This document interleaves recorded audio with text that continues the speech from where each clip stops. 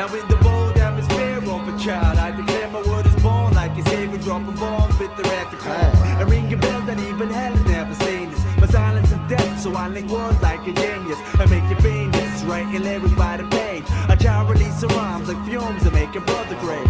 And as a brother raises levels, never thought fair. Niggas in check, let's welfare because my thoughts are clear. I'm the swinger, freaking cruise with my do it all. Never fall, be the man in age, we been through it all. And now survival is my rival, beats a homicidal. I'm taking each and every soul that is vital. Soul, I must survive the soul. I'm never gonna let you take control of my soul. Oh no, not the soul. I'm never gonna let you take hold of my soul. No, not my soul. I'm never gonna let you take control of my soul. Oh no, not the soul.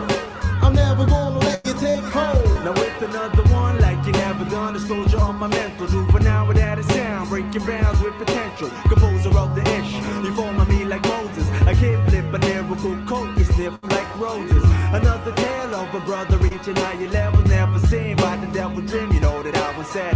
I learned my stilo in the ghetto as a youth, running lyrics like a track with over backbeats and crazy loops. See him a kid when I said I lived and survived the meanness. You can't defeat this, I resurrect like Black Jesus. Leave the world with traces like the Bible, talking all about survival, baptizing all my rivals. A master and nothing less, cause I'll inhale a crowd like sex. Don't give a fuck who's on the mic next. Shit's been growing inside me since I was a kid. Now so surviving's how I live.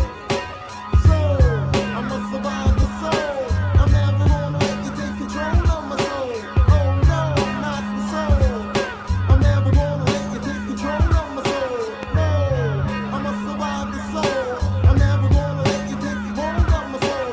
Oh no, not the soul. I'm never gonna let you take control. Now as I swing and bring the trifactor, lyrical reactor, exploding episode of here and after. I take the pasture, broadcaster of a soul never told. Begins to play the role, now I handle what you couldn't hold. Words of gold in this epic of a golden child. And ever since I drop a deeper shade within my style. And living right within this day text life. Cause even Wesley got sniped, you sugar here, that's why my soul is tight. When the whole is known, never survive the soul. Now respect the mama jokes to keep alive and bold. I must survive the soul. I'm never gonna let you take hold of my soul. Oh no, not my soul. I'm never gonna let you take control of my soul. No, not my soul. I'm never gonna let you take hold of my soul. Oh no, not my soul. I'm never gonna let you take control. No, not my soul. Can't let you.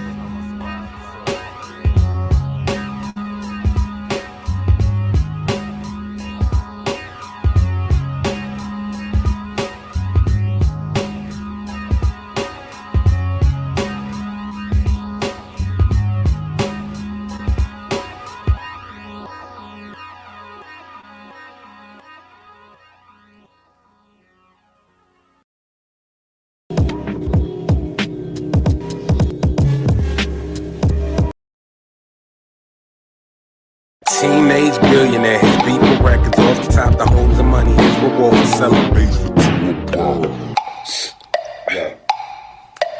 Teenage billionaire, his beating records off the top, the holes of money, his reward for selling bass for $2 a pop. Hobbies eating rappers whole, never digesting dope shit, they coming out of him like crackheads, wreck them. Fuck, I should be illegal. Eagles flying over state, the model bitch, she look good, and the head is great. The pink stripe is for diplomatic immunity. I'm AC.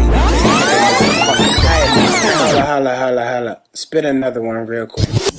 Niggas steez biting like they like it. Mike Tyson iddies quiz taking credit like they faggot Carter's debit fiends hit me on my beeper. Cook it on the keys, then I push it out the speaker. Bitch, I'm Bunny Easter basketballing. I'm the dope dealer, push a man in the dream state. Your bitch stick to me like purple scotch tape. I'm mine green. The pink stripe is for diplomatic immunity. I'm ACE, aka Mr. Fuck up the community. Cause I'm pumping that bass, nigga. And I'm walking down the block with life in my pocket. And I'm pumping that bass, nigga. And I'm walking down the block with life in my pocket. And I'm pumping that bass, And nigga. I'm walking down the block with life in my pocket. And I'm pumping that bass, Nigga, nigga. El Nino Brown, you niggas cannot stop I it. don't serve much, but let me take your order. Guaranteed to get your chick by like a gallon of water. Flip your chick quick like we betting with quarters. Then I beat her cuts again like we talking about horror.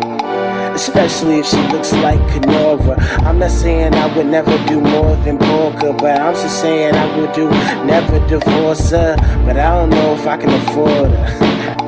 But JK, it's something I'm ballin'. If life was a chip game, down here I'm ballin'. Yesterday money was talking, yes the shit was calling, telling me to take over the world like a young Joseph Stalin.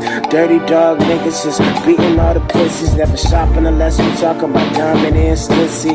Yo, I'm probably with your chick playing with them pussies, and yeah, a friend is under with a lips. And I'm pumping that bass, And I'm nigga. walking down the block with life in my pocket. And I'm pumping that bass, Nigga, nigga. El Nino Brown, you niggas cannot stop In the it. cars and the hoes and the clothes come quick. In the cars and the clothes and the hoes come quick. In the cars and the hoes and the clothes come quick. They come quick, they come quick. They come quick, come quick. Look, I'm not your father, so don't even bother. I pulled out early. Yo, forever dope. Black man, Ace Creator, our future, Creative Bunch, OMG, LMO. I don't know. Ran out of acronyms. Folded.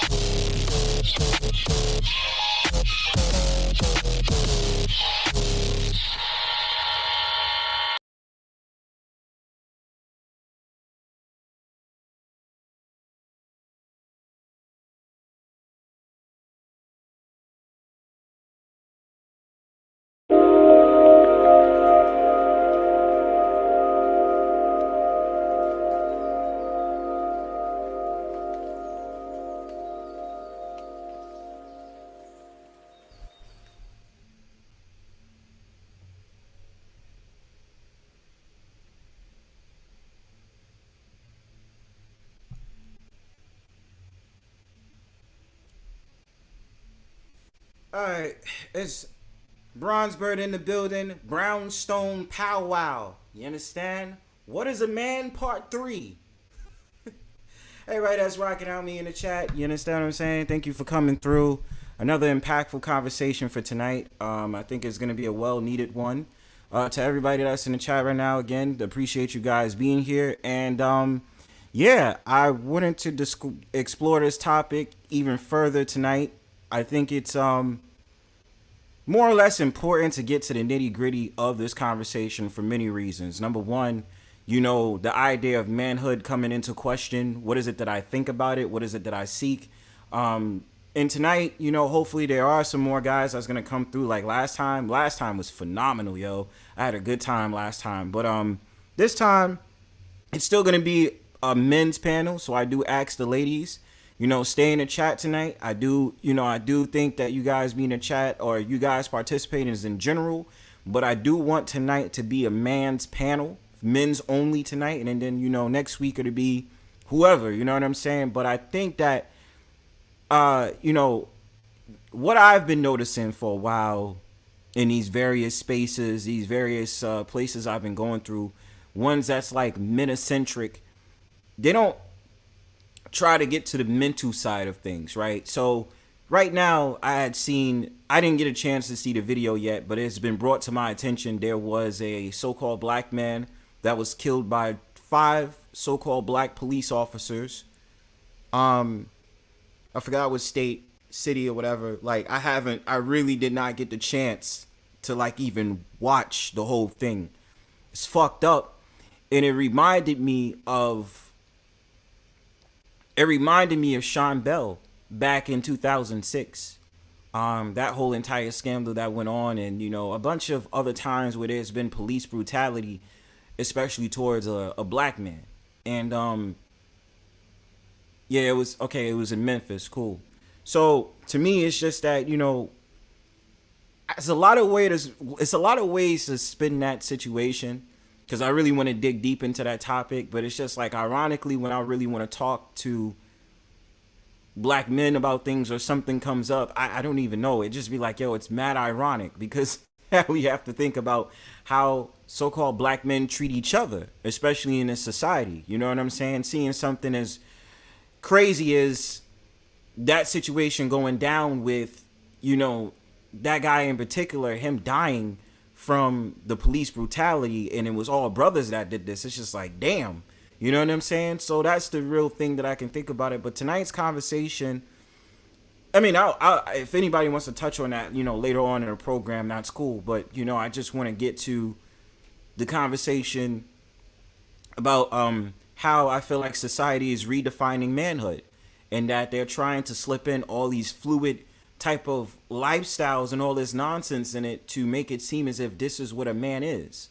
And so that's the root of the core of the problem. We also have to think about this too. You know, the statement, even though I don't want to make this about the opposite gender, it's just amazing how a lot of, certain men in this society will abandon manhood to become a woman. Remember, I had talked about the trans maxing video, in which I have sat there and I said, you know, you see that you have these dudes out here that's not able to feel manly because they have to attribute themselves to being attracted by a woman. So you lose your manhood because you feel less of a man because you can't date the type of women you want. Like, why do you abandon your manhood to become more feminine and fluid, and then basically still try to have the attraction to fellow man now that you are quote unquote a woman? You know what I'm saying? Like, I hope y'all understand exactly what I'm getting at when I'm saying that. But what is it I feel in this society, yo? It just seems as if there are men out here, or young men out here, who are being persuaded by the less or the feminine traits of a woman. So they figure, hey, well, if it's working out for women, maybe I should become a woman too, in order to be more of what I like in the personality. And it's like, yo, who's teaching you that manhood is not great? Who gives a fuck about getting validation from women? You know what I'm saying? Dudes out here are losing themselves because they feel like they are not enough for society at large. And tonight's conversation is going to dig deep into that, because I find it to be bullshit. There's nothing wrong with being a man. Whether you're from a 2-parent household, a 1-parent household, whether you was raised in a crazy environment, or the fact of the matter is you probably aren't the most charming or have the biggest personality in the world, that shouldn't take away from you being a man. And I swear I do have that problem, because I see it and I'm just like, nah, I'm not feeling that. You're not going to sit up there and tell me there's things wrong with being a man. That's complete bullshit. And I will stand by that. You understand what I'm saying? And so when you start having that shit go on, you starting to have these dudes, these trans dudes that's coming into the conversation. And when you ask them about certain things that plot around manhood, they can't really tell you. Being a man is more than having a beard and a mustache and, you know, having the muscles and, you know, Adam's apple and a deep voice. It's more than that. You understand what I'm saying? And to me, I'm going to stand my ground on it. I feel like, you know, society at large makes a mockery of what a man is. They make a mockery off of what it's like to be a man, to be a male. And so you start to see these dudes out here that talk about what about my feelings and ain't I man enough and stuff like that. And it's like, bro, you stand behind certain organizations and corporations that advocate for feminism and advocate for a lot of Western ideologies that ain't cool. You understand what I'm saying? Salute to 1G's Culture, Mrs. Queen Sunkiss, Letitia, and everybody else that's in my chat. But for real, the problem that I'm having is that you support organizations that's actually trying to counter against men. So how could I respect you as a man? And then the fact of the matter is, technically, biologically, you are not a man. You understand what I'm saying? You are not that. You are not. You are not that. So to me, it's just like, come on, man. Let's be really real with ourselves. And that's why it's important tonight to have this conversation. I got clips rolled up. I got a clip rolled up. I put the link down in a little while for folks that want to jump on tonight. We'll see how far it gets tonight. But let me just end off this conversation really quickly before I start to get in the convo real quick. It's I feel like there's a lot of battles with us as men in this society, right? I think psychologically I'm battling as a man a lot of fronts. Two things that I start to see in these sectors of spaces is that when you have the man that really voices his opinion, I don't want to loosely say someone like Andrew Tate. I kind of feel like someone like Sneeko, saying what he has to say and him being very boisterous and being very profound in saying what he's saying. A lot of people have a problem with him. So much so that there was a video that came out of this cringy comedian who wanted to basically make fun of Sneeko with his corny ass jokes. And Sneeko was just sitting up there saying, why you scared to debate me, bro? And even we demonize that.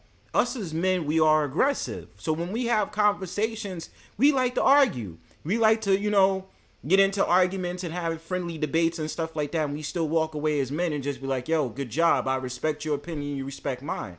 But now it becomes vilified because people say, well, that's not manly. Who are you to be arguing and blah, blah, blah. And then they try to demonize the aggressive nature of man.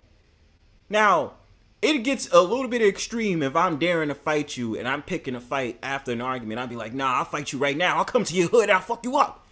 That's extreme. You don't need to do that. You know what I'm saying? But what I'm saying is that the traits of man is taken for granted nowadays. Number one. Number two, the mockery that I start to see with a lot of these dudes, right? First, the trans dudes. And then the second thing is that I start to see these dudes that seem like they're feminist identified, liberal identified and stuff like that. And those are the dudes I cannot stand.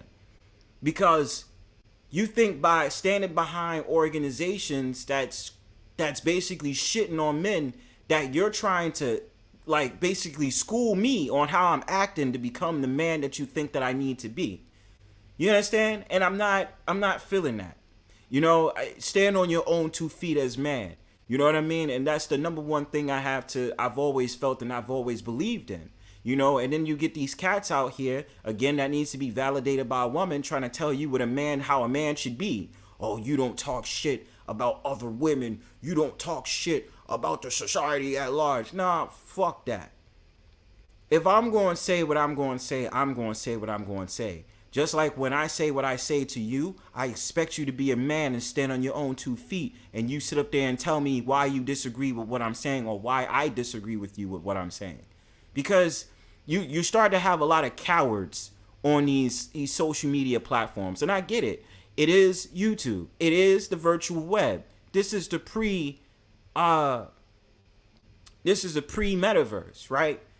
But still, principles in my world goes a long way with me. I don't care if you're online or in person. I still treat you the same. The thing about it is, if you go and sit up there and talk the talk you go and talk, then I expect you to still say what you have to say when you're in my presence and I disagree with your statements. Why do you have to be such a coward and hide behind women when you want to say what you want to say? See, a lot of you dudes talk behind panels. You're in your comfort. Like, this is my house. This is my home. The Brownstone Powwow is my house. This is my home. I talk shit. I sit up there and I say things and I go off of the handle and say what I need to say. But at the same time, I'm not afraid of being that dude that will roll up to you, say what I need to say, and we can say, yo, I just humbly disagree with what you say, and I don't believe in that. My point is, what's wrong with y'all? A lot of you dudes are cowards. You have no backing of your own. You have nothing to look forward to. Yeah, you might get your views. You might get your vids up. You might get those people that come up on your panel and all this other stuff. Multitude of women that's sitting up there saying, I don't like how they're talking about us. Okay. But how come you don't try to challenge the other dudes out there that you disagree with? Where you at for that? You want to hide on your panel and keep talking the shit you talking, right? But a dude like me, who's not afraid to roll up on you, you want to put me in the background, you want to put me backstage, you know, you want to say, oh, he's being too this and too that. And look, listen, I don't like to get ahead of myself. I know I can be the illest troll, I can be boisterous, aggressive, very opinionated. One thing about me, though, I'm going to always keep it real. And one thing about me as well, I'm not going to hide how I feel just because you on a network or you on a panel or you having a discussion in real life. That's not how I do. I'm going to say how I feel.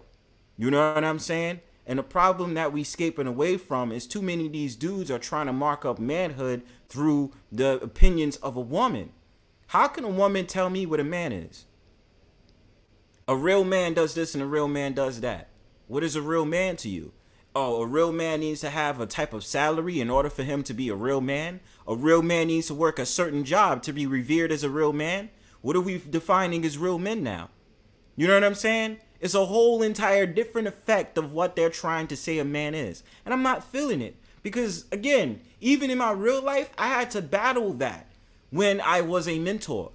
When I had to go to that school, when I went to my school and I had to sit here and have conversations with those dudes out there, and they were sitting up there saying, oh, well, you know, it's nothing wrong with, you know, exploring your feminine side and da-da-da-da. Fuck that, bro.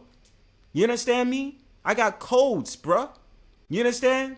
There's a certain code of conduct us as men have, and it is what it is. That's just how we roll.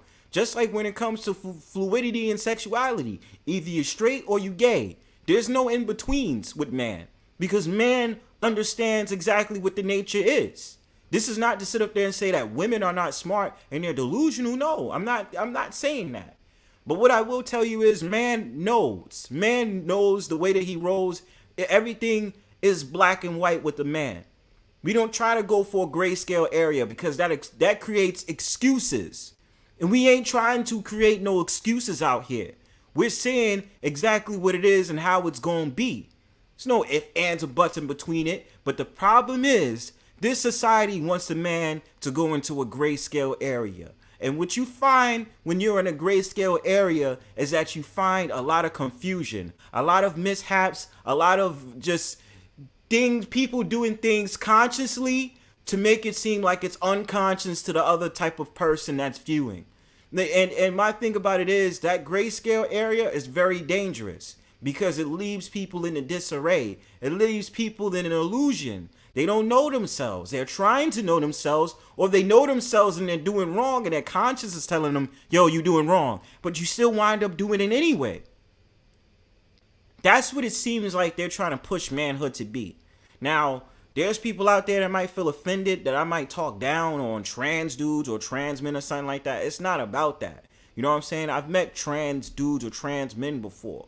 You know what I'm saying? And this is just one part of the equation. But my thing about it is that, yo, you will never understand what it's like to be in my shoes. And this is not hate speech. But you will never get to understand what it's like to be in my shoes. You know what I'm saying? Like, intricate parts of my life since I was a damn, when I went through puberty, when I was a teenager, okay, the things that I had to deal with, the development of facial hair, the deep voice, and all those different things. Those are the different prospects I had to deal with in my life. Knowing me as a man, how do I deal with women? How do I deal with the opposite sex as a man? What is the rules and the guidelines? Besides that, what makes man? What makes man? This is exactly the different trials and tribulations I had to learn in my life. taking advice from older men, learning from boys or men around me. What is it like for manhood, men's mentoring? You understand me? Being able to be comfortable in my own shoes as a developing man. Even now, still being a young man, how do I get my message to impact the younger men before me as well? That's a little bit to it, but that's not all it is, right? But for me, the tale of manhood, the tale of what it means to be a man. This is not a joke. This is not a mockery. This is not society at large trying to make me feel bad for being who I am. I am who I am. I stand on my principles and I will never shake that for nobody. I don't care who you are. I don't care what you represent, and I don't care how you are above me when it comes to certain things in the society. It is what it is. All right? So that's what I have to say on that. But point is tonight, ladies and gentlemen, and specifically gentlemen, if you do hear this in a playback and then, you know, once I open up the panel, just give me your take. How do you feel about today's definition of manhood? What does it mean to you? Oh, excuse me, I'm sorry. Because I just feel like they are making a lot of mockery, a lot of things that they're doing out here. And then because they try to put fluid peeps into the conversation, it makes things really nerve-wracking, because now it feels like you have to change your opinion for them. You have to change how you feel. You have to say things in code not to offend the next person. And then it's like, to me, I'm like, fuck that. Like, why do I have to change how I feel and change exactly the stuff that I go through for you? Because now you want me to appeal to what it is you're going through. But you have never been in my shoes like that. So how could you really sit there and think that I have to bow down to your whims? All right. So, all right, y'all. I'm going to get started on the video. Halfway through the video, I'll open up the panel for anybody that wants to come through. Let's peek into this for 1 second, y'all. I'm going to get busy soon, y'all. Let me get into this. All right. Put a 1 in the chat if y'all still rocking with me, man. You know what I mean? Alright, yo. So, I'm about to show y'all the video right now. Let's get it. Alright. So, this video is supposed to be geared towards talking about, what you gonna call it? It's supposed to be talking about masculinity disappearing in America. So, I'm gonna share my screen so I can show you, what it's about. We gonna get it popping. Shout out to Khalil Bell. Let's play it. Let's get to it. Middle Ground is a social experiment that brings humans with opposing beliefs together. These discussions may contain viewpoints that are the result of misinformation. Remember to seek out experts and to be critical of your own biases while forming an opinion. Please see the humanity in each participant, and as always, we encourage empathy. When you Fair say use, by the we're way. just redefining what being a man is, you have to understand you're redefining a fabric in society that has kept the human race and got it to where it is today. But do you see the state of our world today? It's not perfect, and it's been led by men like throughout all of history, and look where it's gone.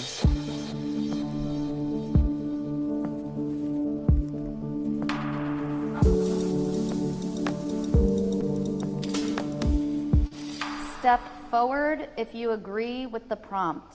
Masculinity is disappearing in America. And before that, I want to ask the gentleman in the chat, do you feel like masculinity, or everybody, do you feel like masculinity is disappearing in America? If you do feel like masculinity is disappearing in America, put a 1. If you feel like it isn't, put a 2.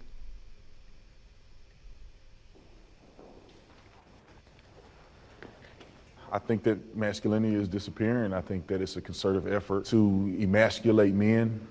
I think that some people feel threatened by masculinity and the typical way that men carry themselves, leading families and different things like that. So I think that there's an effort to mitigate strong men in America. There's a few different ways to think about masculinity, but just looking at kind of the definition of the term 50 years ago, you had people like John Wayne, you had Martin Luther King, you had Sean Connery. You think of like masculine features as in beards, hairy chest, big muscles, think stoic, being brave, being rugged, being a provider. Today you have, people like Harry Styles and Timothée Chalamet. You have people that are completely contrary to what we were looking at back then, and those values of those masculine characteristics are. And the thing about it is, what's funny is that you get the dudes like Harry Styles. I think his name is Sam Smith or whatever it is. These dudes that like, man, they're I think Sam Smith was like non-binary or something like that, switching pronouns and stuff like that. And then I remember seeing this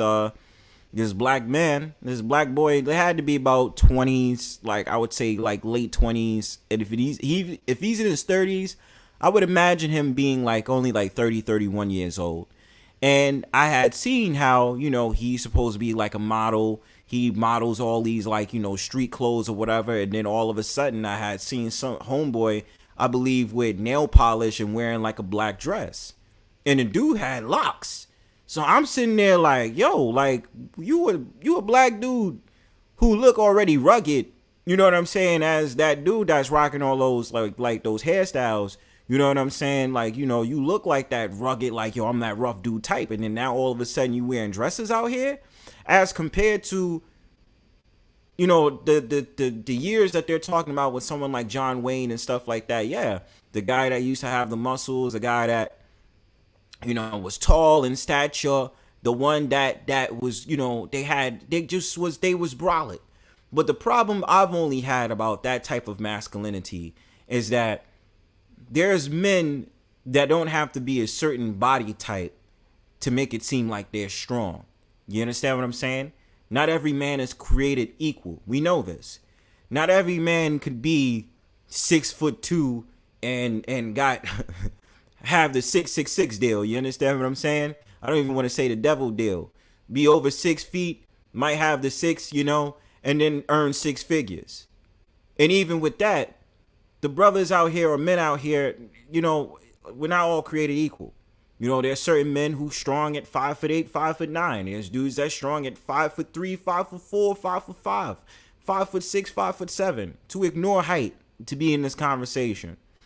Also, the fact of the matter is that men can take on jobs that a lot of people don't want to do. That requires strength. Nobody, and it's like what I said from my last live stream today. Nobody bigs up that man that's taking out that trash or the tech dudes.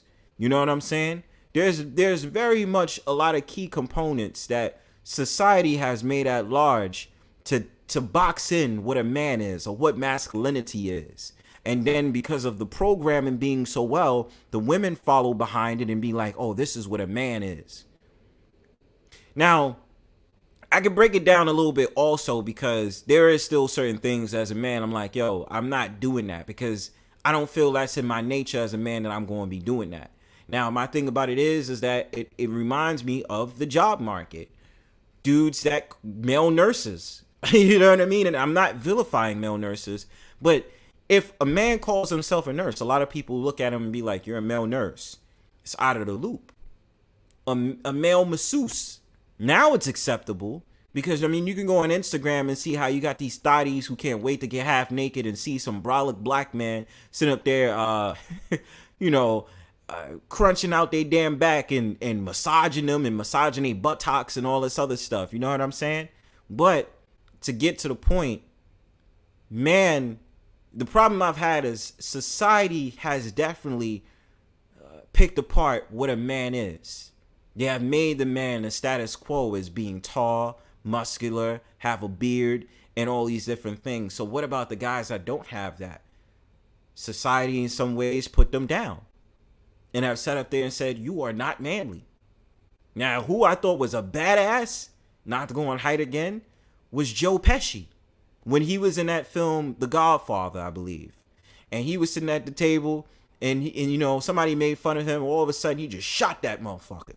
You know what I mean? He was a badass, And of course, he did his comedy thing later on in 92 with My Cousin Vinny, but that's not the point.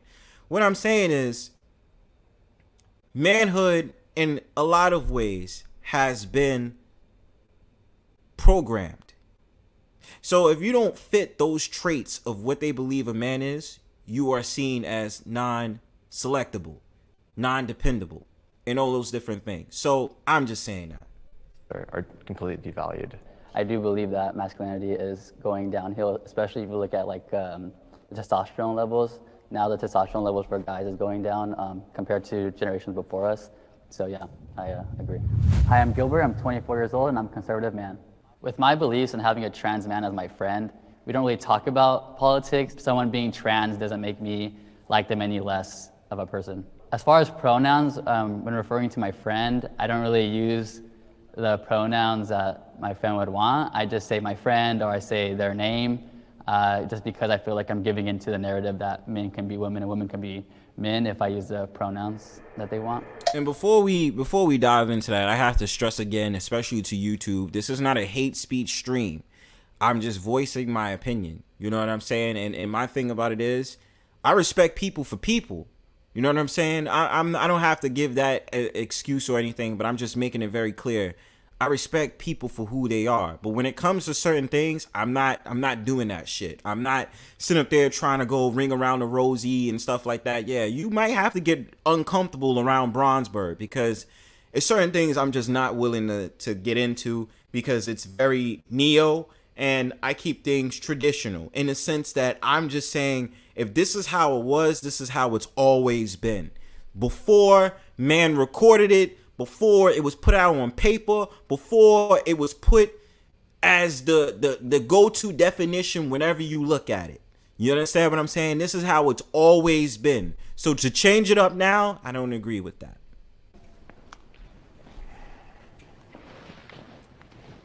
I do see that masculinity is under attack completely. My definition of masculinity, like you said, has a lot to do with the traits that are associated with it. As a gay man, I mean, of all of us, you know, I mean, I'm not the most masculine man, but I do think that the good aspects of masculinity are definitely under attack, but I don't think that it's disappearing, it's just being channeled in different ways. It depends on how you look at it, because a lot of the traits can also be embodied in women and in femininity. So when we look at masculinity, I think that we have to also look at what is the actual definition of femininity and masculinity. God damn, hold on, bro. Yo, this is a trans dude? Yo, that sparked me. Yo, I didn't even realize that, G. This is a trans dude. And the one thing sometimes that you could spot with these trans dudes, in my opinion, is that they have a voice that's still usually lighter pitch than other men. It's like they have the voice of like they took like some type of helium, but it's still like you're still trying to put in that bass in your voice. Whereas me, I know that my voice range is the way that it is. It could sound, it's not high pitch. I mean, obviously it's mid to low pitch, right? Like, but trans men, they have this definite getaway where I'm like, don't sound right, you might be trans. Because that pitch in your voice, I know I'm not the only one that understands this. I know I'm not the only one who speaks. I know somebody out there knows exactly what I'm talking about. Because the way that they voice be sounding, it be sounding like it's not high pitch, but you could tell like it sounds inflated, yo, like it. Forgive me, y'all. Shit. And if we're defining masculinity by being stoic or muscles or body parts, then is it really masculinity? A lot of times when you guys spoke about masculinity, you associate it with men being manly, but I think more women are embracing their masculinity. Masculinity. Whoa. That's what we gotta pause too. More women embracing their masculinity. So what does that tell you? Masculine women having more masculine traits. That's why society is not getting along with each other. Why you see a bunch of this quote unquote red pill content where dudes are sitting up there saying, she's not submissive, she's not this, she's not that. She's overpowering, she's overruling. That's crazy to me. And this is a trans man saying this, by the way. Still there. I mean, just other genders are using it. Being courageous, being powerful, more women are standing in their power, which is again associated with masculine, but it's not specific to just men. Women are no longer submissive, they're dominant. Women don't need men, and I think that most of America is realizing that anyone can be powerful on their own. I'm feeling some type of way about that, y'all. What y'all think? I feel a little type of way about that, dog. I call EAP.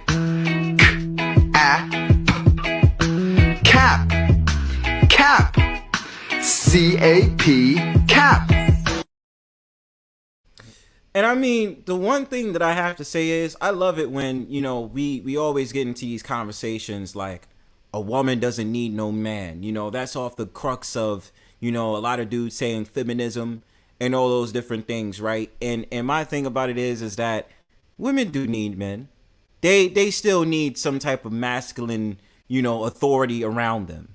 You know, I've had the pleasure of probably meeting about 2 to 3 women that would be defined as masculine, and they desperately wanted a man around them. They did not want to be alone. They knew that as an independent woman, it's not working out. They're not getting a fair deal as a quote unquote independent woman. They still wanted a man to be with them. They did not want to be alone.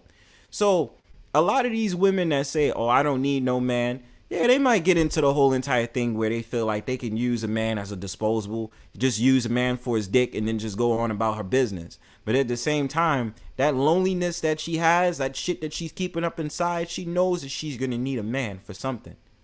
She can't do it all on her own. And the thing about it is, the problem with this society is that this society is marketing it to make it seem like that is the way, but it's not the way. So it's a lot of cap that I call on that because they don't want to really be honest.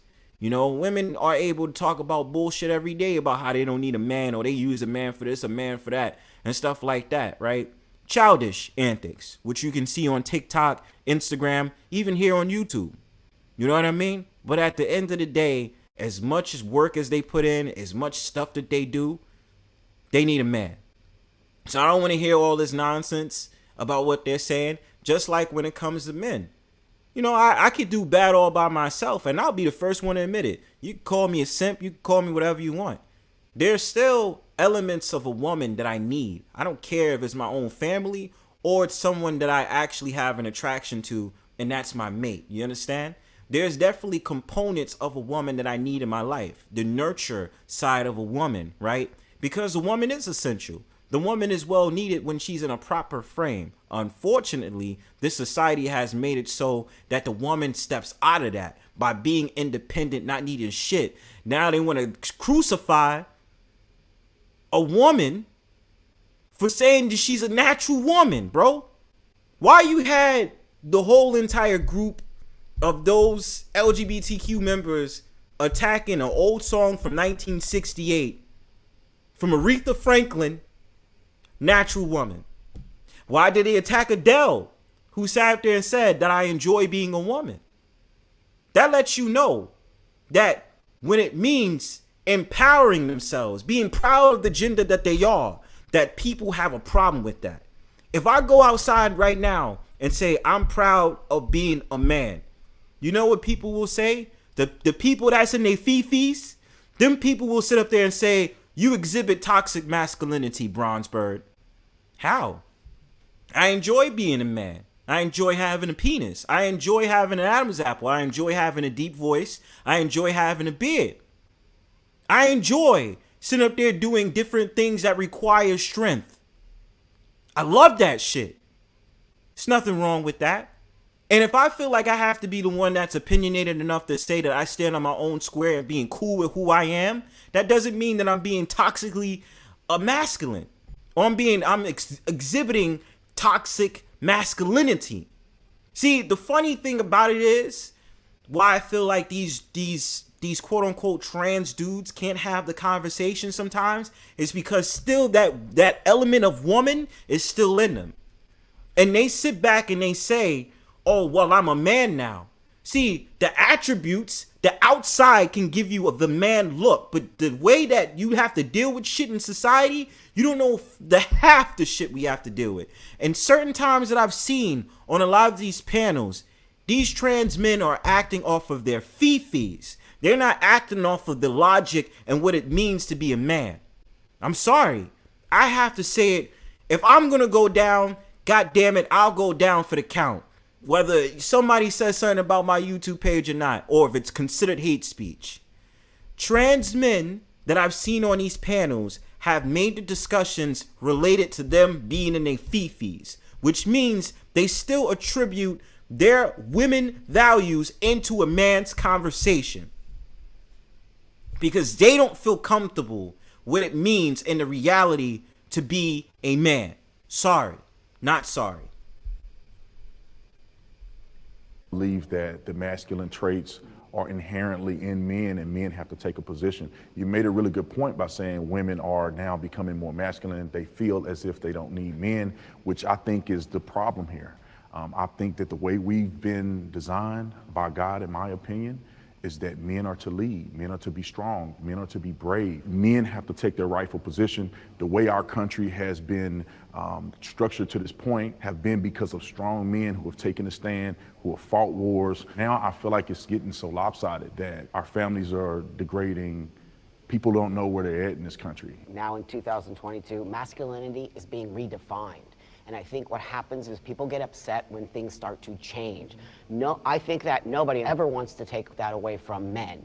I think that what we want to do in the world now is start to understand what is masculinity. And it's always been really associated with this very machismo space. And now there's different kinds of men in the world. There's not just biological men. There's also trans men or people who want to be masculine. So I think what's happening now is people are pushing against change because change is scary and people don't understand. And so I think men, biological men, feel under attack, when I think that's not what's happening here. The point that you made is 100% correct. There are different phases and people are experiencing in different ways. The feminist movement is, I think they are attacking masculinity within men. I agree. And that trans man that just spoke, like, I respect, again, I have to say this so people understand me. I respect people for who they are. You understand what I'm saying? Your characteristics, how you are and stuff like that.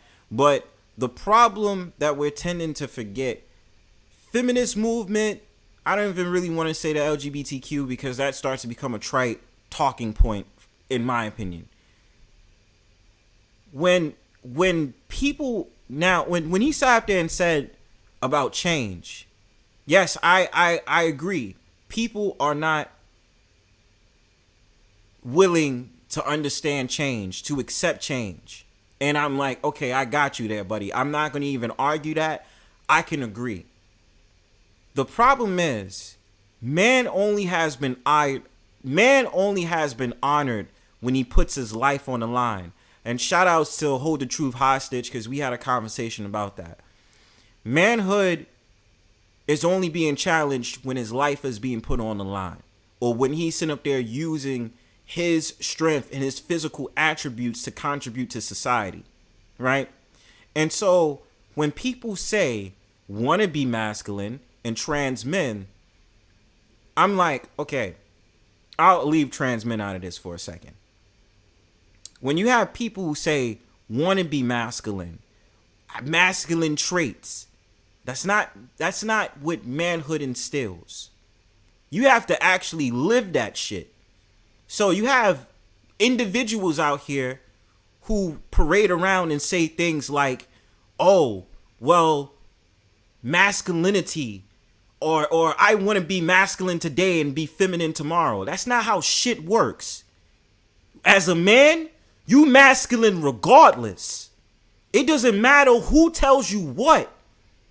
You wake up masculine, you go to sleep masculine as a man. That shit don't change. Shout out to Free Zone Lou in the building. That shit don't change. And the thing about it is people think they could parade this idea of being masculine as a way to say, yeah, this is my tough person steez. This is my tough guy steez. And with us, it's like, yo, that's making a mockery of the nature of who I am. The dudes that's around me making a mockery of who they are. We don't brag about being masculine. We live it. We wake up masculine, we go to bed masculine. You understand? It doesn't matter.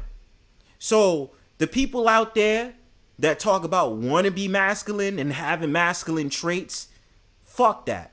I'm not rolling with that. I'm not dealing with that. I'm not vibing with that. I'm going to do about 8 more minutes of this video and then I'm going to open up the panel. So y'all stay tuned.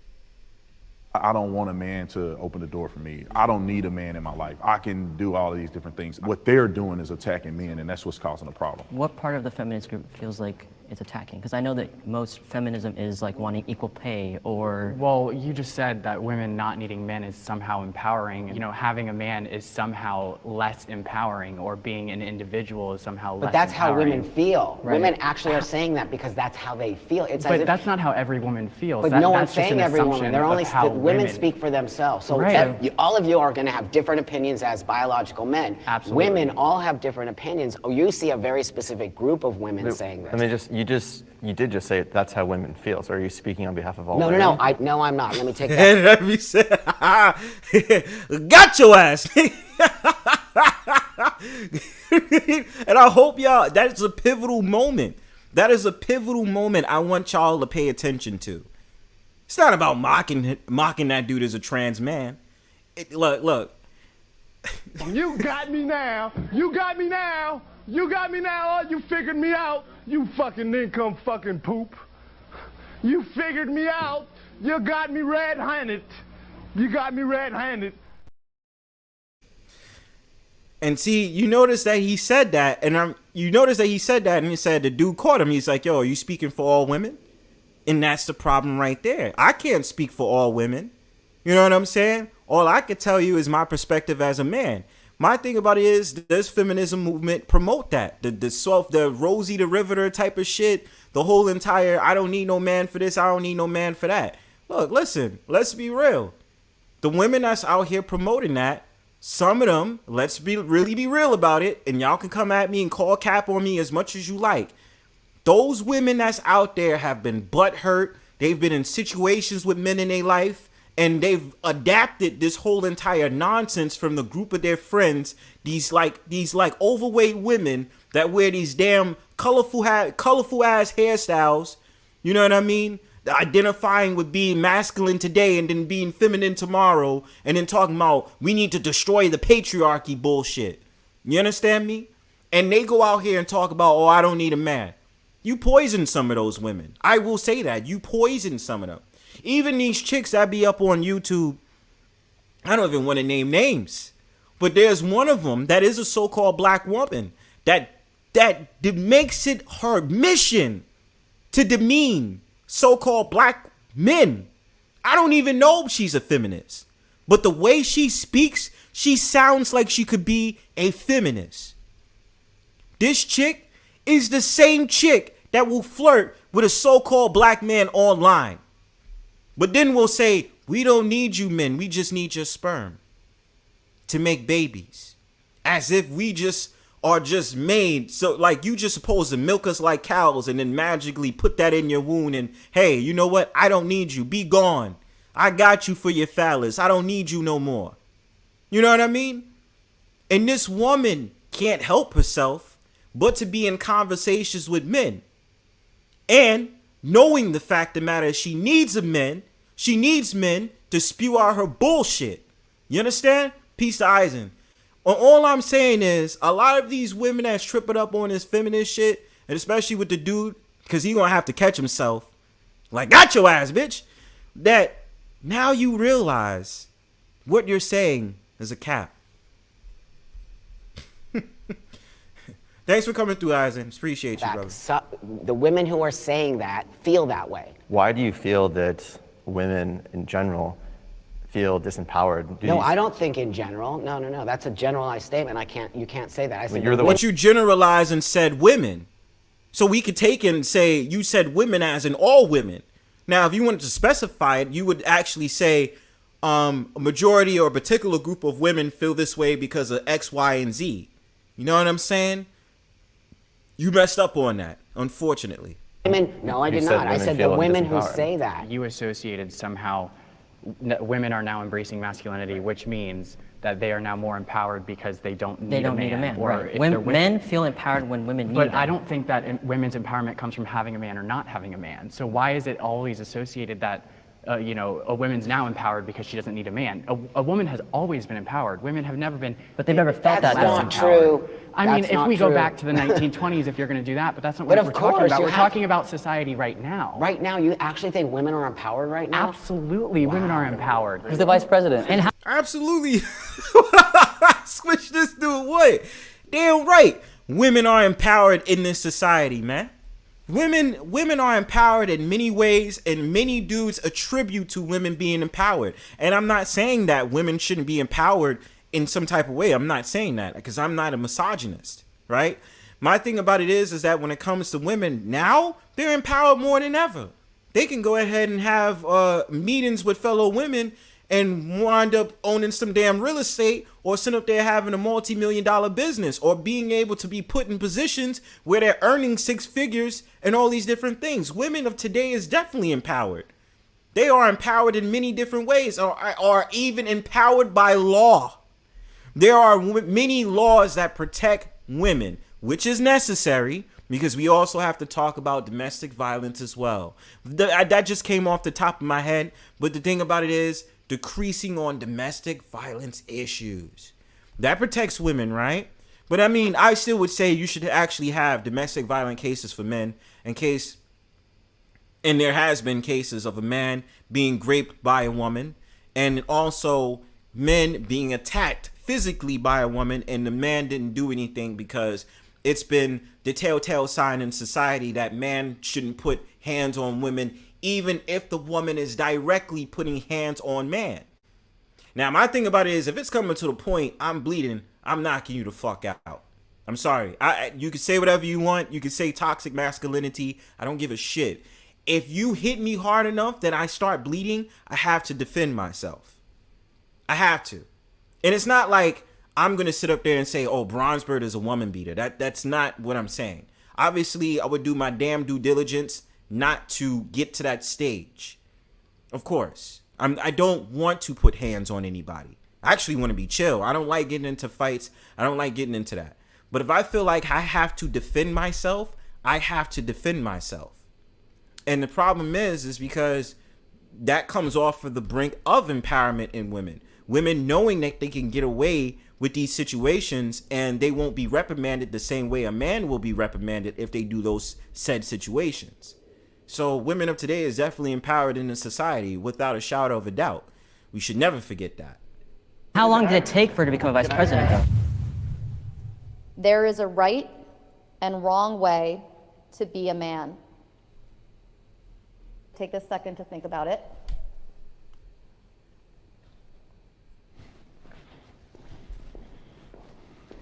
I think that when I originally heard the question being asked, I didn't agree with it, but men are not abusive individuals.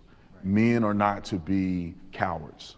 Men are to lead their families. And men who do not display that, I don't believe that they are men, in my opinion. And all of the qualities that I see in my father is what I believe a man should be. All of those characteristics are what make a man, and when I see a man be a coward in the truth, in just speaking the truth, or sticking up for what's right, especially today in America with everything going on, I'm like, those are not men. My name is Clarkson. I'm 24 years old. You can say that again, and that goes out to them little fellas that be afraid, that want to say, oh, well, you know, I'm speaking the truth and da-da-da-da, but when you get challenged by fellow man, where you at, son? Where you at? Where you to be found, son? Why are you not coming over here or coming over to those different places and engaging in what you saying, and we can have a respectful debate? Why are you so scared, fam? Why you keep hiding on your panel, sitting up there trying to hear the voices of women before we hear your voice as a man, fam? Where you at? Why do you need the validation of women to validate what you're saying? Huh? What's going on with that? Coward. And I'm a conservative man. My biggest question for the other side really is, are you happy? Anybody that wants to fundamentally change society and change gender roles, to me that's not happiness. And if we want to fight for acceptance, we need to start with acceptance, which is accepting society for what it is. At the end of the day, we're all men, and I don't believe there's any wrong way to be a man. We're just redefining what it means to be a man. But there are things that naturally come to men.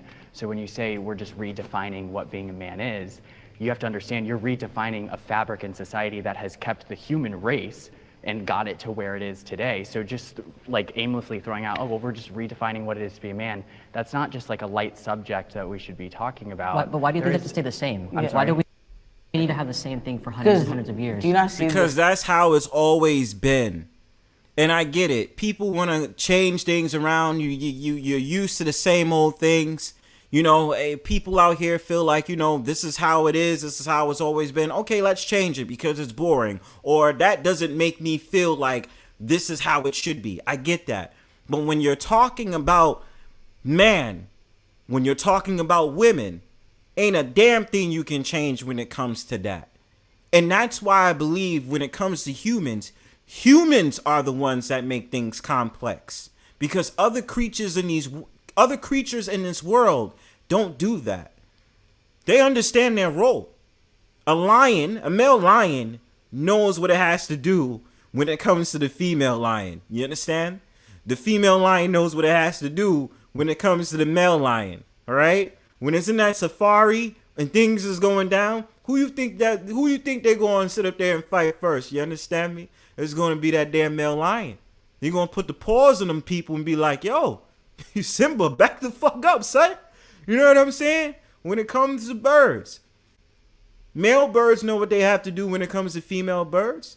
You know what I mean? When it comes to bears, all those different things when it comes to creatures. We have this understanding. There's no arguments and there's no debates on it. But it is humans that try to change the paradigm of what it's always been.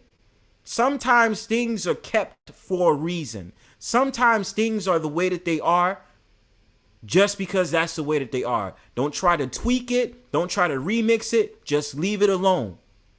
And what you see in the society when you have those three gentlemen on the left is that they try to challenge the status quo of what a man is, which is not a healthy conversation. Why? Because it starts to become confusing. Because these will be the same folks that will say, maybe, maybe not, maybe I'm judging, but at the same time, these are the same folks that will then sit up there and say, men can become pregnant, men can have periods, men go through a menstrual cycle, men do this, men do that. And I said, whoa, whoa, whoa.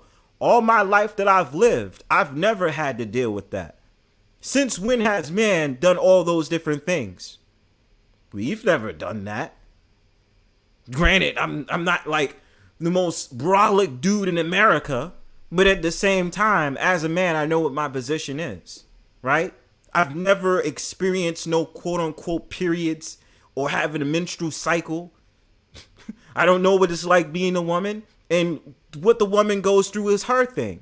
That's an essential thing that a woman goes through. But us as men, we have our special things that we go through. And it's nothing wrong with that. But to then change it around and say, we just want to redefine what manhood is. Nah, we not doing that. We're keeping it the way that it is. It's fine the way that it is. And we're not going to make a mockery off of it by sitting up there saying, oh, well, I feel like being masculine today, but I don't want to be masculine tomorrow. This ain't no part-time job, fam. This ain't no pick up a shift when you want to. You know what I'm saying? This is not some just thing you can do to pick up extra work and stuff like that. Man is being full-time, fam. That's what it is. So I don't like it when people say they want to change masculinity and change manhood. It's not something you change. It's not something you do for a day and then be like, oh, I just want to go to being a female or being feminine again tomorrow. That's not how it works. It's not the same thing. It's just keeping the same qualities. But do you see the state of our world today? It's not perfect. It's been led by men like throughout all of history, and look where it's gone.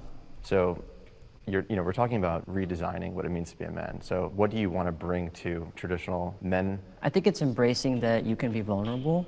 I think that a lot of men want to portray strength, strength, strength. But men are people, and I know that men have feelings. Being a man and masculinity, those are two different things. And I believe that we can redefine whatever that means to anybody by including other types of men or other types of masculinity. I myself am a father.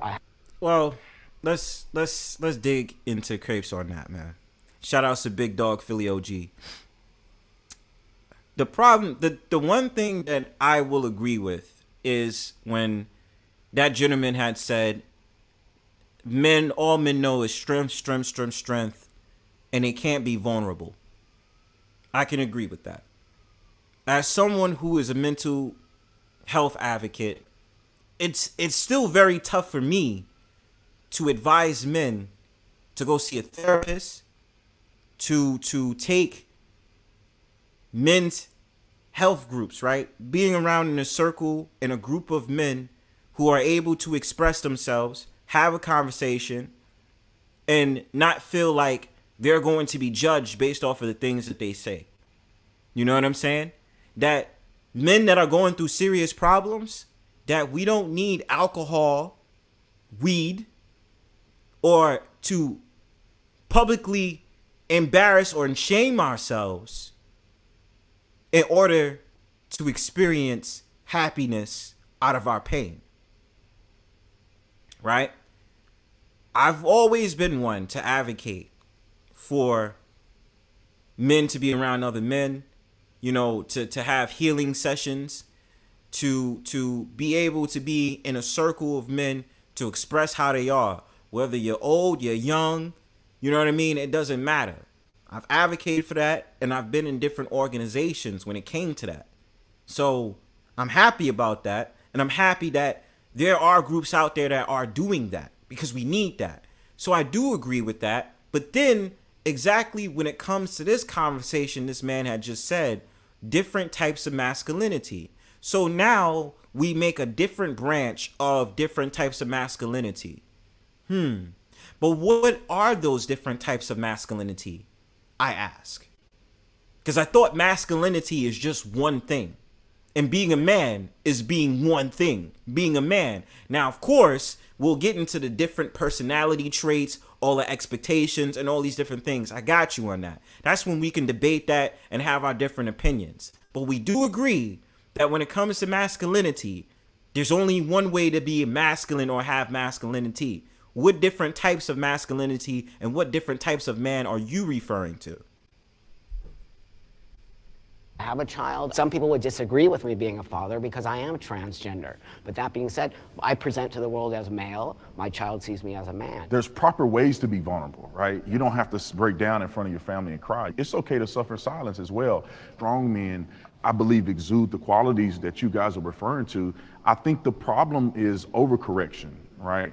Some people believe that men need to cry and lay on the ground and be feminine like women.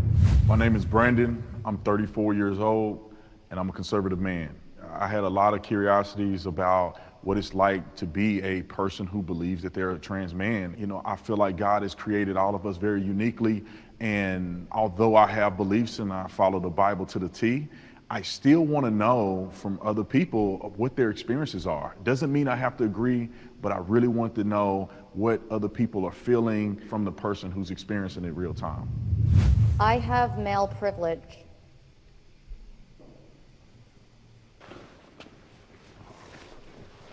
Oh, so. I've lived both lives, and I can tell you firsthand that it does exist. I am taken much more seriously in my career since I've transitioned as a man. Prior to transitioning, I would work just as hard, if not harder, for the same position and not be considered.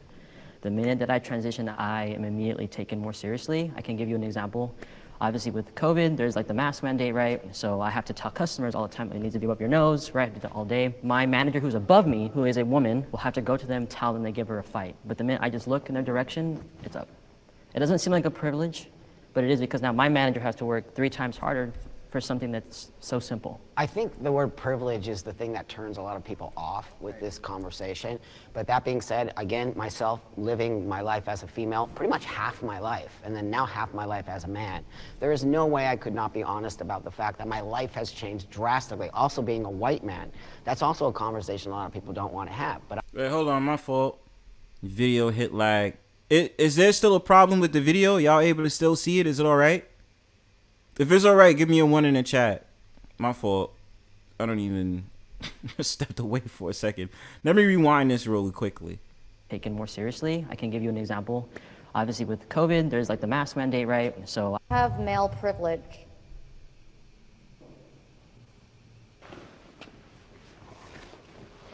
Oh, sit over. I've lived both lives, and I can tell you firsthand that it does exist. I am taken much more seriously in my career since I've transitioned as a man. Prior to transitioning, I would work just as hard, if not harder, for the same position and not be considered.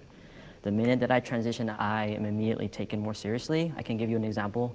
Obviously, with COVID, there's like the mask mandate, right? So I have to tell customers all the time, it needs to be up your nose, right? Do that all day. My manager, who's above me, who is a woman, will have to go to them, tell them they give her a fight. But the minute I just look in their direction, it's up. It doesn't seem like a privilege, but it is, because now my manager has to work 3 times harder for something that's so simple. I think.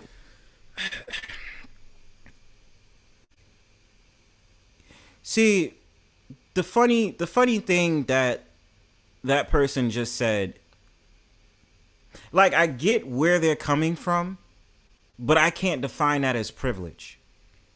I can't. I can't as a man, because on an opposite spectrum, I felt like women have it more easier in the workforce than men.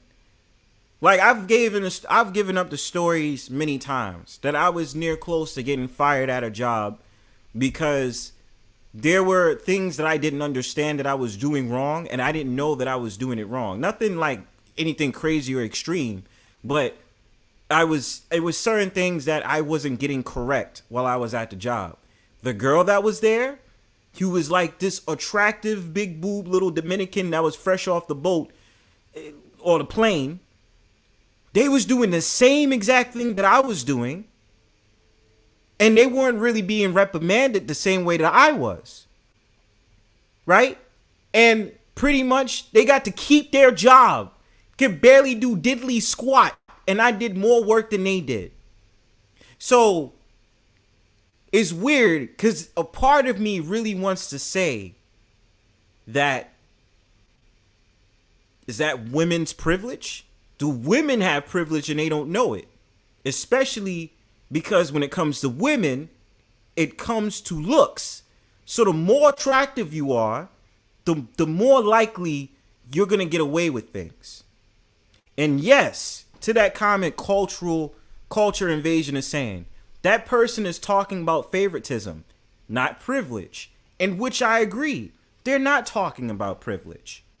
Maybe because of the way that you were working, they appreciated you. They seen exactly how you worked. And it was like, yo, I really like this person as an employee.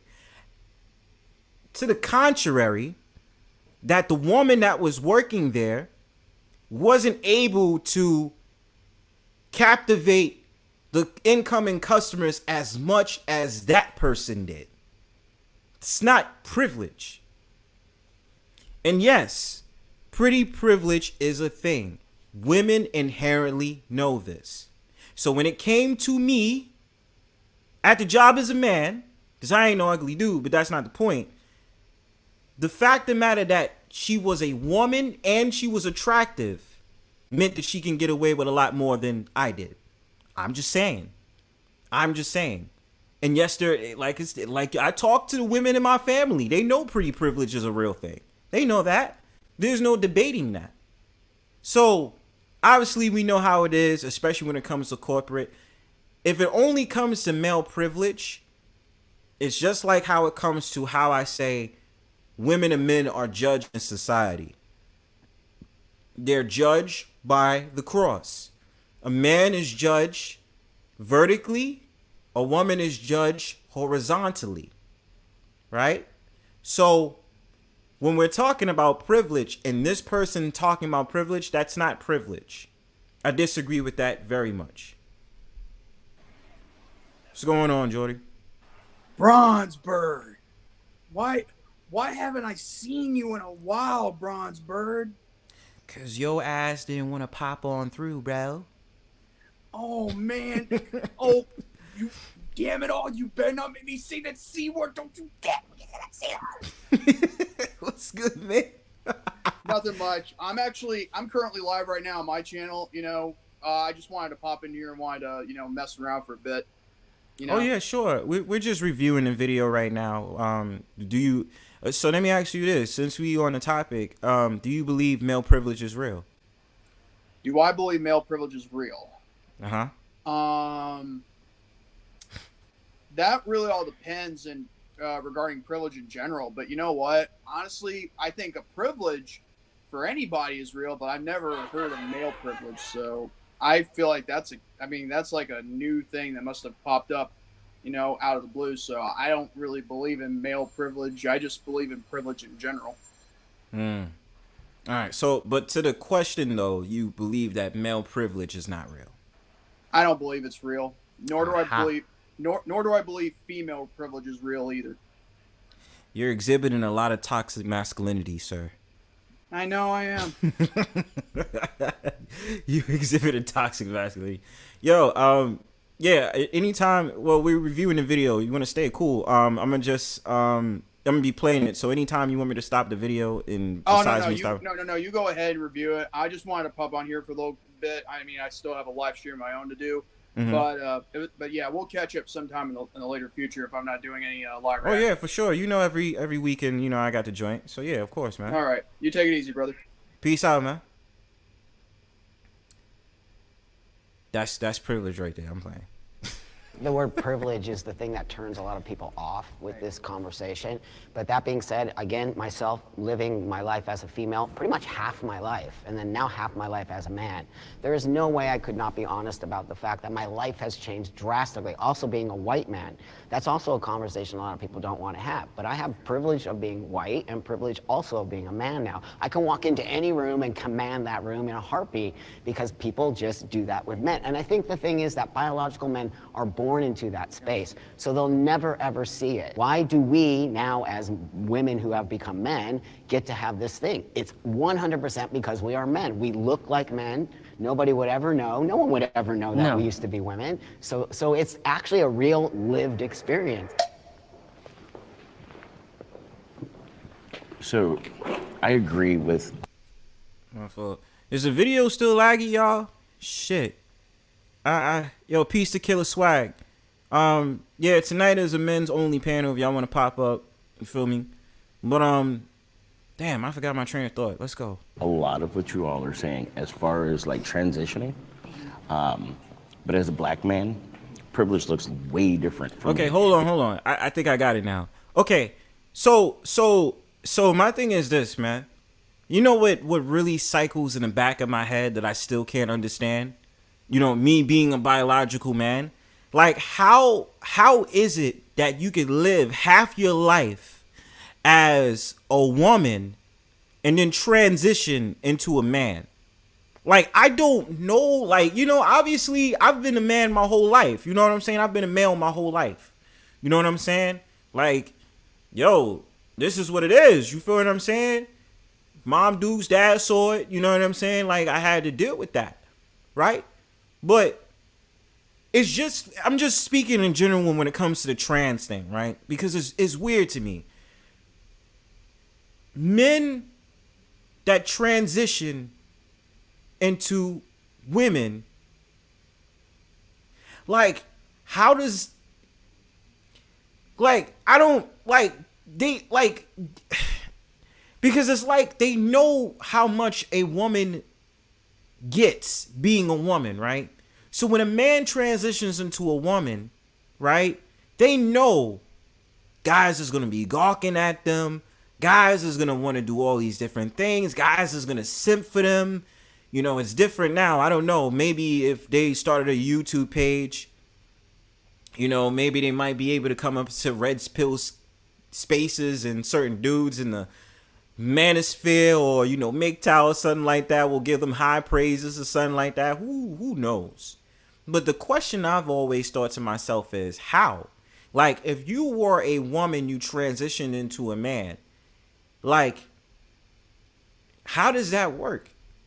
You know what I'm saying? Like, you have to adapt to the things that men naturally deal with, right? Like, if you're not a quote unquote Chad, or you know what I'm saying, you're just an average guy. Like how do you deal with that? I'm gonna read y'all comments before I begin the video.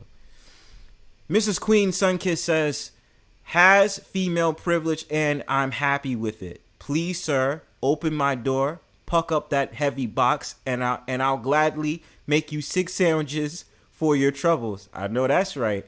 All right now. Both sexes have privilege in different ways. It comes with life. I won't, I'll be neutral on that. You know what I'm saying? Not saying I disagree with it. You know what I'm saying? I'm not saying that. Cultural Invasion Podcast says, masculine modern women can't transition into feminine women. I'm confused too. Yeah. Because the programming that women have, right? If you've been taught to act one way, that's all you know. Now, it's only up to you to want to change the paradigm of the world that you live in, right? If you've been taught your whole life independent, I don't need no man, and if you built yourself up to that, how do you know how to be a feminine woman? That's not in your nature. That's not in your tenure to be a feminine woman.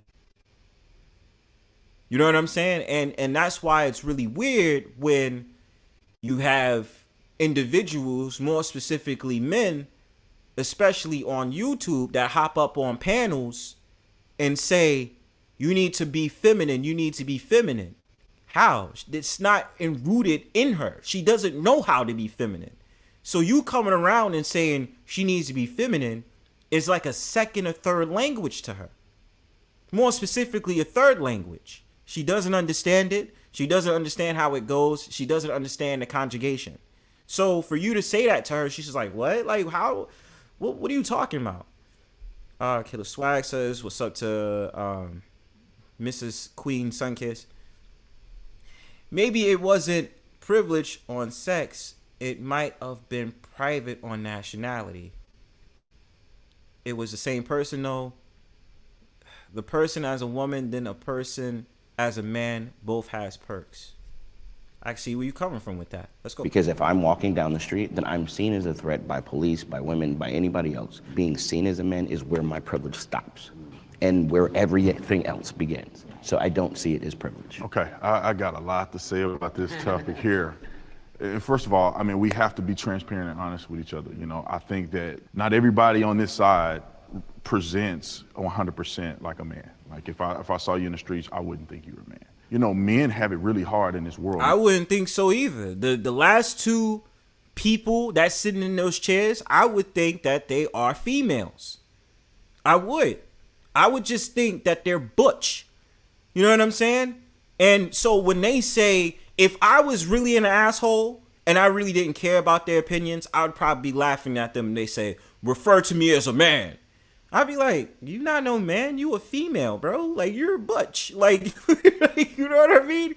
You ain't different from them damn butch women I see that's all in those different areas. You know what I'm saying? And it's not me being an asshole, but we still have to understand that genetic makeup still plays a role. So when you say, privilege, and you say all these different things, I'm like, well, what you mean privilege? Because you don't look like a man. You still look like a female. You know what I'm saying? And it's not a diss. It's not me being a quote unquote homophobe. It's just it's still perception.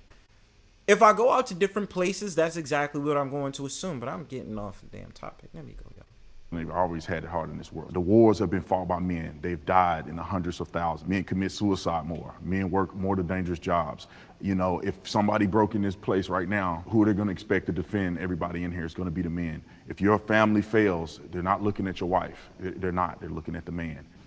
I just want people to understand it. There's some advantages that men have, and then also men do struggle in custody and all kinds of different things. 100%. And my thing about it is that's something that needs to be. Oh, yo, what's good, Culture?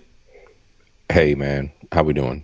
We doing great, man. Exciting show tonight. Yes, no doubt, no doubt. Salute to you and salute to the chat. Mm-hmm. And I'm just going to watch. All right, yeah. I was gonna go off of what the gentleman just said.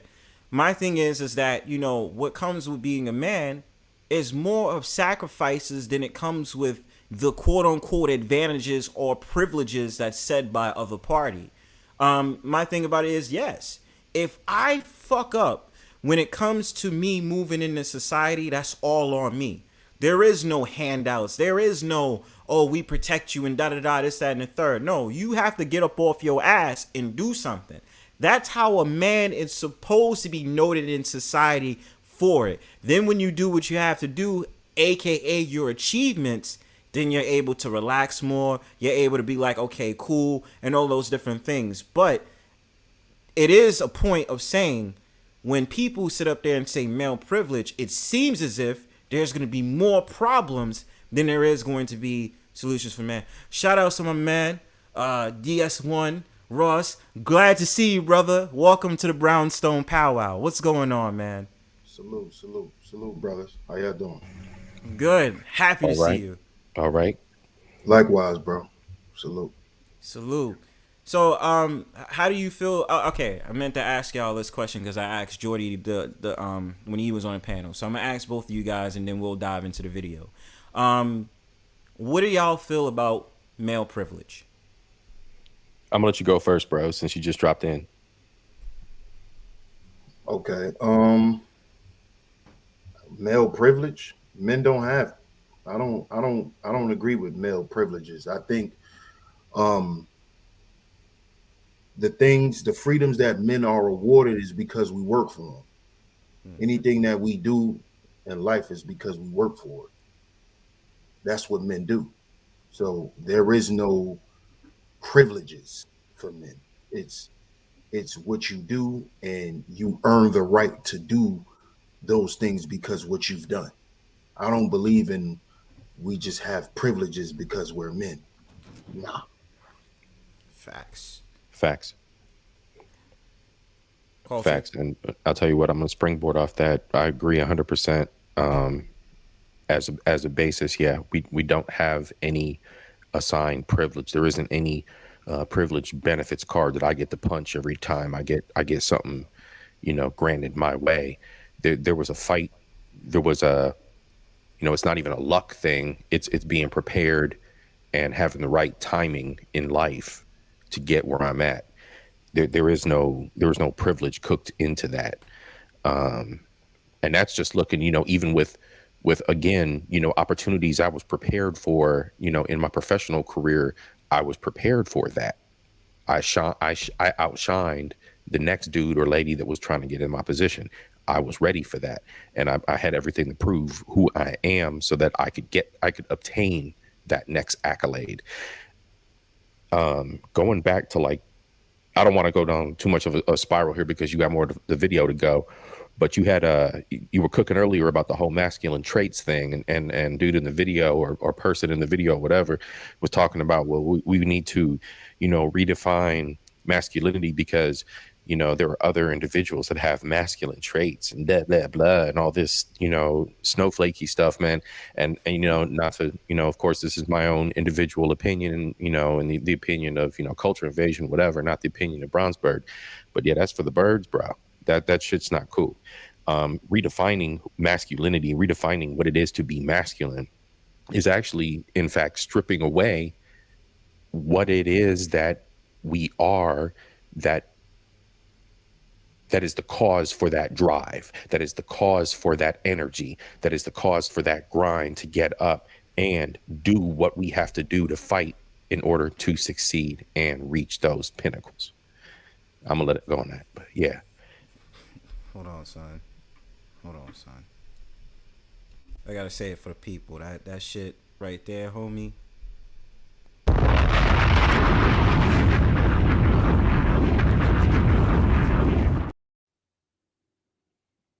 Yeah, appreciate that.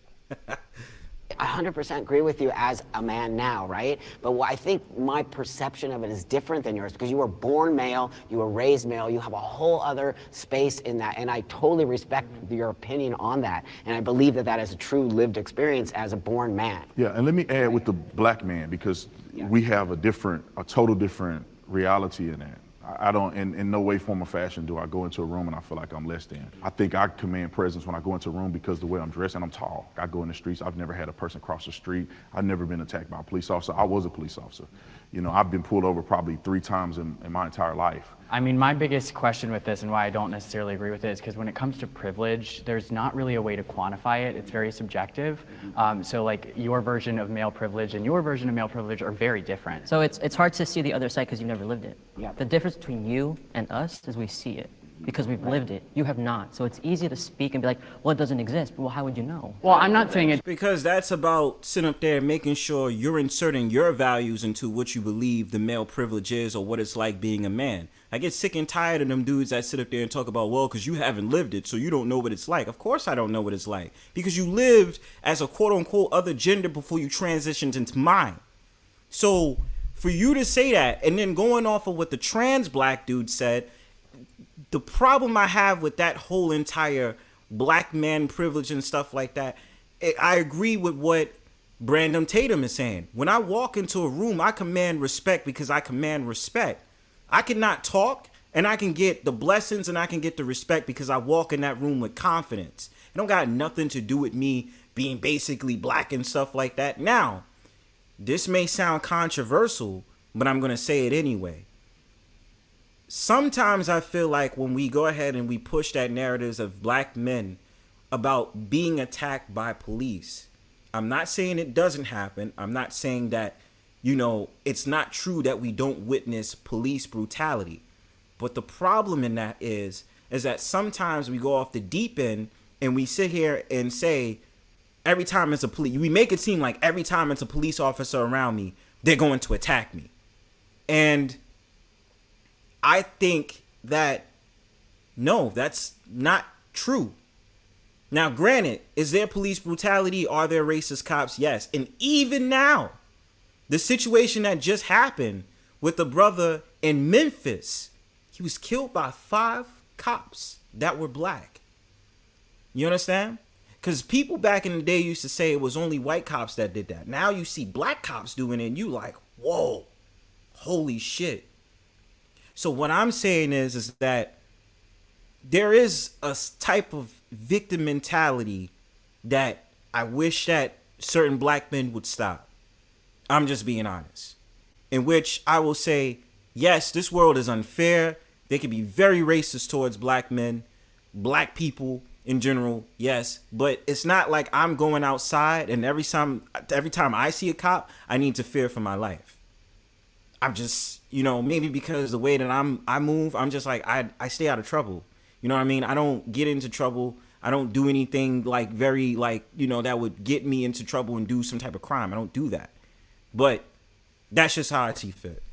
All right. Also, if you guys want to stop the video at any time, let me know. Just say pause and I'll pause the video. It doesn't exist. I think everybody has certain privileges, but what I think the question here is what defines male privilege over women? Because women have privileges too. Right. So is there a graph that you guys are calculating to make men have more than women or what? The privilege is not acknowledging what you have that comes so easy. So do you think that your fear, because you live both sides, right, do you think your fear is something that you have in your mind, or you think it's a reality? Because no, let me say this: you never really changed as a person. You're the same person right, that you exactly. were. So you have the same physical capabilities that you did when you were a woman. No. You don't. My strength is entirely different. After what percentage would you say?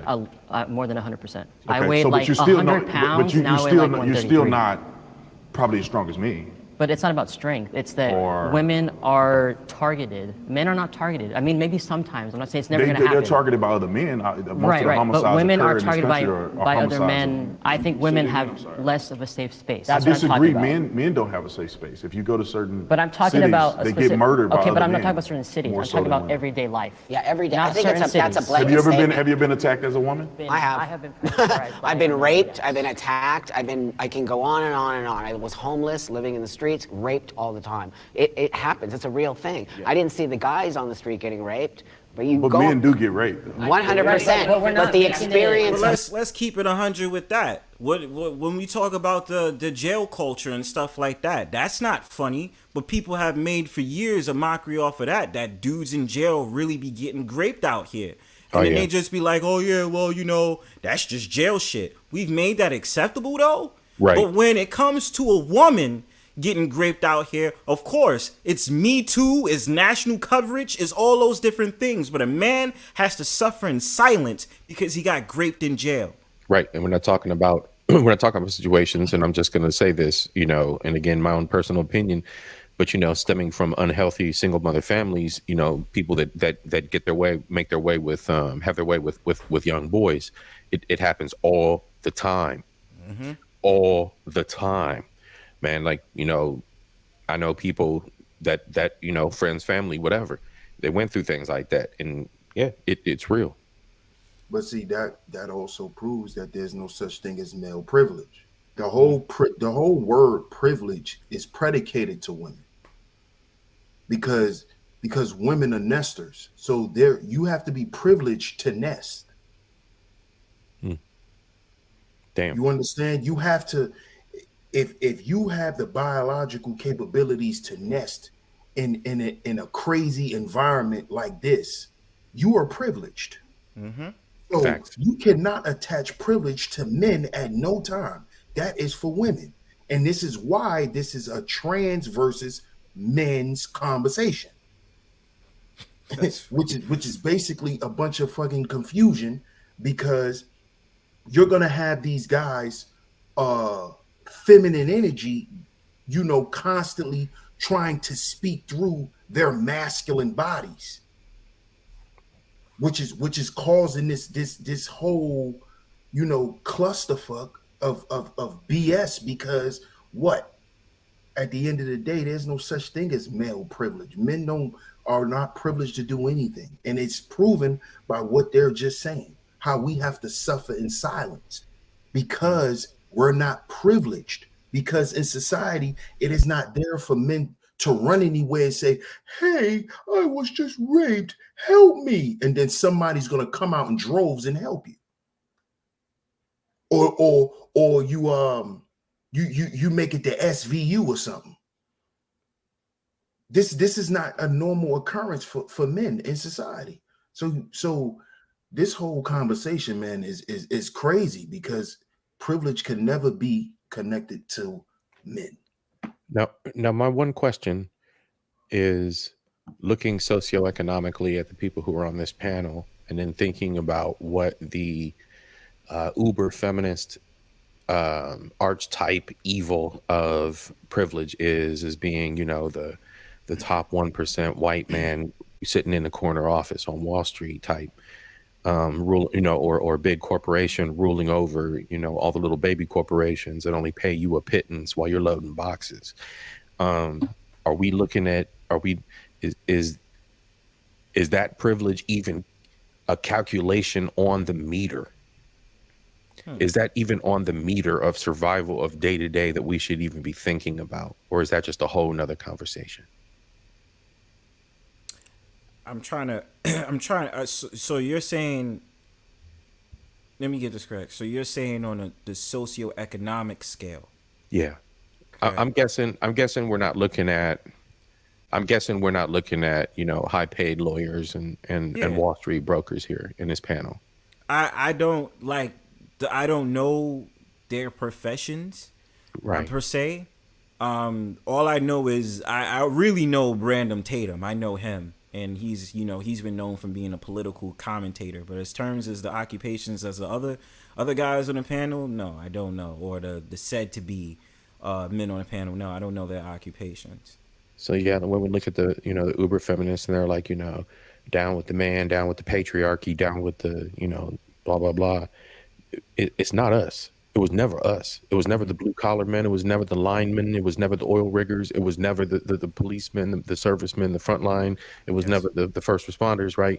It was never that wasn't our game, man. We were the ones that were and still are grinding. So it's like, when you look at the scale of everything, really it's the rich versus the poor here. So when it comes down to like the privilege angle, it's the rich privilege, man. Like, you know what I'm saying? Like this is all displaced division and fuckery because of you getting all these feels involved. The fifis, bro. The fifis, bro.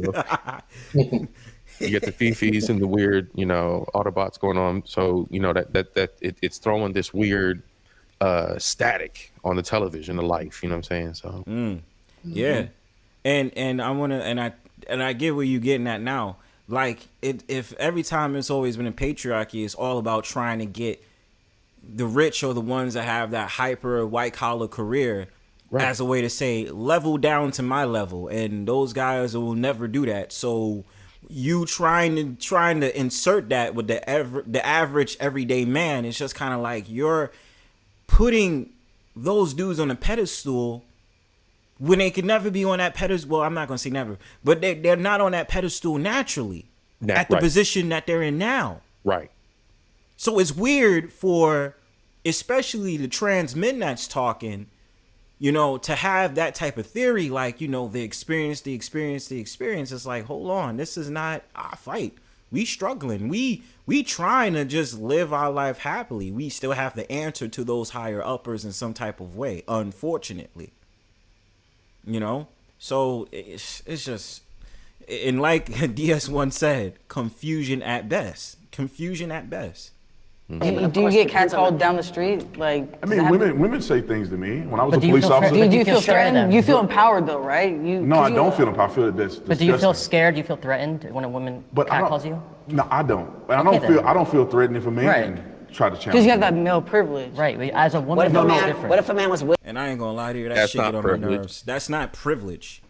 That's not privilege. So That's presence in his physical form as a man. That's Right. knowledge and confidence of who he is as a man, and As a you know man. that comes along with his stature, his experience. Mm-hmm. like, Man, it's man, these people are so confused, bro. they are confusing, and I did this stream on purpose because this is the redefinition of masculinity that these people out here are saying about men. So now you get the true nature of these trans men speaking what they're speaking on this panel, which proves what? That feminine aspect will still shine through and will be exposed when they're in a group of men, especially biological men. I don't care what nobody tells me. Now, this is the crazy thing. It's privilege if a man is walking down the street and then they're asking the question, have you been catcalled by a woman or da-da-da-da? I've been catcalled by a woman. I was catcalled by a single mom once, and that shit blew the fuck out of me. I'm like, whoa, wait a minute. You sit up there saying I'm sexy in front of your kid? Holy shit. Yeah. You know what I mean? I was like, God damn. I put a smile on my face. But I wasn't sitting up there making a big deal like, oh, I was catcalled inappropriately. I was like, I like that shit. Who else is, what's the next chick that's gonna holler at me? I want you to holler at me. But it's a different story when you used to be a woman and now you a man, and so you're trying to appeal or appease the feelings of those women because they get catcalled by men. Now I ain't gonna lie, if I'm in the mood, you know what I'm saying? If I see a nice woman, I want to talk to her. I want to say, hey, what's up? What's going on? You know what I mean? I think you look nice. Now, of course, us as men in our aggressive nature, we will sit up there and say some extreme things to women out on the streets. I don't agree with that. I don't think that's cool. But at the same time, what do you mean when you say privilege when you say that? Catcalling is just merely a man saying something to a woman because he finds her sexually attractive, physically attractive, and that's it. What privilege does that mean when you say that? You know what I'm saying? It doesn't add up. The math ain't mathing. You know what I'm saying? I don't get that. Whistling at you when you're walking down the street. I've had it happen to me. I had gay men whistle to me. Then But how does that make you feel? I don't care. Okay, cool. I mean, as long as you I don't care. That shit happened to me, and I just like, get the fuck away from me, dude. touch me and we cool. Right. I know you may think I'm attractive. Right, and That's I fine. think- That's cool. I get it. I think women will say the same thing as long as you're not like trying to be predatory. And I've seen it because I go to clubs with my friends who are girls, and I have to tell the men to literally leave them alone because they keep going. That's a And they're nightclub, predatory. man. They're You got literally scouting out the alcohol women and that are- hormones and everything. Why do people use nightclubs and the worst examples? I will never diminish violation of another human being. I'm not on that. I would never participate, and I would 100% be a white knight in a situation like that and be ready to stomp a nigga if ever attacking a woman. And that's just, I'm gonna put that out there. And my thing is this, like, you giving a nightclub as an example of debauchery. It's gonna be debaucherous. It's a nightclub. It's like saying the festival, the carnival festival in Rio is going to be a holy ceremony. Get the fuck out of here. Get the fuck out of here, man. Do you understand what you about to engage in?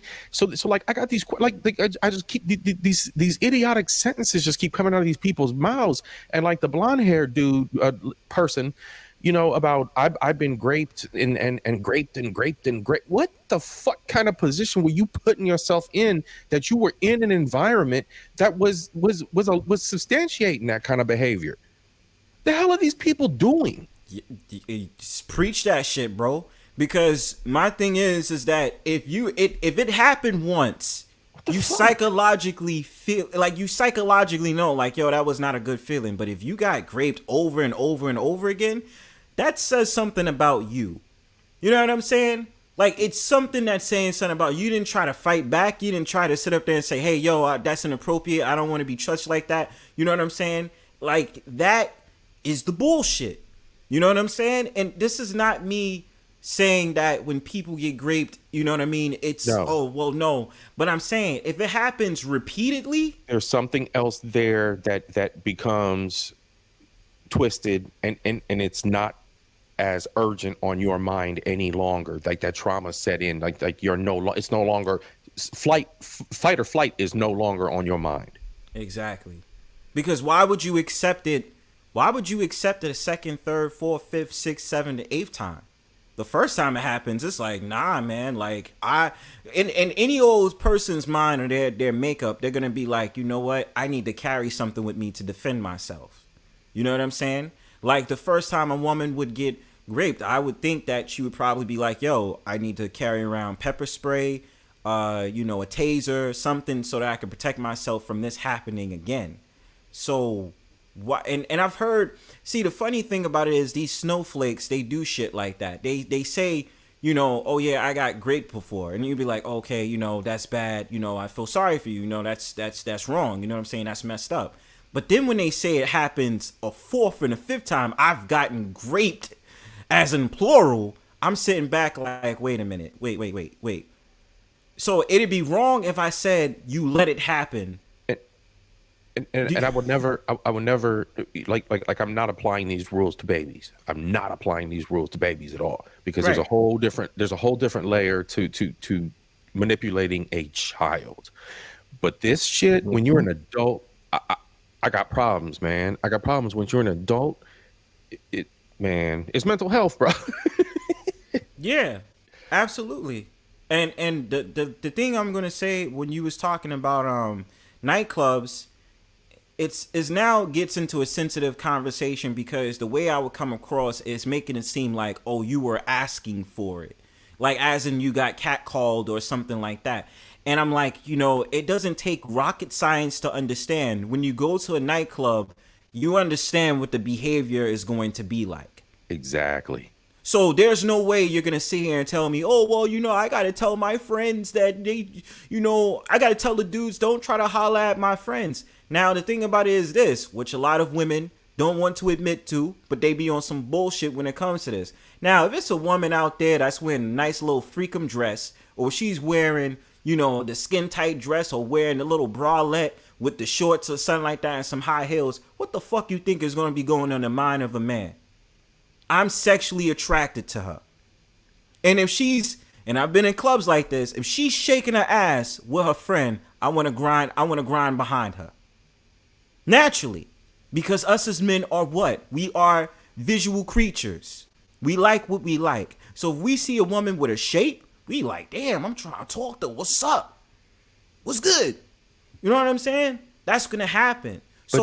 But don't forget, they're not dressing to impress us. They're dressing just because they want to look pretty. Exactly. I'm not dressing for you men. I'm just trying to dress for myself. I want to express myself. Right. Fuck out of here, man. That's all a fucking cap, bro. Horny. You know what I mean? I feel like every time I go to a club now, or whenever I did go to the club, and you know they be on some bullshit, man. Yo, I just want to say this to them: get the fuck out of here with that shit. Okay. Get up out of here, man. drunk or whatever, not even drunk. She could say no 1,000 times and they're still gonna bother her. But the minute that I say something, they stop. Women are not as strong as men and they get targeted. Sure, yes, that is a privilege that men have over women, but that doesn't mean that men have privilege because of that one situation. Men commit suicide way more than women do. Because if we're going to go that route, trans men commit suicide twice the rate. But that's not I think what's important here is to distinguish the fact that, yes, no one is negating the fact that women get preyed on. You know, there's situations where this happens, right? Like, no one's going to deny that. But we're also just trying to say that it's not like a one-sided coin here, where there's no like men are just, you know, we just have it good and we can do whatever we want. I do not believe we can't that's even true. we can't even be the next Supreme Court justice because you know, it's like. But you know, I live as a man, so I see the difference now. Yeah. When I said I have privilege and I walk into a room, of course, but then there's other things that are expected of me now as a man that I would never knew were expected. So of would me. you guys agree that that there's such thing as female privilege? Oh, sure, 100%. My wife has privilege because she has me. That's right. So she don't have to worry about her Right safety on. because I'm there. I don't believe that as a man, it's like, you know, there's marketing for women-owned brands. I can't be the next Supreme Court justice. Like, women are very much more empowered today, which I think is, I don't have a problem with it. I mean, like, good for you. But I think that the man I probably have privilege because I'm, you know, 6 foot 210. Like, no one's picking on me when I walk down the street. You know, I used to live in Chicago and I used to walk home all the time at night, but like, was that smart? Probably not, but I felt a little safe because, you know, I'm not 5 foot 100 pounds. I'm Max, I'm 29, and I'm a conservative man. In today's society, women and men can be whatever they want and be as successful or as strong or as big of a leader as they choose. So I'm just wondering, in a society that is so seemingly more level than ever before, why are we transitioning to different genders to find, and what are we looking for? Biology determines gender.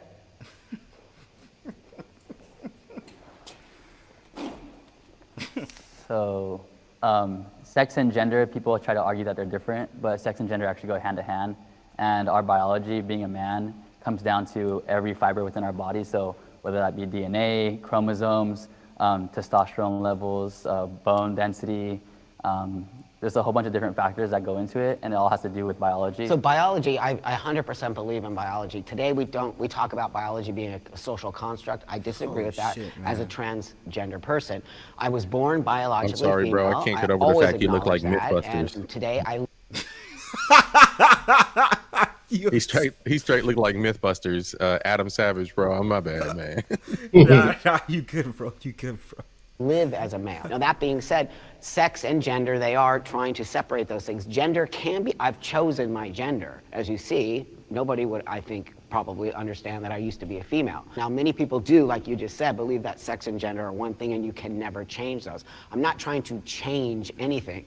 I'm trying to show the world that this is how I feel by presenting the outside. But I think denying biology is where we get into a lot of problems. If you want to be, you know, seen as a man, then like, right on. Who are you to? I don't care. I mean, you do you, whatever makes you happy. But I think like it becomes a slippery slope. It's like, how are we going to deny basic human facts? Like, there's two genders. I think that causes problems, and it causes problems for me. Yeah. Because the minute I start denying your biology, now you feel attacked by me. Ain't nobody feeling attacked, my guy. You are a fucking female with the presentation of a man. That's the shit. To be honest, that's the shit that bugs me. Now, I'm one that says, yo, if you gonna live your life, bro. Like, if you want to be a transgender man, fucking do the best that you can. Shit, get a beard that's longer than mine. You know, have the whole entire thing where you look like the transgender version of Fabio. I don't give a fuck. But don't try to sit up there and say, oh, it's for me. It's my fifis, my feelings. Nah.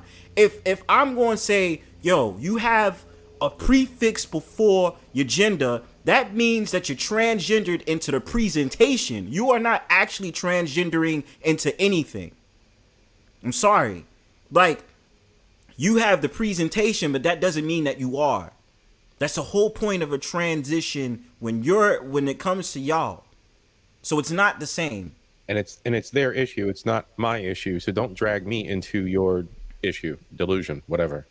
Yeah. You know what I mean? Like, you chose that lifestyle. That's great. That's awesome. But even right now, and I would never do it, Even if I said to myself, I say, yo, Bronzebird wants to be the female Bronzebird. What the fuck? You still gonna be like, yo, that's Bronzebird, yo. Like, what is he? What is he? Copperbird now? Like, what? Like, you're still Bronzebird, bro. Like, it doesn't change shit. You know what I'm saying? And then imagine me going up into women's spaces now and be like, oh, nah, I can't roll around men's spaces no more. You know what I mean? I got to go into the quote-unquote pick-me sphere, or I'm a red pill woman, or something like that. It's going to be like, hold on. Like, Bronzebird, what? That Bronzebird is now what? Like, ooh, what the fuck? You Tweety Bird, motherfucker? Bronzebird turned ducky. He turned ducky, yo. You sitting duck, yo. Like, it's just, that's the point. It's just like, yo, bro, live your life the best way you want to live. But, you know, the difference, that this becomes the nuance. Because my life experiences, ever since I came out my mom's womb, always been boy. Always been little boy. Come to that young man. And now I'm still a young man, but I'm a man still. You understand what I'm saying? So you chose that lifestyle. That's great. That's cool. That's how you feel. I can't neglect how I feel. You know what I mean? If I'm a man, I'm a man. I ain't got no little feminine tweet in me. I'm fucking man, bro. It ain't changing. And that's biologically deep. Facts.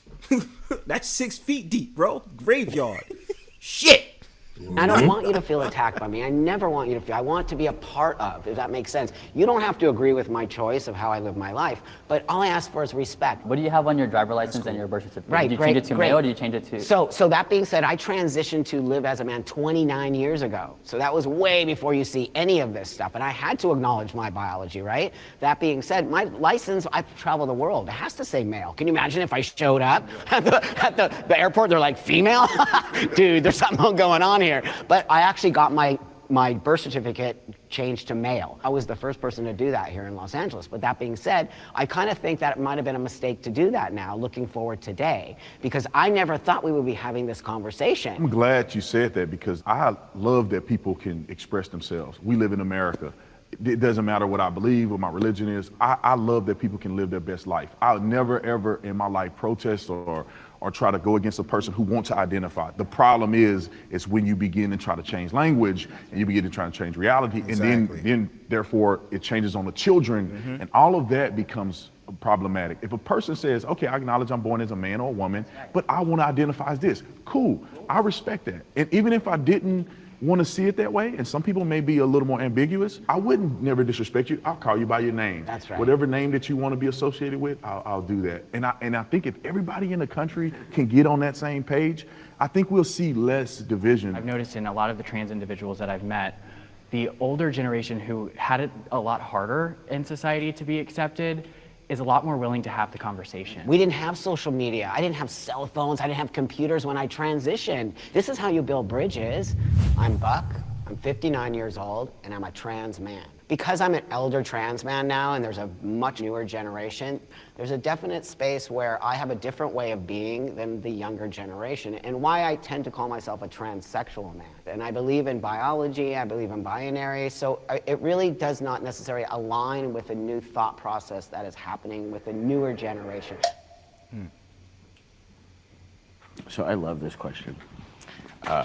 With trans folks, biology does change.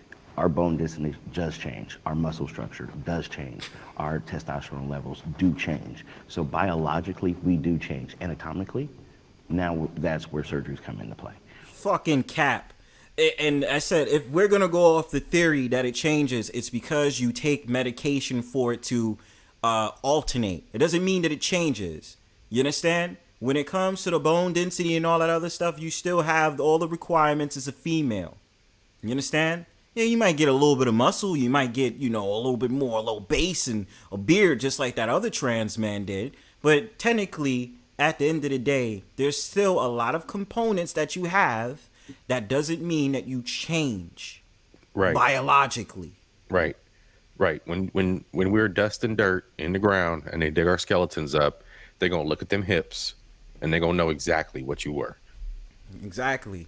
Them bones, nobody's going to sit up there and dig up your grave and going to say, oh, the bones was transgendered. They're gonna say that the bones was female or male. Right. They're gonna look at them hip bones and they're gonna see that you could fit a fucking avocado down through them hips, and they're gonna know that was a fucking baby. That's right. That's right, yo. Come on. And that's the crazy thing about it, yo. It's just like, I remember I had met a trans man in my life, yo. I met a trans man, and, you know, they got offended because one of my friends was calling them a female. They was like, yo, I'm here with like 3 women right now, 3 girls right now, and I could see the look on that person's face. They was like... and the thing about it was, if you looked at that person... All I thought, when I first came through and I saw them, I thought that was a gay man. I was just like, oh, he probably gay or something like that. Like, you know, sorry to be judgmental, but it's just what I saw. But the thing about it was, it's like, it's still, that's how crazy it is, because it's still, that person still had that feminine value. But at the same time, it was just like, something's off. And then when they started talking, their voice, the pitch of their voice, they didn't have bass in their voice like I do. You know what I'm saying? And the funny thing about it is, the elder transsexual man that's talking, you can still hear that there's still feminine aspects in his voice, in that person's voice. And if I wasn't judging correctly, if that person never spoke, I would assume that they're a man. I would. I ain't gonna sit here and lie. Yeah, but just a gay dude. You would have just thought. I just would have thought, oh, he's probably gay. You know what I'm saying? Like, I would have thought that. But craziness. DS1 is right, yo. God damn. So when we're talking about biology and gender that can't be changed, our biology absolutely and concretely changes. Not the DNA. But our DNA does not change. Yeah, DNA is not going to change for anyone. So you acknowledge there's a biological difference between males and females, because some people on the other side would say there's no difference. Like a female, like I could look like a girl, not having testosterone, but I'm still a male. Some people are male, some people are female, chromosomally. But when we start to take testosterone, our bodies do biologically change. But what about... Well, because you have to take something that manipulates your DNA. It's like anything that goes on. When they used to do the experiment with the frogs, when putting these frogs on astrazine and, you know, doing different experiences with mice and stuff like that, it mutated some type of value to those animals, and then they changed the appearance and stuff like that. But at the end of the day, you still knew that it was a frog. You still knew that it was a mice. You still knew that it was a rat. So you didn't really change it. You know what I'm saying? Like, it's just like, basically what it really goes down to is like, it's like an experiment. You experiment with your body by going ahead and taking all these hormonal pills and stuff like that to manipulate what exactly the opposite sex that you desire to be. That's all that means. You're not changing, you're just alternating shit. You know what I'm saying? That's all that's happening. You know what I mean? Come on, man. Stop playing with me. Trans men who don't take testosterone. Then their bodies don't biologically change. That means then they're biologically still female, right? Well, and gender in itself is something we get to choose. That's right. Just like you said. Well, in your life, you get to choose. Not you don't get to choose it for the world, but you get to choose. No, I get to life. choose my gender because I've been on testosterone for 10 years. Okay, going on 11 years. But there's some anatomy that will never change. That's right. Right? I mean, you still have ovaries. You still have you know, the female reproductive system. You said that you had a child. Yes, I've given birth. I no longer have female reproductive organs. Right, but you had that. You will never get male productive organs. Now, when you think about it, the male and female productive organs are similar, and they're nearly the same. They're different. They're different in size. Even if biologically, and they're different in functionality too. Not necessarily, because the testes and the ovaries are very much similar. One is a. What happened? This nigga think he androgynous. Facts, bro. Like, oh, pieced it together, we break change production and lesbian journey. Yeah, that's what I mean, bro. If he just admitted that he gave birth, right? It doesn't magically change now because you take testosterone, you know, hormonal pills, or you get the injection. That doesn't mean shit. At the same time, you still have ovaries. Just like when it comes to these butch motherfuckers that sit up there and have strap-ons. Bitch, you got a strap. You don't got the real thing to smash these chicks with. You know what I'm saying? This is random, but this is how I thought, how confusing, how funny society is. Y'all remember the song with Young and May, Ooh? Y'all remember that song? Yeah. Yeah. And remember she said in the song, she was like, I like it when she deep throat. And I said, you know how fucking weird that is? Now, I understand, obviously, the sexual innuendo. Like, I get it and stuff like that. But we know what you're talking about. You're a butch. How could you fucking feel that shit? Because it's fake, bitch. It's not real. Right. You don't feel shit. So you're just merely watching someone put their mouth on something that's not real. Right. Thing. So when you have these transgender men that sit up there and say, I'm a man now, and I'm all natural man, bullshit. Bullshit. Because even when it comes to you getting that male part, you're attaching it to your anatomy. You don't actually have the testes and all those different things. You don't have the real components to when you become sexually aroused and you get an erection by seeing a woman looking sexually and all that other stuff. You don't have that. You gotta use a fucking pump. Right. Ejaculation and all those different things. You probably are not able to get a woman pregnant like I can. Right. Right. The biology is not the same. Like little weirdo dude said it right. When exactly. when he came, it came over. Yeah, like to talk to the other four. Like it'll never be the same game. It's not the same game. Never. And it's crazy because it's the butch and it'll be the transgender men that start talking shit. They be like, yo, I fuck more bitches than you. I fuck. And you'll be sitting up there and be like, yeah, because women, those women that you dealing with are fluid. Okay? They'll deal with anything. I sit up there and say those women are trisexuals. They'll try anything. Ask that, bro. I was just gonna ask that, like, no cap. I swear, man. Like, why is that not talked about, bro? They are getting the best of both worlds, of all the worlds, bro. Exactly. Why you think they be walking around with so many STDs? They get the best of the both worlds. They be fucking the gay dudes, the tranny dudes. Exactly. It wouldn't be funny if it wasn't true and I didn't see it and I didn't know it. But it's true. It's true. Know what I'm saying? Like that's why I'm saying they're trisexuals and they can go online and they're quiet about fucking the gay dude. You know what I'm saying? But they'll smash anything, and you letting the trans dude smash, and then you sit up there openly talking about how you experiment with toys, fam. Y'all try anything, you know what I'm saying? Y'all trisexuals. Let's really be real about it. That's why when it comes to the fluid stuff, it's more accepted with women than it is with men. A woman can be a bisexual. A man can't be a bisexual. That can't happen. A man that says that he's a bisexual, you're automatically gay. And it's not no in-betweens. There's no gray area. With women, y'all can do that. Y'all can go in that grayscale area. And men will still find you attractive if you say that you are bisexual. They will.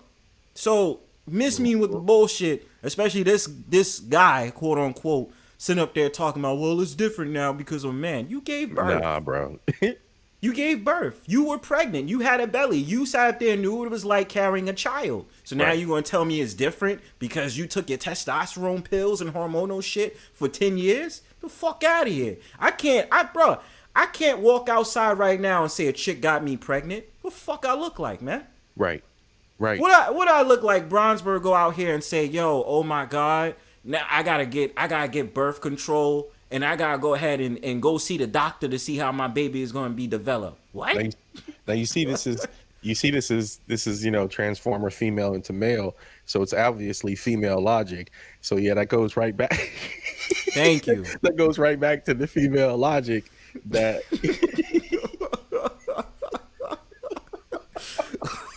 it's undefeated, bro. It's undefeated. Yo, my God, yo. Get the fuck out of here with that shit. Okay.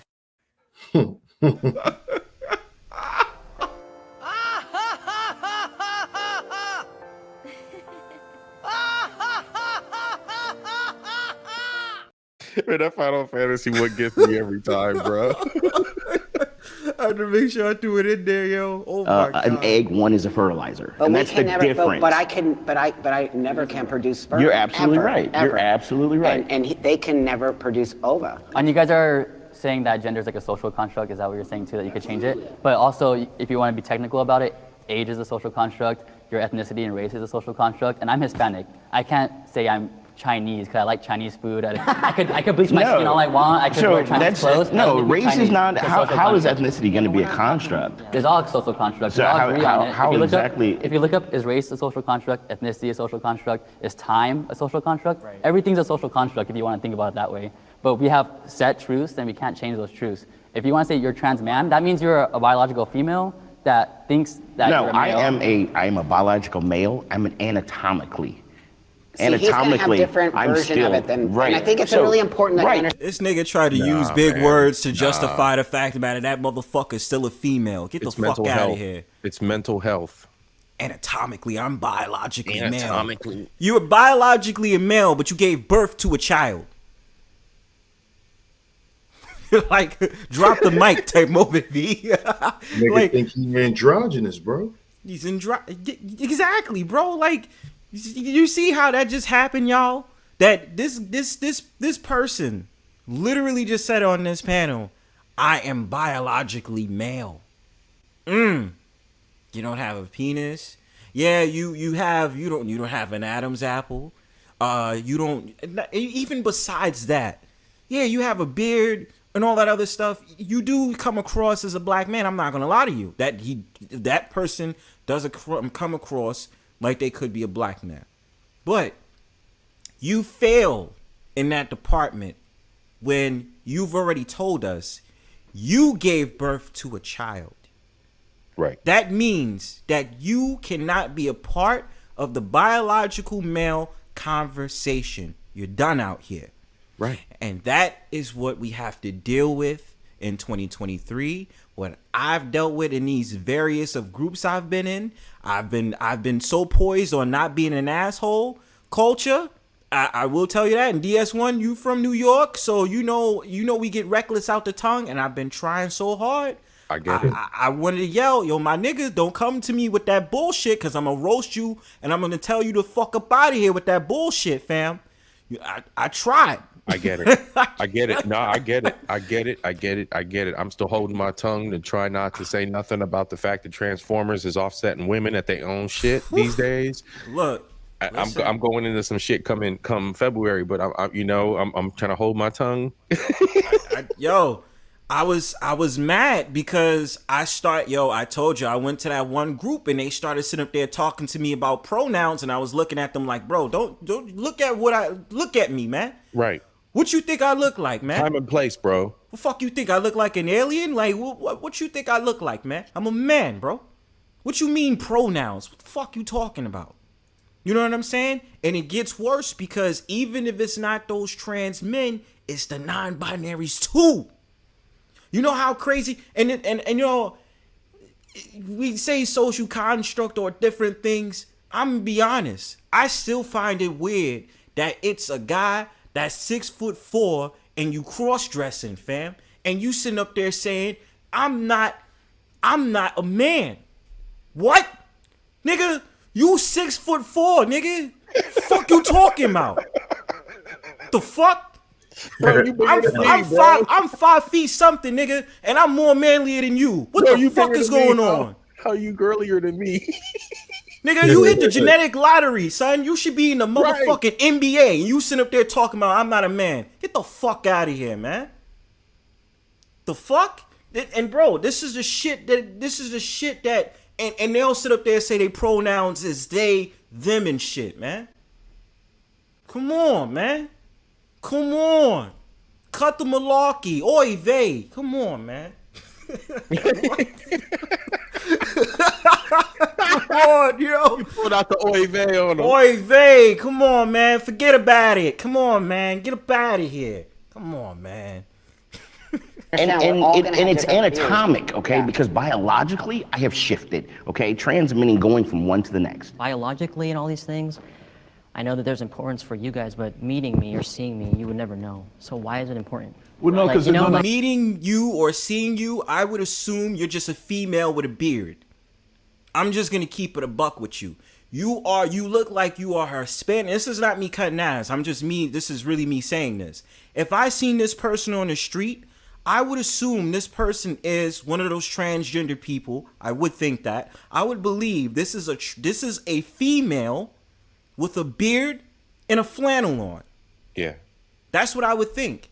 And trust and believe, it's been hard for me living in New York because I've had to deal with these type of things before. When I try to be, you know, culturally appropriate, keep things to myself, hold my tongue because I don't want to seem as if I'm quote unquote transphobic or I'm homophobic and all these nuanced new terms and shit. But if motherfuckers want to talk about keeping it real, you gonna have to hear voices like mine. And I'm not gonna let down for none of y'all because this is my life you talking about. The trials and tribulations I had to deal with as a man since I came out my mom's womb. You understand? So, of course, you're going to sit up there and say you would never know. No, I would don't. The only person that really convinced me to a certain extent that I didn't know that they was trans man is the dude, is the one with the beard. The one with the beard, the white dude with the white one with the beard, the blonde beard, and then the black, the dark skin one. That's who, if I seen him on the streets, I'd be like, oh, I didn't know that there was a trans man. I thought that was a man. Yeah, so hold up. So dude in the flannel, though, you mentioned, this is dude. There was 4 natural dudes and 4 trans dudes, right? Mm-hmm. Okay, all right. Yeah, but the flannel thing, though, that flannel thing, man, that's like I'm a Subaru guy, so I know like the Subaru butches. So that flannel shirt butches, man, with the driving them Subarus or bro. Yeah, bro. Man, I be seeing, man, I got a turbo Subaru, man, and I be in traffic just weaving through, man. It'd be, man, right before rush hour, just trying to clear through, get my shit done, bro. Crushing traffic. And then I'd be looking over like, man, oh shit, here come a Subaru. I'm about to wave at my people. And man, it'd be straight Skittles. I'm like, man, let me keep on going. It'd be the Subaru in my city. It'd be them with the long boards, with the long boards, and they be wearing a what is it? What you call them? Little sports bras and shit. shopping in Urban Outfitters and all that shit with Vans on, man. We got the old gym teacher looking ones over here. Yeah, having an old gym teacher looking ass man about to play dodgeball and shit. Come on, man. Like, y'all, come on, bro. Like, and then they be like, refer to me as a man. And I'd be like, hardcore, bro. Hardcore. Like, man, ain't no reason for you to be so angry, bro. Turn it to why you so mad? Like, words. Can you like pass the remote? Like, testosterone volume low, bro. Turn it down, bro. Turn it down. Calm down. One man to another. Turn it down. Oh, who the fuck you yelling at with your high pitched voice, motherfucker? You just little 4 foot tall ass. Yo, you two get a hold of me, they gonna hate my ass. But I'm being real. Like, who you think you talking to? I said I agree with you. We both shop at Urban Outfitters. I give you that. Right. But don't talk shit, my man. Bro, I'm in here with you too, looking at the Crocs, bro. Come on, it ain't even like that.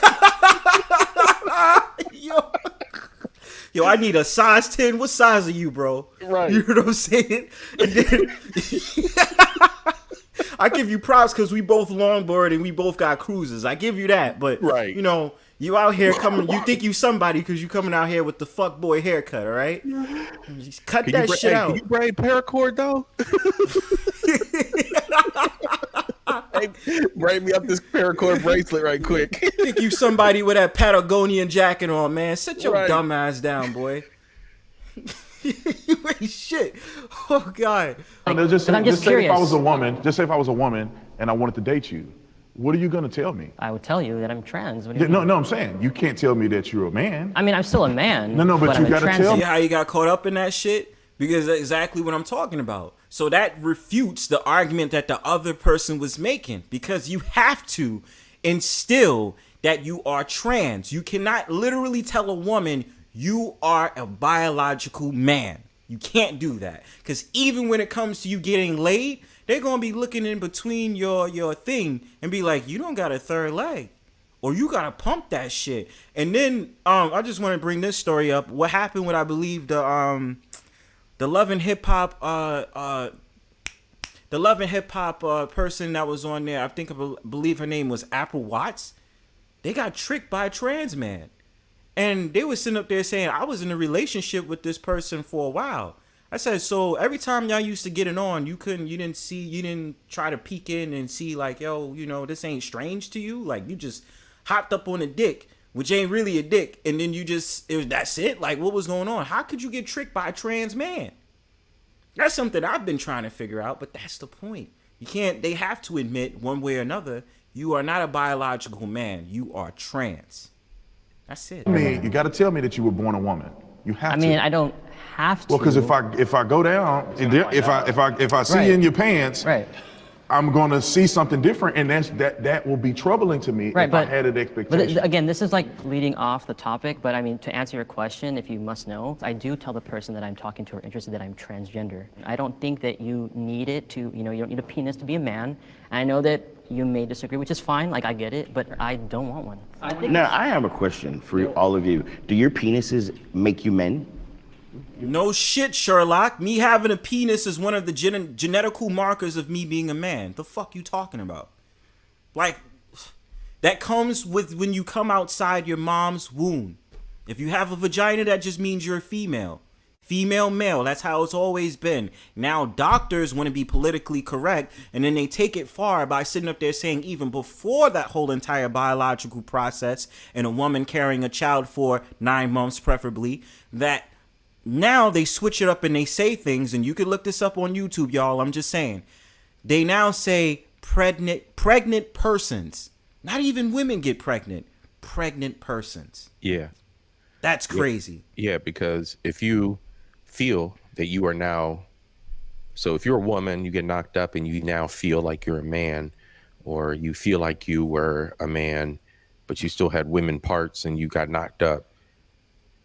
Fuck, man, I lost myself. So yeah, if you feel like you're a man, but you're a transformer man, but you still have women parts, and you engage in whatever kind of intercourse, and someone dumps something in you, or you get turkey basted, then yes, you are actually I feel like I'm a man who had a child.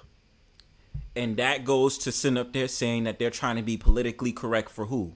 And that's how they change these definitions, bro. Women. Yep, and for then women. they'll sit up there and say, who's the problem in society? Men. How are we when it's about verifying who y'all are? Absolutely. Absolutely. It's all about validation. It's all about validation and mental health and manipulation and distorting definitions to move the goalpost for feelings, for fifis. For fifis, exactly, bro. And that's why I say, when it comes to that, a lot of them will say destroy the patriarchy. Well, technically patriarchy is letting y'all have whatever y'all want. Let's be real about that. Yeah, they letting you have whatever y'all want because y'all are able to change things around, and then we have to be politically correct for you because if I speak out, what is that exhibiting? Toxic masculinity. But everything that they want, they're broadcasting live and in person all across the internet, across all the different social medias. So they're doing it to themselves, whatever the end result of all this is. Thank you. But a lot of people don't want to be real about that. And that's why you start to have a lot of these dudes out there that are cucks that sit up there and try to say, oh, well, you know, you should be fair. And the way that you're acting right now, that's toxic masculinity, because they're identified or they're trying to be allies with people like them. And like I said, I'm not a transphobe. I'm not a homophobe. And even if you break it down, phobia means that you have to be in fearful of something. Right. I see transgenders every day. I'm not scared of no damn transgender. I'm not. Nothing in the way that I conduct my life impacts upon them in any way, shape, or form. I have no thought about their lifestyle in any way, in any way during my day. And also when it comes to being homophobe, that ain't even true either. I have gay friends. You know what I'm saying? I say, yo, we still can be cool. Like, I'm not going, oh, I ain't going to deal with you because you, yo, we still cool. You know what I'm saying? I know gay people. I know them. You're just being a homophobe. I know trans people. It's like, why are you all in your fifis, bro? Shit. God damn. Well, it's part of our, part of what makes me a man, is that what makes you? Well, I said being a man's ingrained within every part of your body. So our cells, Right, Yes, our penis too, but but if someone goes to war- if you had to look at the difference between us and between you, now would that difference be the lack of a penis? If we were naked. Okay, I mean, so it if would we're be- gonna minimize being a man to that particular anatomy, we didn't minimize No. it. I'm asking the question. Okay, if we minimize it, because this is where we're going, is anatomy, right? Because that's where we've gotten. Our basic Okay, biology, yeah. so if we get there, so do your penises make you more men than us? It's part of It's what not does. making more or less. I'll say it. Yes, it makes me more man than you. Fuck it. Me having a dick makes me more man than you. Yeah, I will say that shit. Because I have the ability to make a woman pregnant and you don't. Right. I cannot walk around as a pregnant man. That's impossible. I have a penis. Yes, me having a penis, I will say this on YouTube. I will say this on a Brownstone Powwow. I don't give a fuck. Me having a penis makes me more manly than you. Yes, it does. What? Do something about it. Try to get you go ahead and go outside right now and try to get a woman pregnant as a trans man. See how far that gets you. Say something. It's just we're a biologically man. You're not a biological man. It's not a spectrum, It's so from- it's not a question that we can answer because you're saying on the spectrum, would this make us more of a man than you? But no, it's because we are a man and you guys aren't. Well, we're different. So we're not men. We're Is different. what you is exactly what you just said. You're not a man. You're not a man. You're a trans man. You have the presentation of a man, but that doesn't mean you are one. You understand? And like I said, live your best life. Live however you want to live. I just don't want to play circles and squares and stuff like that. I don't want to play dinosaurs and dragons with you. Like, I know exactly what it is at the end of the day. Just like when it comes to trans women, and I can tell you a trans woman, you are not a woman. You might appear to be attractive, but at the same time, you are biologically a man. Right. And truth be told, you know what I'm saying, going back to the previous question, yeah, you know what? It does depend upon my anatomy. Because I'm going to tell you what, once my nuts dropped when I was in my mother, once my nuts formed when I was in my mother, that immediately changed what I was going to be when I grew up. Mm-hmm. Once them nuts formed, that was it. It don't matter if it don't matter if I'm an edge case, a fringe case where you a little dude that pop out and only one of your nuts pop out and they have to do surgery and your second nut drops, you good. Mm-hmm. You still got nuts. You a Still boy. got scrotums. You still got the scrotum sack, yo. You're the scrotum sack beast. I can't with you, yo. Scrotum sack beast. It's beast mode. Once they drop, it's mode time. It is what it is. You know what I'm It is saying? what it is. Like Yeah. like I said, it's all about changing things for y'all benefit. You know what I'm saying? But the thing about it is, it ain't no coming back from that shit. I can't magically wake up one day just in the presence that I'm in now as Bronzebird and walk outside and say, yo, I'm not a man no more, son. You know what I'm saying? And I still talk like this. I still have conversations with everybody. I'm still Bronzebird, but I say, yo, I'm not Bronzebird no more, yo. I'm not a man no more. The math don't math. Yeah. The math ain't mathing, yo. The science is the way that it is for a reason. Yeah. God ain't never lied. The Most High ain't never lied. You know what I'm saying? Biology ain't never lied, bro. My little brain cell just don't math that right, man. They don't. Like it just doesn't go that way. And the thing is, like, once, like you said, like once the bell's rung, it can't be unrung for these people. But the thing too is, bro, like we are here talking about this right now because the bell, as far as society is concerned, and the psychology of our youth is concerned, is starting to be rung by this. And once that bell's rung in society, and like, you know, there was a video I seen earlier, another creator was doing, you know what I'm saying? And it was like youngins, and the youngins were looking at pictures of, like, you know, like the we'll just say, you know, the Lizzo crowd. And they was looking at pictures of, like, you know, ripped models or, you know, real athletic models. And the Lizzo crowd was outvoted as far as being body positive. You know what I'm saying? Like once you ring that bell in our youth, once you poison the psychology of people's, like, man, you know what I'm saying? Like that's a whole nother journey that we going on. It's about disbanding. It's about disbanding healthy and things we know that are imaginary, right?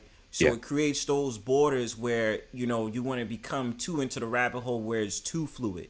You understand? And that's a problem, because now in society, Generation A is the target. I've always said that. That's what it is. Agreed. Generation Z, you know, there's still some fine tuning that, you know, I think society is still engineering towards Gen Z, but pretty much with Gen Z, they got it. Millennials, forget about it. We already just been out programmed and all this other stuff. So the thing about it is, you're not only dealing with the issue of and I want to talk about the men. You're not only talking about the problems of, you know, trying to say trans is biological, right? Like, you're not only talking about that. So, you know, it's the blurred lines now. You know, dudes is comfortable being with a trans woman and be like, oh, this is my girlfriend. You're not only dealing with that, you're also dealing with fluid dudes. Right. That straight dudes right. is dealing with fluid dudes, fam. Right. I was clowning earlier about that, but yeah, exactly. That's what you're dealing with. Yep. And so now they sit up there and say, well, everything is a spectrum. Since when is it a spectrum? Yeah. Because someone decides to put on a different outfit that makes it different now? Or participate in a different sexual lifestyle. Where do we change? Where do we go wrong? Because back in the days, it wasn't like this. You know what I'm saying? There's many movies, there's many things that was talking about this. You know, one of my favorite movies is Kids. Kids, the movie from 1995, where when they seen them fluid dudes roll up, the white skateboarder was like calling them the F word. You know what I'm saying? They're like, yo, right. that's homo, son. Like, we don't do that. Right. And what I'm saying is, that culture back then was even more toxic than today. I can't roll outside and see a fluid dude and call him the F word. I can't do that. Right. There even one time when I was just joking about a trans woman on in Manhattan, they was about to beat my ass. Yeah. And I was like, shit, Yeah. you don't want to roll with them motherfuckers. They don't fight fair. Yeah. They'll take out a shank and they'll stab your ass too. Yeah, like even like growing up as kids, like, you know what I'm saying? Like, you know, I have, you know, 3 other siblings, and, you know, we're little siblings, and, you know, we're tee-hee-hee-ing, rolling around, throwing Legos at each other's foreheads and shit, calling each other, you know, G-A-Y, and you know what I'm saying? Like that was just a thing, you know what I'm saying? Like rainbows wasn't nothing but to draw over top of your house because it was a sunny day and there was a rainbow coming out the clouds. You know what I'm saying? Like, you know what I'm saying? These were things that were just like, you know, ubiquitous, was just growing up as a kid. Like, you know, all the shit, just, you know, just phrases, words, expressions, drawings. And then all of a sudden you grow up and your whole it's a different life game. Yo. You can't walk outside, don't say nothing. You can't say, yo, you got, yo, and that's why I say, yo, I can't, because when I went to those meetings, and once they started sitting up there saying pronouns, I was like, yo, bro, I really want to cuss y'all out right now. Right, like, come on, man. Come on, son. Especially a 6'4" dude. And I'm like, you hit the genetic lottery and you really out here trying to like fucking thirst trap in public, dog? Like, what are we doing? Like, what are we doing? My name's Tyrone. I identify as an attack chopper. I am. There is. There you know what I mean? is. There is. I am.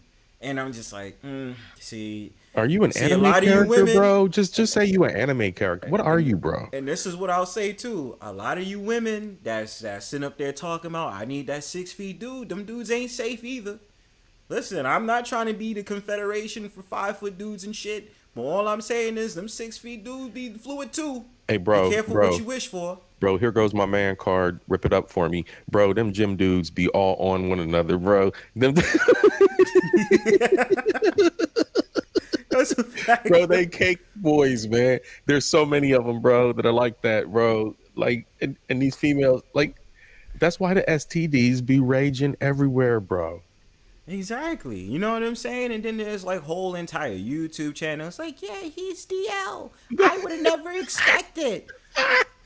I'm like, bro, look at the location where you live, and did you actually do the research? Or if you felt like that dude was moving funny, why you still stay with him? Why would you still involve you did it for the reality TV, let's not lie.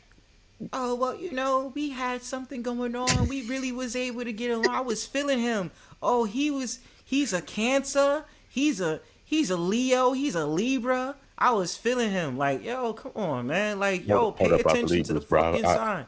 I identify as a Libra. Let this go on record. I mean, I don't fall into the zodiac shit, but because nobody gonna be watching, me either. yeah, I'm a Libra too. Oh, so cool, yeah. Yeah, I'm a fall baby. I try to protect that from certain women because they be getting on my my nerves. God. Oh my God. Oh They my be God. like, oh, they be like, Burn this live they be stream, bro. wanting Anybody- to find out what my zodiac sign is. I'll be like, I'm a fall baby. Ain't nobody listening to it at this point, so we'll just Ain't burn nobody this part of listening. the stream. But Nobody listening. Nobody listening. but us having a convo, yeah, I'm a Libra too. I'm a Libra. Yeah. Yeah, I'm technically cuss, but yeah, I'm a Libra. But Yeah, that's why we cut people out so much. That's why I have such a rebellious ass attitude. Right. See, you're the smoother one. I'm the more rough, rugged one. Stab him in the back. Yeah, you know how we are, man. Yeah, man. I still got to. You guys still got to get him. Yeah, it's all about the balance. You feel me? We still gotta. But see, the problem is, you know what I'm saying, and I'm not gonna be like, you know what I'm saying, it ain't on no overconfident shit or nothing like that, but just being an intelligent individual and understanding how the way this shit works and understanding the way that we've been taught and understanding the way that we observe things and understanding that's what it all boils down to. You know what I'm saying? So, yeah. You know, bro. But yeah, these dudes, okay, so when we go back and we're looking at this, right? I think like right back at the very beginning of this, there was the whole thing about the toxicity and male toxicity. Why should I have to think twice about my proper conduct in public as a man that has gotten me this far in my life? Why should I have to suddenly reevaluate my approach that has never been offensive in the past to anyone? You know what I'm saying? Save for family, because you know what I'm saying, your family always be like, why you so mad? Why you so angry? Why you always cuss about that? But you know what I'm saying? That's fine. You know, the family can say whatever they want. Right. And I learned over, you know, there were certain you know, aspects of the family that kind of like hindered my expression as a man. But when you're talking to the outside world, like you know what I'm saying, you're putting up the frame that you have to because you involved with the outside world. You're not going to get nothing over on me. But at the same time, I'm carrying and conducting myself in the environment that I'm in, be it professional, be it the bodega, the shop, the grocery store, whatever, in the manner that I am just a good human. And you telling me I'm toxic. Exactly. And my thing to that is, I'm toxic to you how? Because that would mean that you're in your fifis and you're sensitive to how my nature naturally is. So whose fault is that? Is that mine or yours? Right. Is that somebody else's comfort level, or is that truly a fault of mine? And then how dare you gaslight me and tell me that I need to go to therapy, or I need to look at myself, or I need to combine that with? Now that's just looking at the aspect of this video.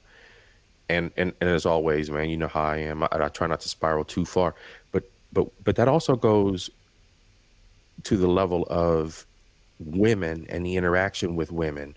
For instance, and I'm just going to put it out there like this, I had an interaction with a woman where I'm looking at my phone and I got some really bad news, whatever, like, you know, my flight's canceled and they trying to send me over, you know, halfway across the United States before I can even get home for like 2 days and whatnot. And I'm like, the fuck is going on for real? And I'm cussing and I'm looking at my phone, and she gets in her feelings because she's never been around a man who says bad words. Man, listen. And she can't do, that's a red flag. That's a red flag. I can't, you know, everything was fine up until that point. You know, never mind her transgressions and the fact that she's a little pukey drunk, but you know, never mind that. She can't hold her liquor. Never mind that. You know what I'm saying? I'm cleaning her up on our first weekend together kind of thing.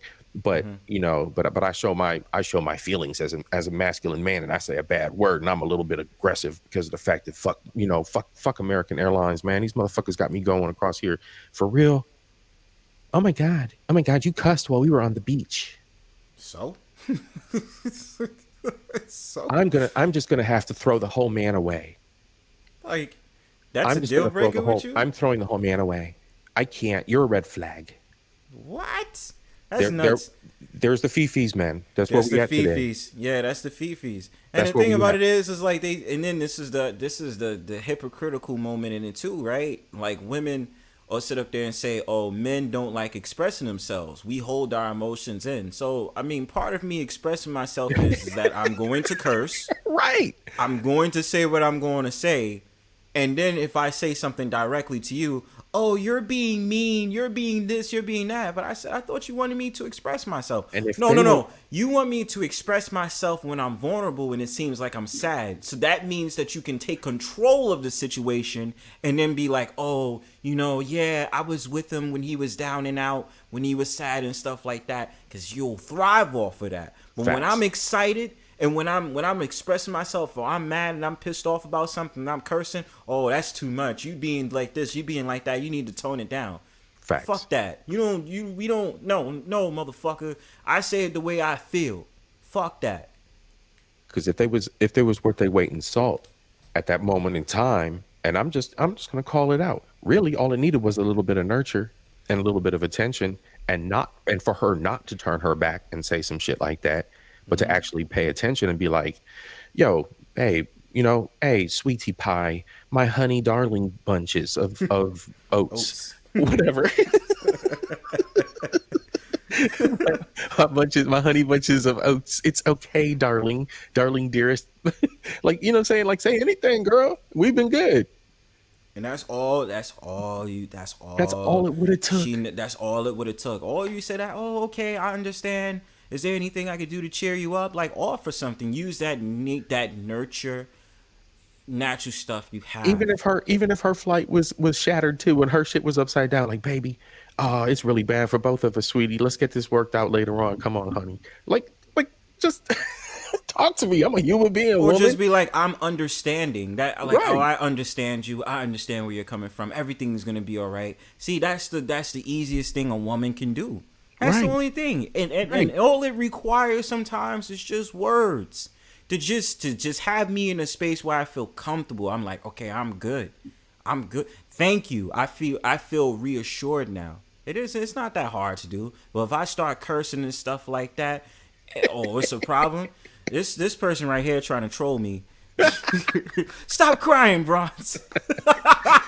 Yo, man, I resemble that comment, man. What you trying to say, bro?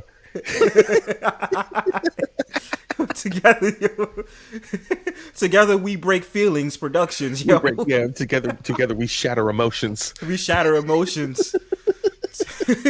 Together we gather fifis. Destroy your fifis. Show your fifis. I can't, yo. Shit. I view you guys are appropriating the gender and you are living as a man, but biologically you are not a man. So to me, it's not, you can't say, "Okay, well, does that make us more of a man?" That's not even a question to ask because you're not a biological man. When it comes down to asking questions that make me start to change what the truth is and what the truth isn't, putting it on a spectrum when it's an objective truth, that's where I draw the line. What's the biggest problem with what he said? It doesn't make what you feel any different. The biological truth is the truth, and why can't that be the truth? And you also say, "But I feel like on the inside that I'm a man and I'm going to present that way." The argument is that people try to invalidate who we are with that. I'm not saying that you guys are doing that, but a lot of society in the world does that. Well, biologically, you're female. What hurts trans people that people don't realize what they're doing is it's very harmful. You got to be aware of what you're saying and what you're putting out there. You know what I mean? Like, Yeah, no, 100%. I would, and that's why I think we all agree. We would never try to offend you or anything like that. To be honest, if I saw any one of you in the streets, I don't care. It's not going to bother me that you want to. Right. I would know unless I pulled your pants down or something. Right. Why do you feel like you have to present the way you do? Facial hair. Could you be a man without having facial hair? I mean, yeah. Because you feel like you're a man. I'm in the early stages of testosterone. I haven't hit 1 year yet. But personally for me, I crave, having a full-on beard like these fine gentlemen and you guys all have. Like, I crave it, But I do believe, not having like this little small peach fuzz I have going on, it does make me feel more dysphoric. It makes me like feel like, oh, this is how I presented before transitioning. Do you feel like it's something that has gone wrong at birth? Like, you know, you're born and you say, well, genetics and evolution says Right. this. Why do I feel like this? Yeah, yet I mean, have I this? think questioning it was something that I always wondered, because sometimes when people say like, oh, like it was a choice, which I hear a lot on the other side all the time, like it was a choice. I was legit born this way. Like I could remember from, I think 4 or 5 years old, where like I didn't feel like a girl, you know what I mean? And I can't tell you why that happened. It was just my path in this life. And it's something that I honored. And, you know, it was really hard for me to continue living, especially when puberty hit. You know, like time of month comes in, obviously anatomy changes, like, and that was the biggest thing for me, where I knew that like, okay, I can't do this. It's like you're not in your own home. Well, this is the thing. I won't make a mockery off of their experience. You feel what I'm saying? And yes, Demetris, Bronzebird, you can hear the womanly voice through the trans people's voice. Yes, you can. And that's something I was talking about earlier. But this is what I'm saying, man. My thing is this. The problem in that situation, I feel like when you get a certain age, yes, make your own choices. If you decide to say, yo, I'm not a girl, I don't feel that way, you know what I'm saying? This is not how I am. Like, this is just, you know, whatever, cool, whatever. But the problem I'm also having now, because of social media, now that I don't know if they're Gen Z or they're millennials, but back in the 90s, yo, I don't remember being around kids that was saying like, I don't feel like I'm a boy, I don't feel like I'm a girl, yo. Like, I don't remember that as a kid. There was nobody in my schools that I went to that ever said, I'm not a boy, I'm not a girl. I don't remember that shit nowhere in my life. You know what I'm saying? The only thing we ever questioned when we was in school is if one of those kids was gay. And they wind up being gay. You know what I'm saying? That's the only thing I can remember. And the thing is, the problem in this generation in particular, it's a bigger problem now, because the parents is making the decision for the children now. I did a video way back where the mother just came out the blue and said that her little boy is gay. And this is literally a baby. How can a baby know their sexual orientation? How? They don't know that shit.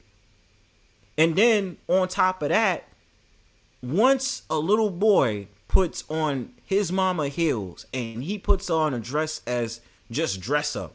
Oh, I know that my son wants to be a girl. You know what? They are a girl. They are a girl now because I say so. How? Any old kid knows when they get to a certain level in their life, they're exploring things. They're questioning things. Of course. But that doesn't mean, as a parent, that when you look at your child, that they want to be a female. See, there's no child, and the problem is too, there's no proper child rearing, yo. It's just like they just let these kids do willy-nilly shit. And all this stuff is a whole bunch of wah-wah. They just let their children just do whatever. Then you wonder why when they start growing up, they be so damn confused. Because you didn't let your child do whatever they want without actually saying, yo, you know what? We don't do that. You know what I'm saying? Like, this is what boys do. This is what girls do. And that's okay. That's okay. But like I said, when they get older, let them make that decision. If you wanted to go ahead and start transitioning when you get older, hey, do your thing. I'm not going to say shit. That's your right. That's your life. Do whatever you want. But the problem is with these kids, man. Facts. Absolutely. Oh shit! Thanks for the Cash App, yo. Thanks to whoever sent that. That was me, man. That was me. All good. Yeah, thanks, man. Appreciate that. But yeah, go ahead. Say your piece. Nah, man. But yeah, when it comes to the kids, that's a whole nother talk for a whole nother stream, man. You and me both know that one. Because when you look at it from the sky down, it's a mess. It's a mess. And yeah, I'm not trying to shoot no arrows, man, but we know who the controllers of the magical taco are. We know who the magical taco. We know, yeah, man. We know who controls sex, man. You know, all Yeah, bullshit yeah, aside, we know who yeah. controls sex. We know who are the first teachers. We know who, unfortunately, but you know, for the sake of our community, for any community, Mhm. the burden of the lessons taught to our young falls upon a woman, with the support of the man. But until we get back to that, it ain't looking good. It ain't looking good, homie. And these youngins is, you know, things are falling by the wayside for them. Man, you ain't never lost, son. I ain't gonna try to dig deeper into children. That's gonna be a whole topic. Just yeah. You, So I'm you gonna gotta let remember. that alone. Yeah. Oh, all right, bet. No, I'm letting that alone. Yeah, you gotta let that alone. Let be. Together we break change. Production says you gotta remember that they are pushing that agenda on these young kids. The younger, the more they push that agenda, and they tell the parents they better not say anything. Demetris says at Bronzebird. By the way, did you hear about the black lady putting makeup on her little cousin and there's a whole stir up over it? My problem with it is the LGBT movement is trying to live vicariously through the boy. Was this the one in Africa? I don't even. Demetri's got to tell me that. If you want to hop on and tell us about that, you can. But I don't even know about that story. Honestly, There was one where there was a, I don't know if it was a TikTok or a picture.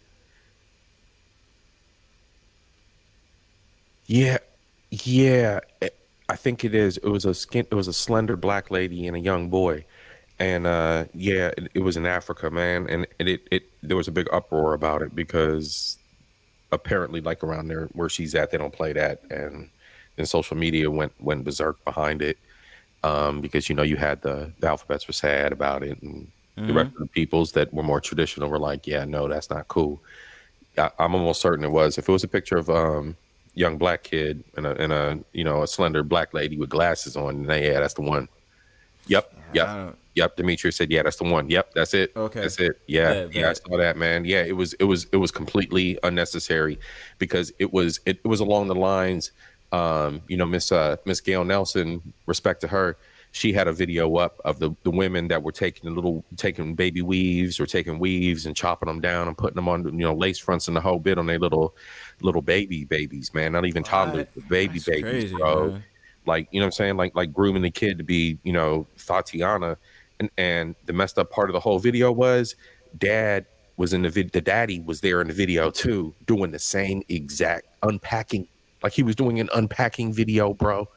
Like an unboxing video, bro. Yo. Unboxing little weaves and shit for the baby, bro. That's crazy. Like he was like, you know what I'm saying? Like a Skittle boy with the mom. And I'm like, that's your daughter, bro. That's your daughter. Yeah, like that's crazy, son. So yeah, like you know what I'm saying? Like, yeah, it's all part and parcel, man. But yeah. And one more thing, it reminds me, because alike to that, but this is because this is an older gentleman. It was that recent video of the black dude that came out with the skirt, the dress or whatever, and his father had just came home from prison. Oh God, bro! I just watched that tonight. Yeah, I just seen that one. And so, the debate, it wasn't really a debate, but, you had a bunch of men that were saying, well, it was the single parent household and da-da-da. And I said, that's a good point.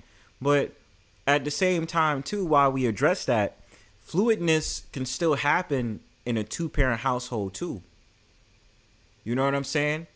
I'm not going to say that it's an absolute because I know dudes as tough as nails and they was raised by a single mom. And then I know dudes that's fluid that was raised in a two-parent household. Yep. So, it's a lot that can go into that conversation. And like I said, that's that dude's choice. You know what I mean? I don't get the whole entire get up of the whole entire thing. Like, you tall as shit, man. And with the damn skirt and all that, get the fuck, man. And it's sudden, it's so bad in my mind. This is how bad shit has gotten. It's so bad. I be thinking like, yo, that's probably in Atlanta. Like, it fucks it up Because I just like, yo, even now, I just be like, yo, I just want to go to Atlanta to just go to Atlanta, yo. Like, I want to go to the Waffle House and have some nice-ass Belgian waffles, but it's just that overwhelming feeling. You have conversations with people, they be like, yo, you want to go to Atlanta as a straight man? Right. I be like, right. I just want to go to Atlanta. It's still a fucking city, right? Right. You know what I mean? They have southern women out there, biological women. I remember speaking to one a while back. You know what I mean? Like, I'm not thinking about that shit y'all on. But it's so sad that that's what it came to. Like, that's been the capital now. Like, you know what I'm saying? Like, yo, you go to Atlanta, it's going to be automatically this rainbow. It's like, God damn, really? Like, that's what you think about when you go to Atlanta? We went from Freakniks and Uncle Luke to Skittles. And my thing is, like, when it comes to that whole, you know, and again, that's a whole nother discussion for another day. But when it comes to that whole viral video with the dude and his father coming out and everything, coming out of a prison and everything, my thought was, well, wasn't it about the father coming out of prison? What was it about? Or you know, why was it about you? When we look at who's got the harder road to hoe here, obviously you having fun, you doing your thing. So why are you even mainstream? But that was just my talk, my two cents about that. Yeah, anyway. yeah. Because I'm sick of seeing all that anyway. But that's just me. Together We Break Chains production says, did you hear about the father that divorced his wife and the wife called her son a daughter and the father said no, they would to court. The father called his son a son in court and they locked him up. Well, a lot of the political correctness will change when it comes to the fabric of this society to be politically correct. That's what will happen in a society. It's sad that had to happen to that man, but this is what you're looking at when it comes to the present day and the future of our society, unfortunately. And then that will be rectified as hate speech, in which now men like me have to be very careful when I go out in the streets and I quote unquote question or I assume somebody's gender.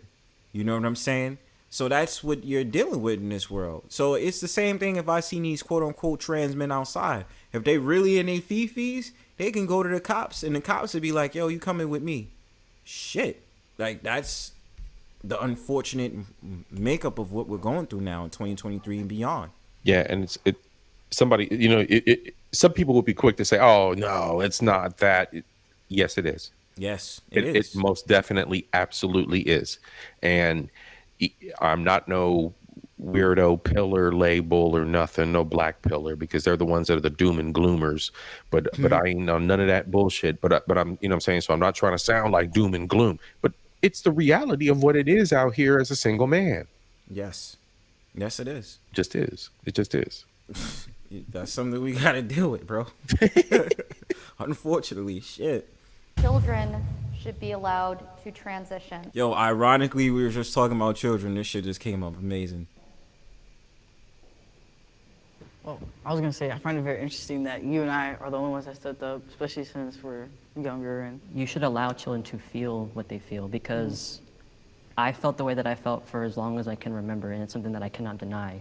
Yeah. You know, although my mother is supportive, when I was younger, I wasn't allowed to wear boys' clothes because that wasn't right. Now I know we're talking about transitioning. It doesn't always have to be hormones. It's like transitioning in society, so being able to dress more masculine. Yeah. I did when I was younger, but as I got into middle school, kids change, people are mean, so you know, I dressed how I would in society, so I dressed like a girl, whatever, but I think that children should be allowed to express themselves in whatever way makes them feel comfortable. Yeah. Kids are struggling to be who they are, and there's more rates of suicide for trans individuals because they're like, there's literally being laws put in place to prevent them from being who they are, and that's...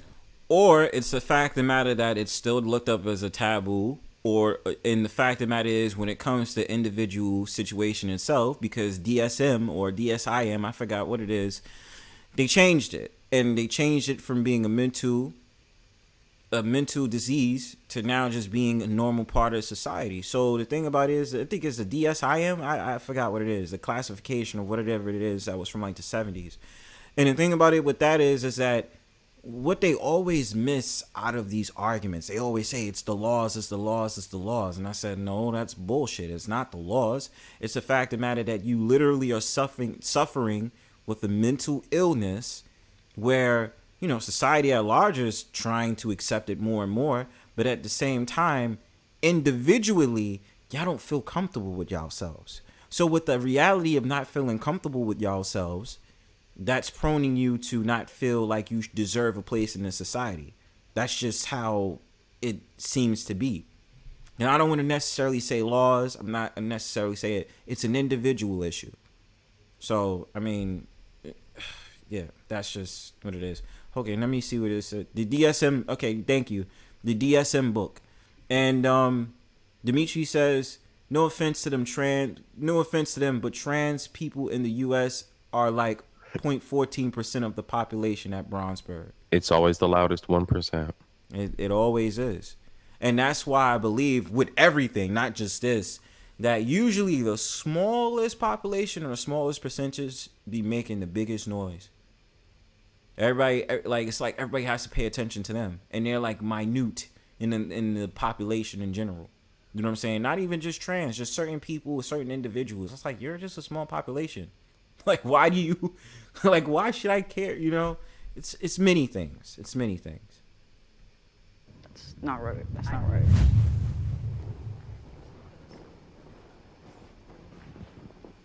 Okay, so I work with children. This is where I have like the biggest problem with the trans stuff is with the children, because people, like I'm sure you guys would agree, you want to inject them with the hormones to stop their puberty, their normal puberty. They haven't even developed the prefrontal cortex yet, and you want to stop their natural puberty from occurring to affirm their gender, and then later on they regret it. I think that's not a good thing. See, that's why this is a loaded question, because transition can mean many things for children. Now, I totally, as a transsexual person, disagree with giving children hormone blockers, medication, surgery, but what I do agree with is socially transitioning, which means what, because I did that, okay, and I did that in the 60s and 70s. My parents dressed me like Buck, I was a boy, you know, I didn't have any problems because I just lived, we used to call it a tomboy, right?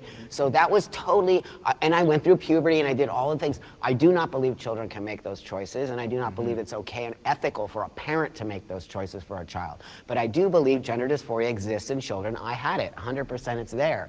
But to give medication to a child is so unethical to me that you would actually, you're exactly what you said, you're stunting brain growth, you're stunting all of these things. They don't have enough research on it. So I'm in agreement with transitioning medically for children is not okay for me, but I do believe in a social space. When you say a social transition, it's interesting to me because we can't control what happens in a social situation. That's right. That's right. So to me, and we talk about suicide rates among young trans people, this whole ideology is telling people to derive their value off of what somebody else is saying about them. That's or what somebody else affirms to them. So we say that, you know, society is the problem and we're not allowing people to be who they are, and that's why they're committing suicide. But maybe it has to do with the messaging that we're sending to these kids, that you derive your value from if somebody uses your correct pronoun, or you derive your value if this person accepts you for wearing a dress. Be who you are, but tell them to be empowered about it and not get that empowerment from somebody else. That's right. Like that concept is like people be snowflakes, fam, and then it's just like, oh well, it's like you can't really say what's on your mind, but I have to still accept you. Like, you have to realize the world is not going to agree with everything you say. You know what I'm saying? Just like now, unfortunately, and I hate to say it because it's kind of like a double whammy, like I agree with it, I don't agree with it. It's just like when we grew up in school, you had bullies. And what did you learn? That bullies, I felt, was necessary in life. I'm going to tell you why.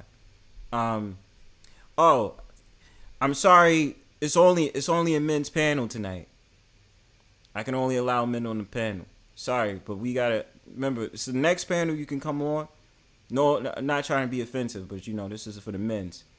But on the real, damn, I almost lost my train of thought. But bullies taught you a valuable lesson about life. The more you get picked on, the more you empower yourself to go ahead and actually do something about it. And this is kind of the same lesson that the trans individuals have to learn as they grow up. The world is cruel.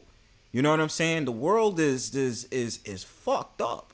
It gives you no chances.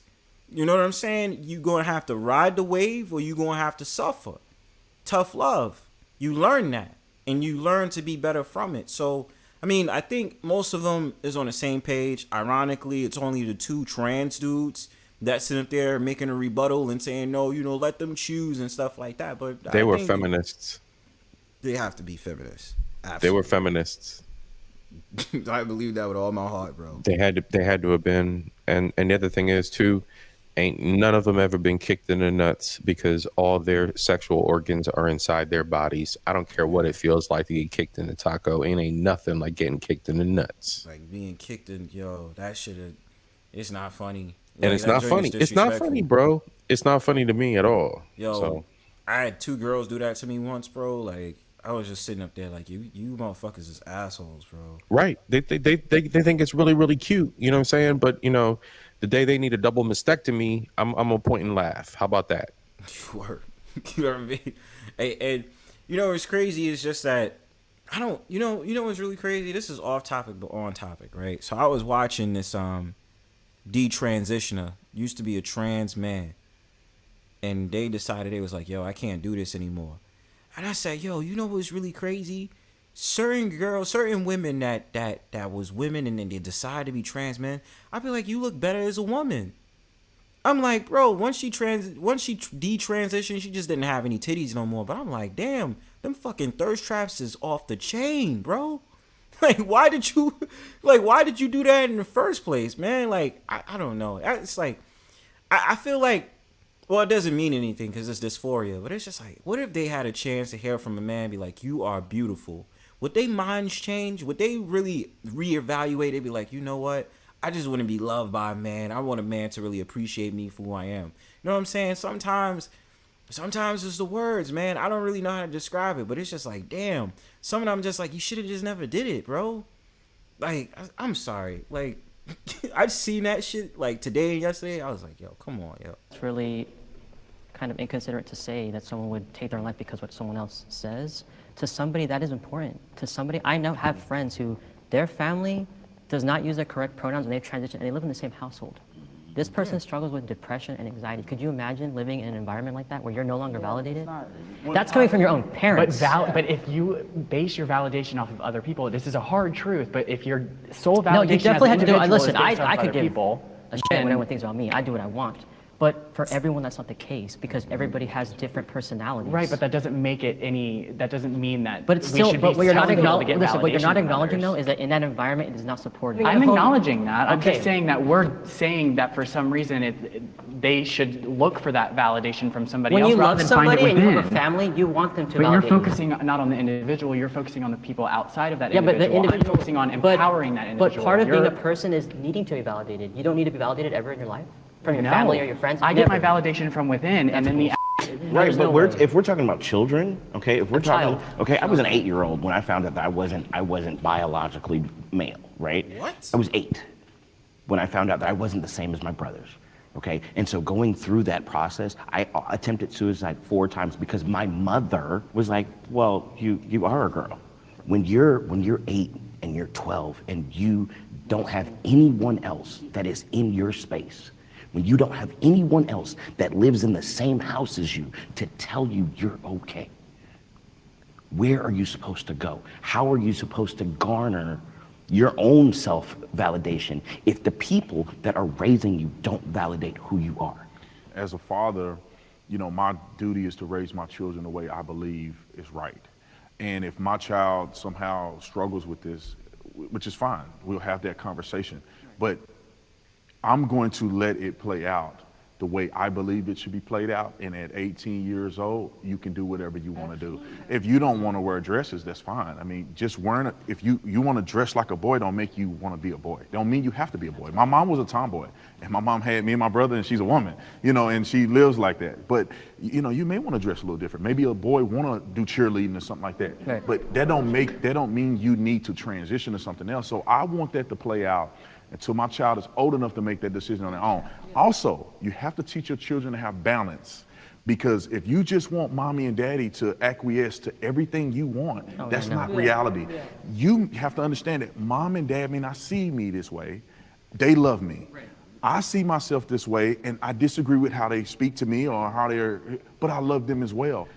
And this is the thing too. We also forget, like, you know, your parents is your parents, but your parents can, like, validation kills me, right? Because it's like what Demetris was saying. They have a problem accepting reality. There's definitely a lot of things that I may do that my mom doesn't agree with. You know what I'm saying? Like, she may not agree with the things that I do, but am I seeking validation most of the time from my mom's? No. But I respect my mom's decision and my pop's decision. You feel what I'm saying? Like, that's cool, but it's just that it's like you talk about safe space and then be like, how is it because I had to deal with this and blah, blah, blah. Nobody understands me. That can go for anybody. I spoke to people that have a mental awareness problem and stuff like that. And I still was like, yo, you're still, you know, I still accept you for who you are. You know what I'm saying? So that comes with a lot of different degrees because we can express that in so many different ways. You know what I'm saying? It's not because, you know, you have a problem transitioning and you're not being accepted and stuff like that. Again, it's life. You know what I'm saying? Right. Your mom, your dad is the first stop of people you are around that know you. Then after that, you create a social group. You find who you are in school. You have your friends. You have your clique and stuff like that. But ultimately, is your journey, right? So I'm not trying to be like tough love because you put the problem in and you know all that other stuff because people really do deal with anxiety and depression. I get that. But at the same time, people talk about this validation stuff. It's like, bro, at the same time, your journey is your journey. So it's like, yo, you gotta just be able to be like, look, you may not agree with this, but this is what I'm doing for myself. You know what I mean? Like, that's the only thing I can really say on that. And it's just bothersome because the validation whole entire thing, it's so weird, man. I don't know. How you feel about that? No, I agree. I agree 100%. Yeah, it's hard. Like, cause I was thinking about it, I was just like, oh shit, I don't know how to go with this. Right. Yeah. Like. No, go ahead. I'm not a parent, so yeah, I'm buffering. oh, I didn't even know. Yeah, I'm buffering on that because like I'm not a parent, so there's a certain amount of perspective on things and like legacy, right? Like and how I would want to treat things, and how I would expect. We both trying. Huh? So we both trying. Yeah, but let me put this out here.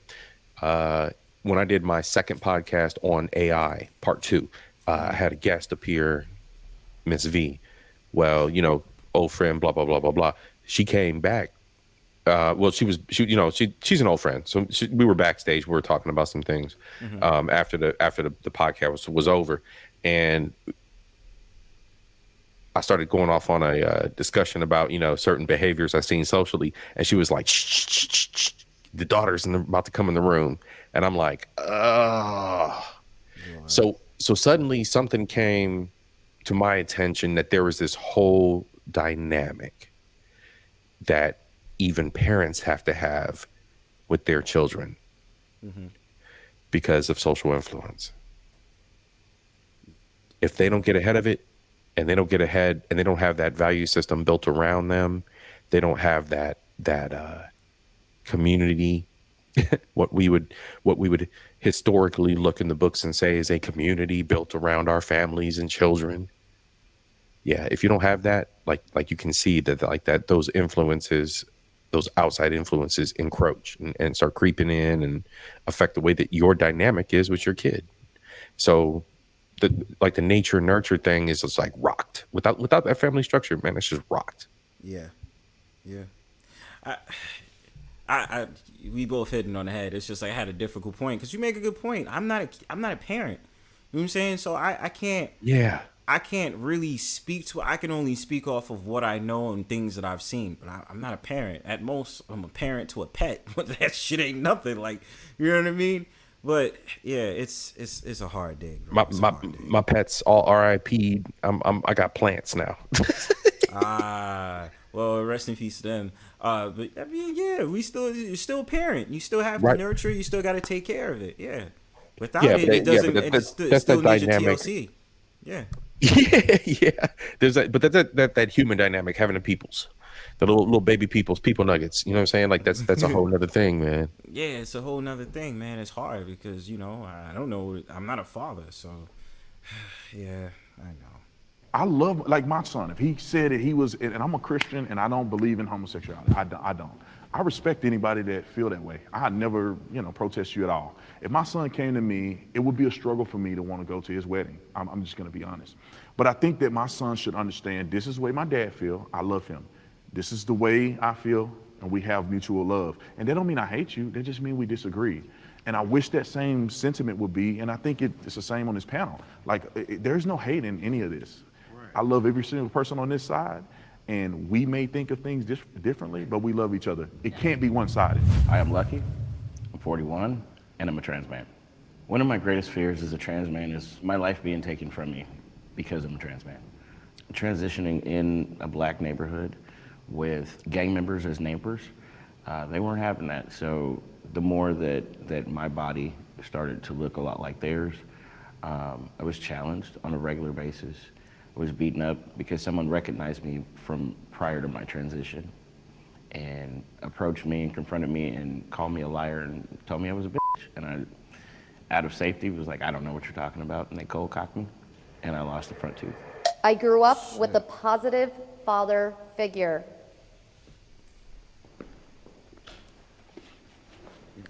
This is good.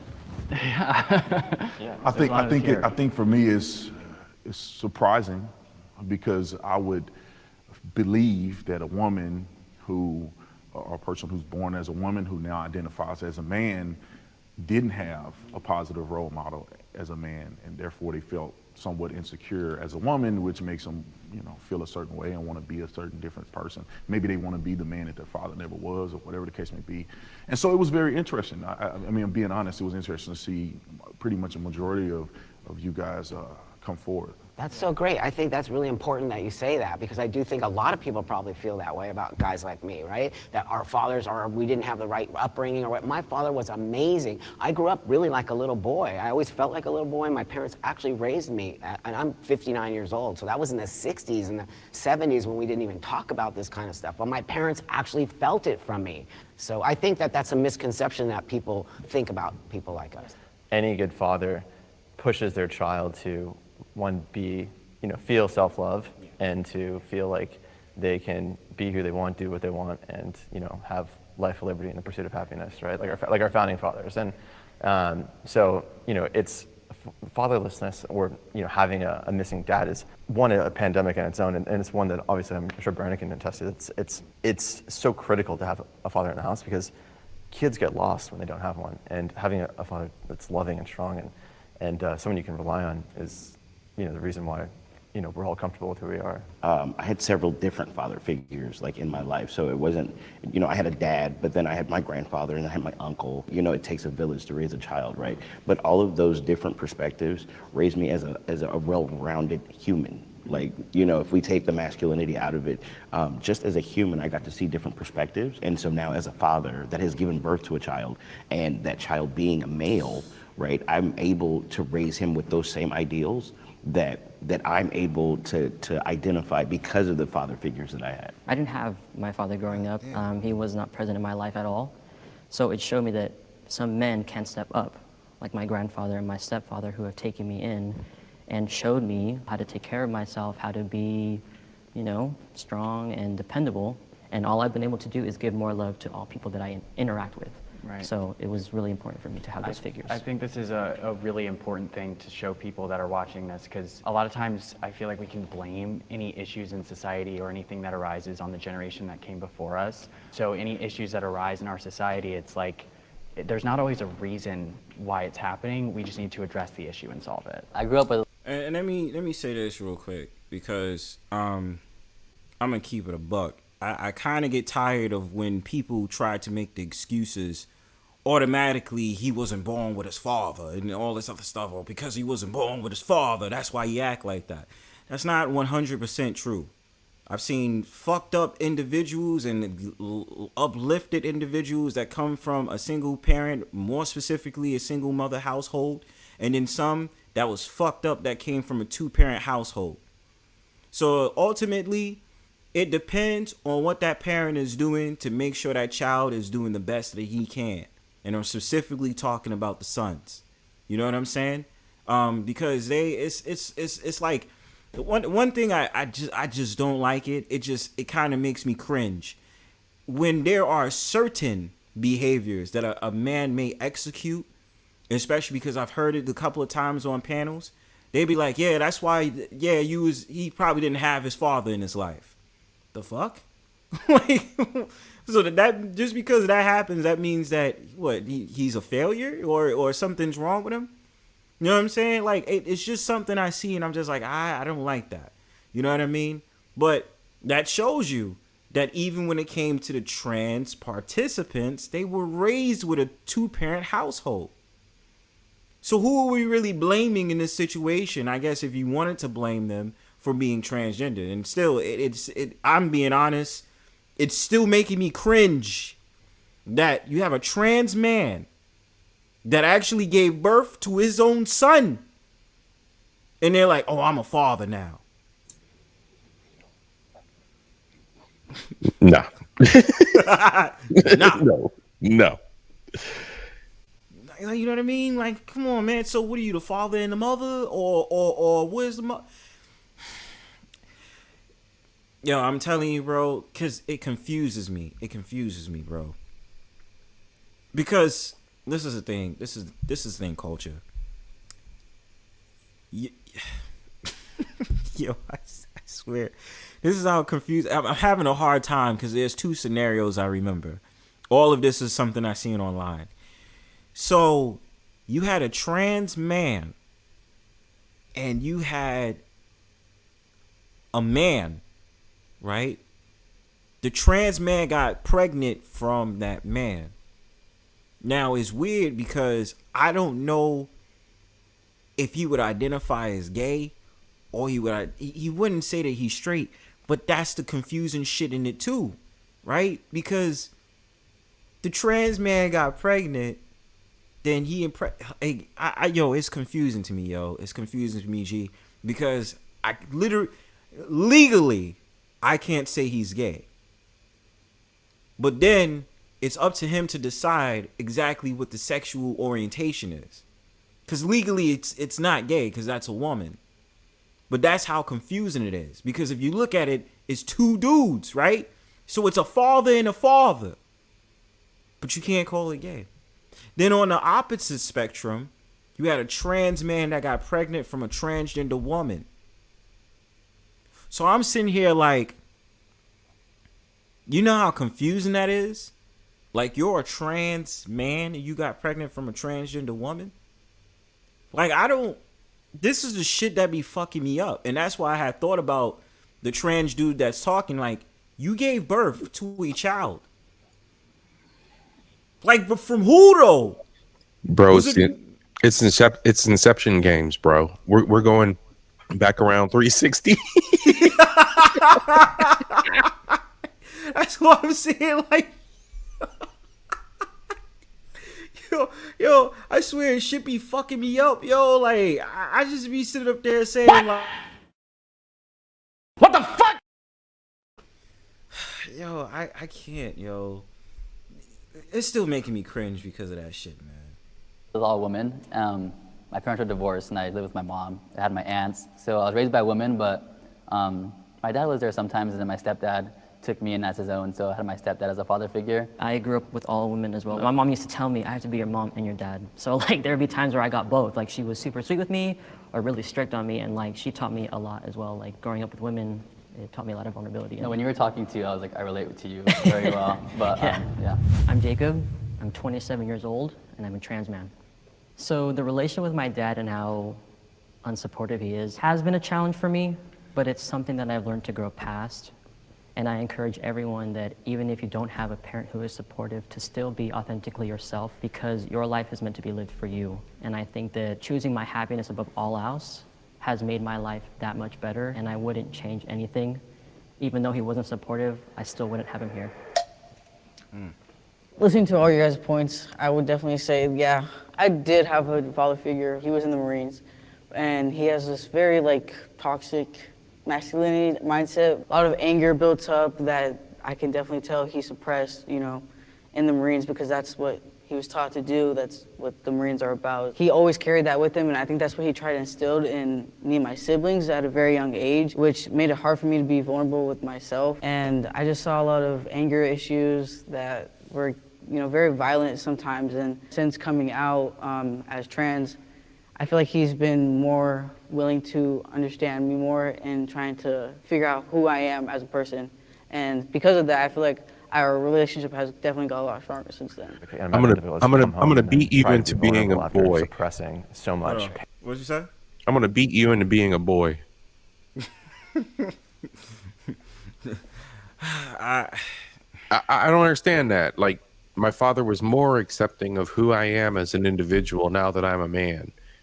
That's exactly what it was. He was pissed off he had a daughter. He was some kind of weird, he had mental issues, and then therefore, well, we see what happens.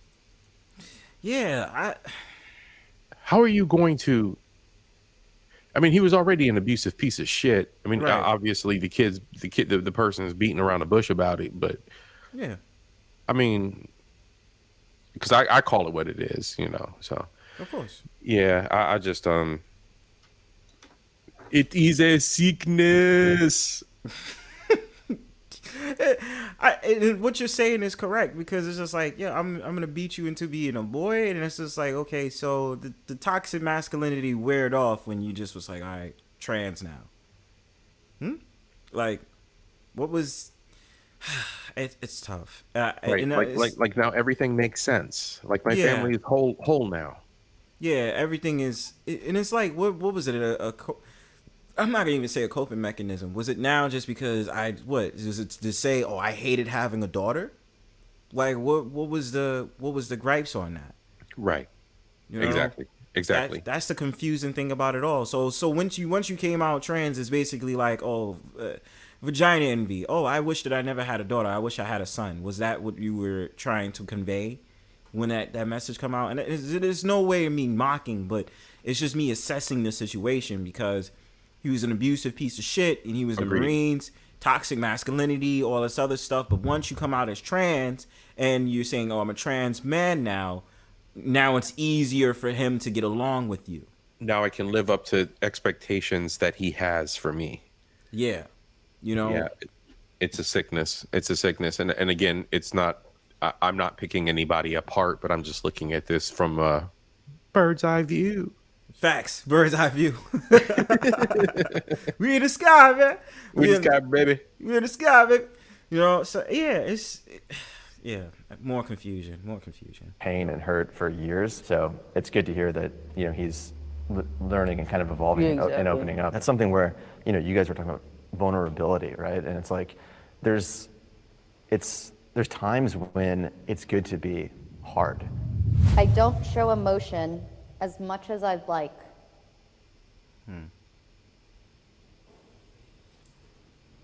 I definitely have sensed and noticed since transitioning that being on testosterone has made me cry less, which is very interesting, because I believe that before I transitioned and started taking testosterone, I feel like not being able to cry as much, it makes me like, I'm like, damn, I wish I could cry right now, but it's not gonna happen. Hi, I'm Gibby, and I'm a trans man. Before transitioning, I guess only presented as lesbian, but since transitioning, I've been able to be more comfortable with my sexuality. I've definitely seen on like dating apps and stuff, a lot of conservative men fetishizing trans individuals, and it's interesting because a lot of the time they say that they don't identify as gay or within the community, and yet they're fetishizing my community.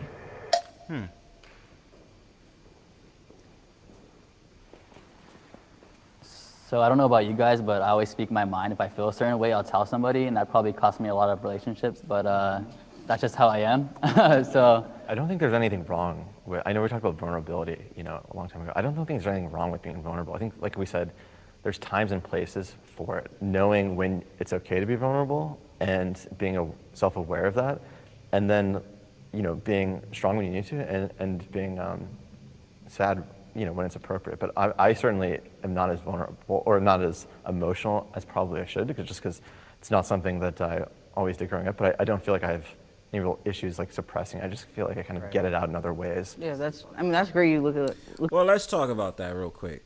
Like I said earlier, I've always been one to express myself or say that people should express themselves, right? So the idea I don't show emotions as much as I like. Now, going to talking about men, it is a complicated, and I'm glad that we're moving out of that type of paradigm now, because I do have to say we are, because we've understood, like, growing up as men, men don't cry, or men, that's not that, be a man, and all this other stuff was something they always threw out as you grew up as a young man. They'd be like, be a man, be a man, be a man. But those depressing moments be a telltale sign. And dudes that I'm around, they finally feel like they can open up to me and have a conversation. And I'm talking about in real life, because the thing about it is, we're more of that, we not doing this here. Like, if I see you crying, you a bitch. If I see you do this, that, and the third, then you not manly. You know what I'm saying? So I can agree to the point, let's be real about how we feel on shit. I really don't care. Like, I know that I control people and I can just say some shit out the blue and stuff like that. And I only do it if I feel like you complaining too much and you say the same shit all the time. It's me sitting up there saying, like, all right, bro, like we've done that already. You expressed that the last time we was here and the time before that. I get that. Can you talk about something new, please? So yeah, that's my digs on it. I would agree. You covered the spectrum pretty good, especially about individuals who revisit topics or are habitual offenders. Mm-hmm. Habitual offenders of hurting themselves and putting themselves in situations that diminish who they are. But yeah, when it comes down to recognizing discussions and recognizing pain and recognizing when somebody actually needs to take a second, take a deep breath and talk about something and isn't being infantile. Infantile, because that's like a key thing, right? Dude goes to Brazil and gets in trouble and like, oh, he's young. He's a kid. Well, he's young. Well, he's just learning. Dude's a man. That's a grown man. That's a grown man, bro. That's a grown man that made a grown decision. Oh, girl has babies. That's a grown woman. Mm-hmm. She ain't gonna just learn in her 20s and then she be 30. She be all right. She find a husband and all this. No, that's a grown woman who done fucked up. Yep. It's like that infantilization of everything. It's like that, like thinking infantile. Like we need to stop that. We need to stop that. And that goes to say also, like, presentation and how the Bronzebird presents information to people. People like that spoonful of honey, that spoonful of sugar, Mary Poppins shit.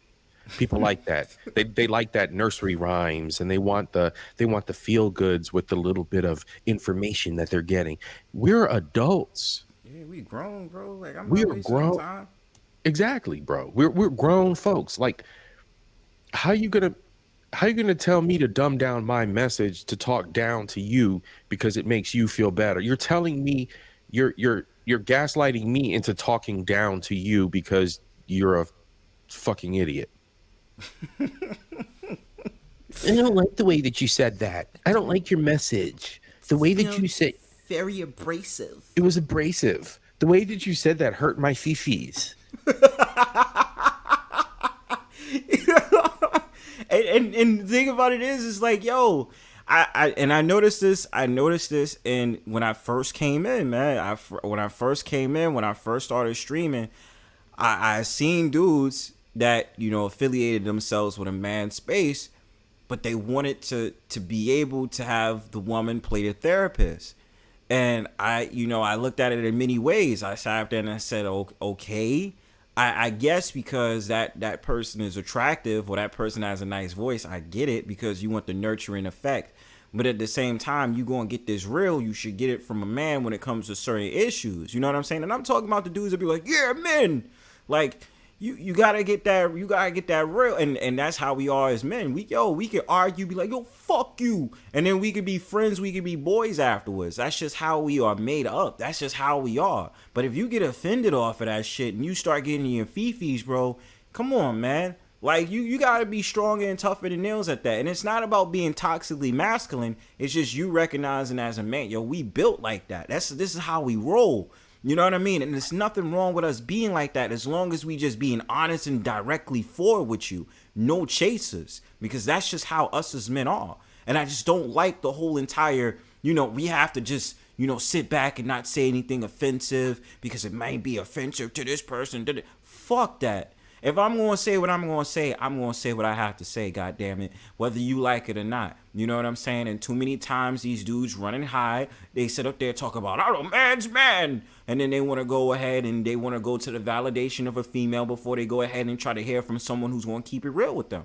I'm just being real. And the point remains, a few streams back, you even mentioned this yourself. I'm not here to waste nobody's time.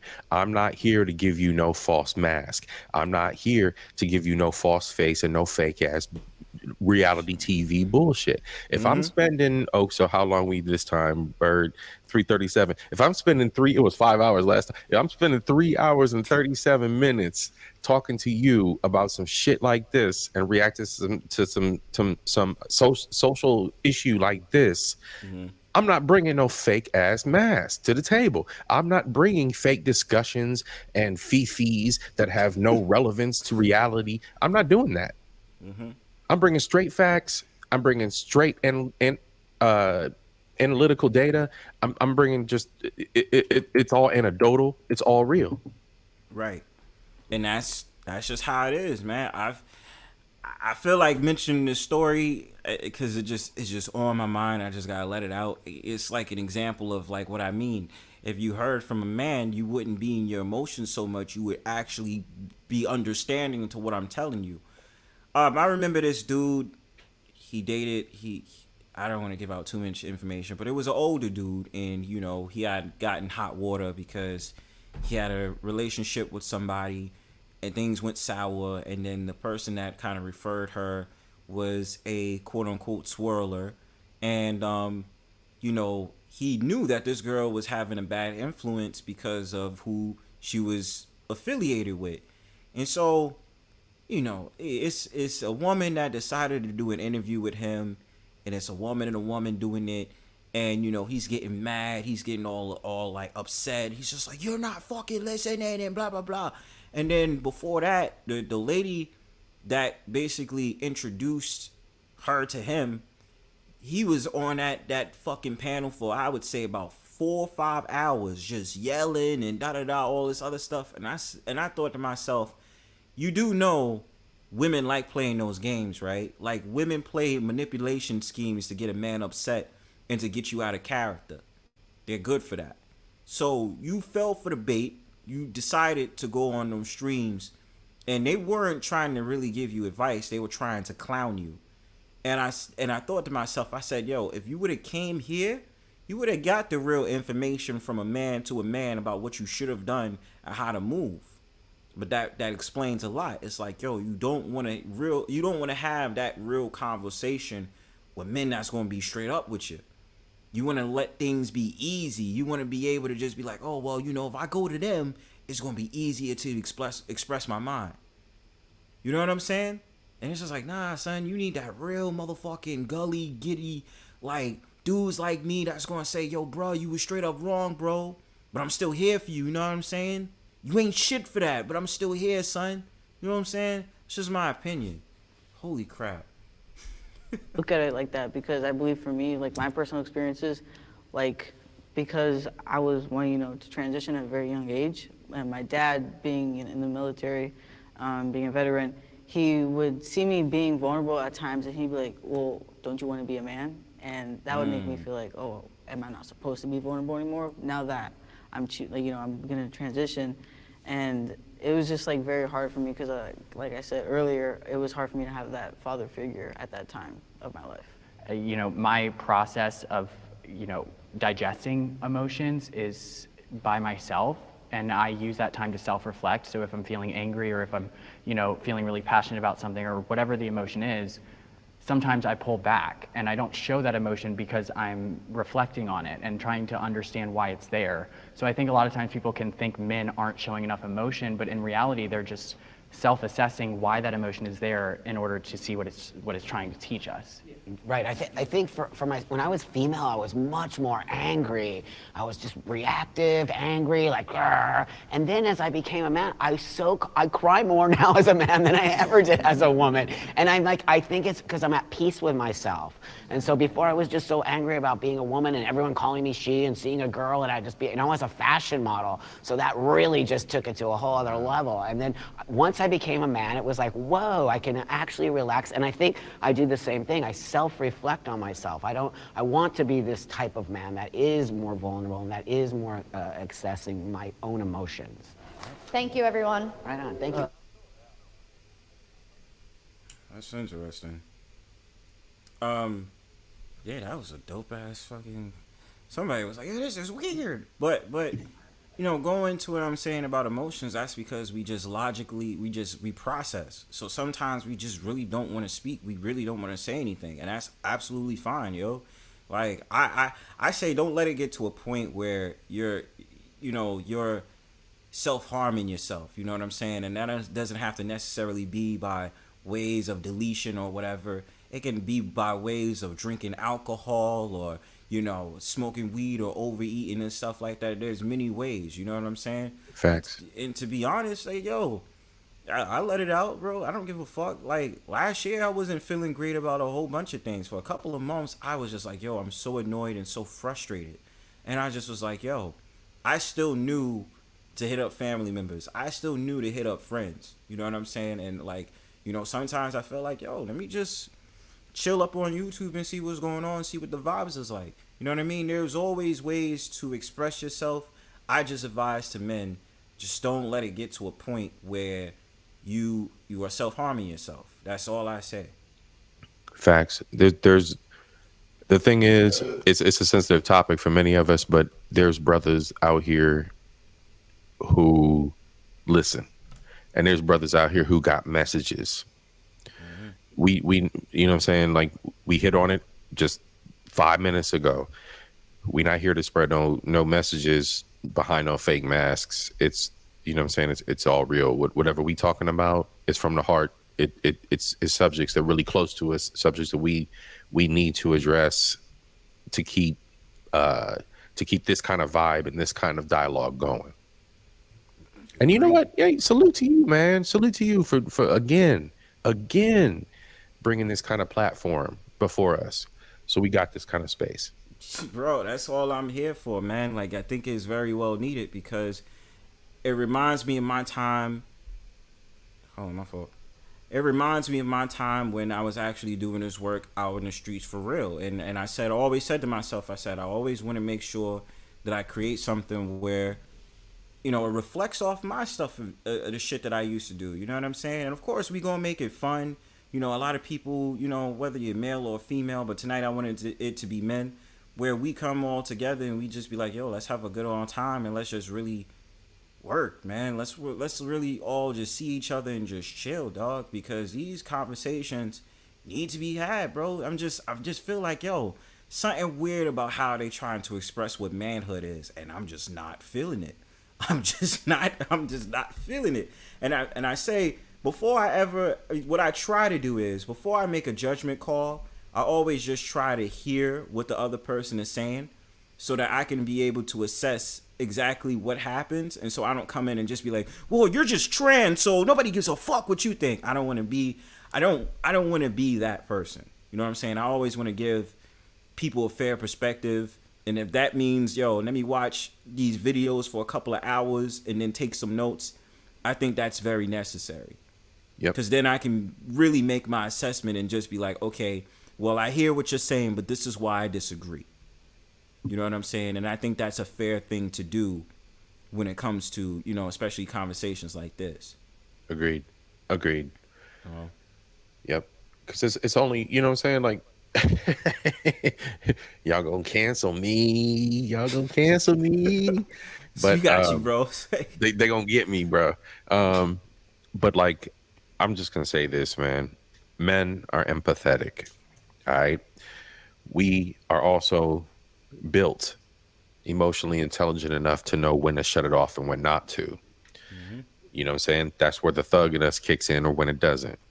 And truth be told, that inherent empathy is what can heal men. The community? No. Men? Yes. So the thing is, we need to learn how to humble ourselves when we need to say, yo, bruh, what's a better way? What's the better message? What's the better path? That's math. That's math right there. That math is math in G. That math is math in G. That math was mathing as hell, bro. Hold on, let me see. Is anybody else up? Yeah, I enjoyed tonight, man. I really appreciate it. My ass gotta work on some things. Oh, shit. Where's my next stream gonna be? Next stream is gonna be next week. I think I'm going to try to incorporate the dating aspect, the dating climate, because I don't know. It's like I notice I see too many people that say red pill and they talk about the dating aspect, but I feel like, is it just true that a lot of these content creators are speaking vicariously through these streams? Like, I just wonder that, because I'm just like, there's certain people that's like, yo, I'm single, or they find out that person is single. Oh shit, my man's is in the house. No, we still going. We ain't going nowhere. My man's Killer Swag. What's good, baby? That person What's going on, bro? Oh shit, my man's is in the house. No, we What's still up, Ohio Strong? My man's Killer Swag. You know it, man. You got that background. Oh shit, my man's is in the house. No, we still Yeah, mute your browser tab, bro. Yeah, you got, yeah. What's going on, bro? Yeah, I keep forgetting to do that shit. Yeah, it straight, bro? doubles up on the sound whenever you join the lobby. Yeah, I know. Yeah, man. I know you was watching. What's your thought process so far? Just go ahead and talk, man. Whatever you got. Like I said in the chat, bro, man, we truly living in a bizarre world right now. Yeah, bro.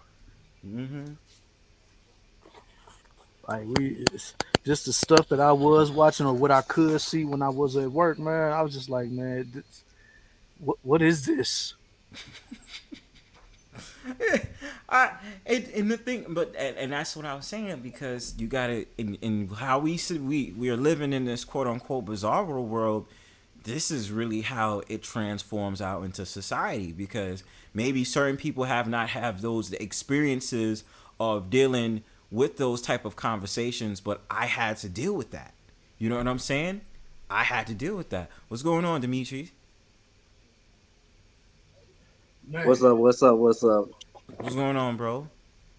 Yeah, y'all two I'm good, bro, but I had to put that little fact in there from the census about them being 0.14% of the population. Yeah. And they said there's in that census data, it said that they're speculated to be more, but it can't be more than 1%. So that's not even, you can't expect anything to be done about that. I mean, gender dysmorphia is, or body dysmorphia and gender dysmorphia is a mental illness. So you can't expect anybody else to fix that problem for you. Yep. I agree. It's a crass and arrogant paintbrush, but when I say mental health, I mean it. Yeah, if you listen to them, it's an arrogant paintbrush, and I'm sorry, but it is what it is. Yeah, go ahead, bro. Like, if you listen to the black trans dude, right? It was really, it's like he developed this, she developed this way of thinking as a coping mechanism. It's like something, from what I understand from what she said, right? it happened against his or her will, right? Mhm. And so now he's trying to live in the wake of that. And so now he's trying to basically create a small pocket of an environment where he can just be, because he got a lot of grief for it. And to be honest, I don't see how that would ever change no matter what culture you go to.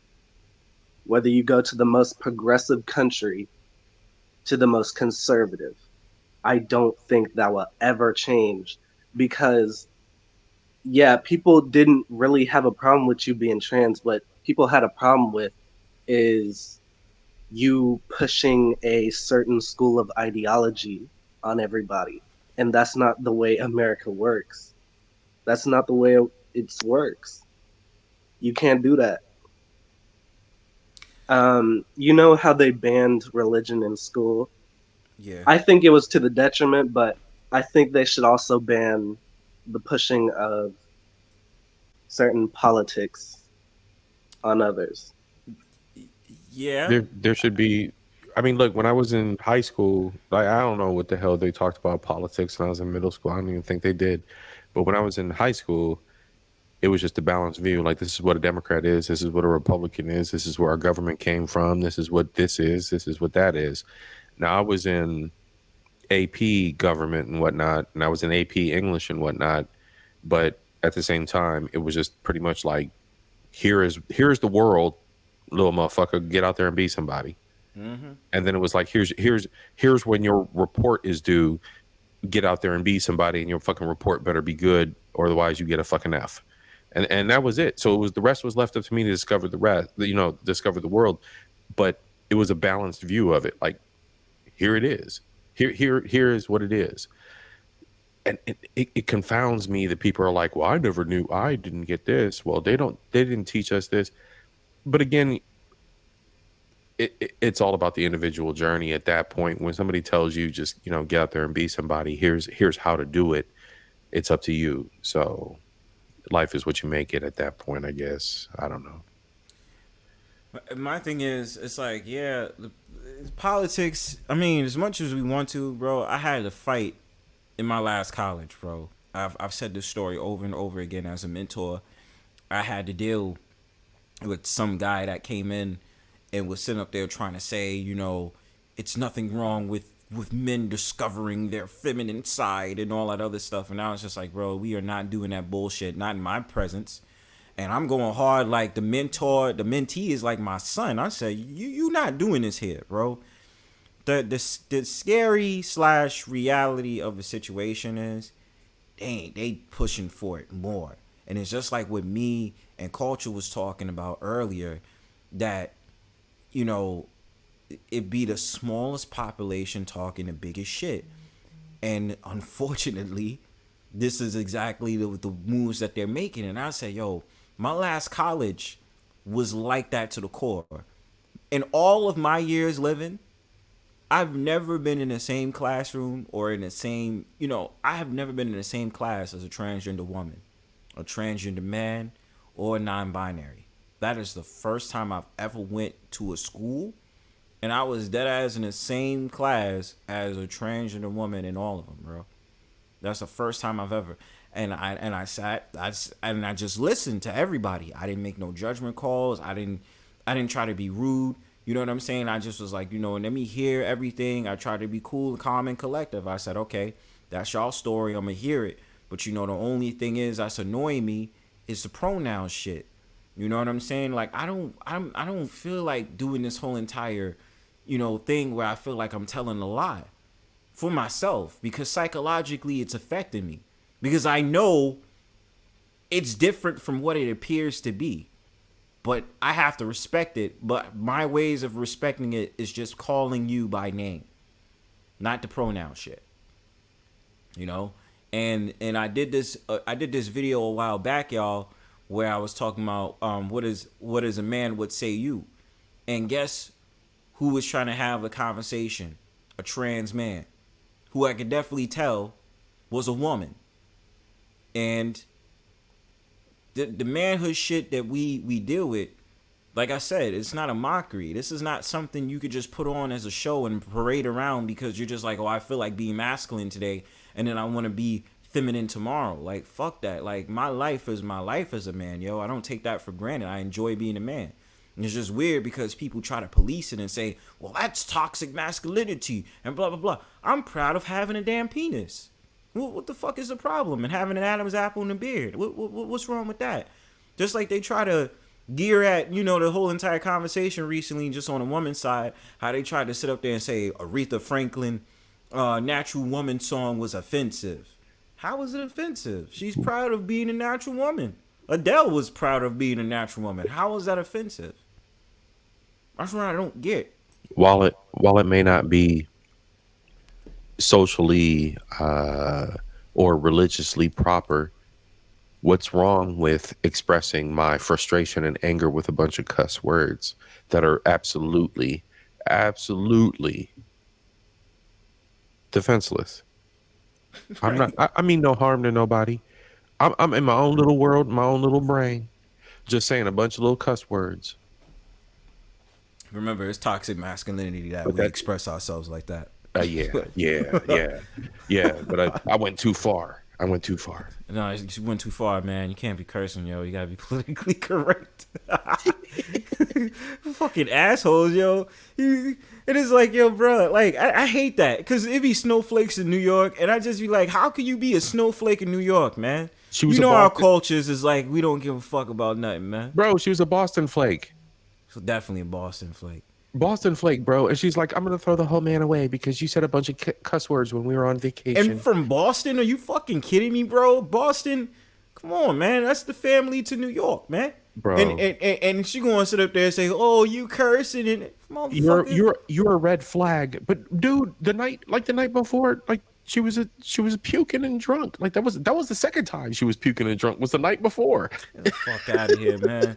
Like, and for real, and I like I should have sat up there and said your behavior is toxically feminine, yo. The way you just get drunk like that, that's not right. That's not right. That's a red flag. That's what I did. I called it all false pretense and behavior and all kinds of things, man. I hit her with all kinds of legal terms, bro. Yo, that's the shit. It was petty. It was petty. It was real petty. You're not willing. So I mean, like at its base, right? At its base. All right. So bird's eye view. You're not willing to deal with one small behavioral misstep that required you step in and be nurturing, but you're not willing to deal with that at all in the first phases, the first 6 months of a relationship. Mm-hmm. What kind of relationship are you expecting, fucking Cinderella? Oh, you gotta be nice to me, be a gentleman, and like all these false Disney bullshit, you know, rhetoric that, you know, a certain amount of these women are put in, man. Like it's not real, man. How could she possibly even exist in this realm of reality and think that she's going to find anything successful if that is the minimum amount of work that she's willing to put in? It ain't real. I see. That's the thing. It's like she's trying to come to the table of saying, this is what I want out of you. And if you don't act like this, red flag. Is that reality? No, it's not. It's not. And that's the thing people tend to forget. Not every relationship is going to be this magical, mystical fairy tale where the man and the woman is going to be so perfect for each other. Like, oh, you know, he doesn't curse and he's so God-fearing and stuff like that. No, when I feel like I'm mad on my own days and if the airplane was doing some bullshit, yo, fuck these airlines, yo. Some bullshit, you know what I'm saying? And then you should just, either you just going to be quiet and be like, okay, he's upset right now and I understand why. Or you just going to, there ain't even no other option. You just accept it, yo. You know what I'm saying? Because you understood exactly what it was when you got with me. You know what I'm saying? That doesn't mean that I still can't be a gentleman or I can't be nice to you. But obviously, not everything I do, you're going to agree with. Come on, man. You got to recognize that shit. And for somebody not to be willing to put in the work on just something so simple and trivial, Never mind your own transgressions, but for something so trivial on the man's part, you're just gonna throw the whole man away. These are the kinds of challenges that we face as men. Somebody asked Austin Holloman asked, what did you feel like the first time you were rejected by a female? What did it feel like the second time you were rejected by a female? So you're telling me that I need to just continue to do that while I'm sitting here in the United States, whereas I could go to another country and just be like, never experienced that. Wow, life is completely different. So yeah, passport bros. Passport bros. Passport bros.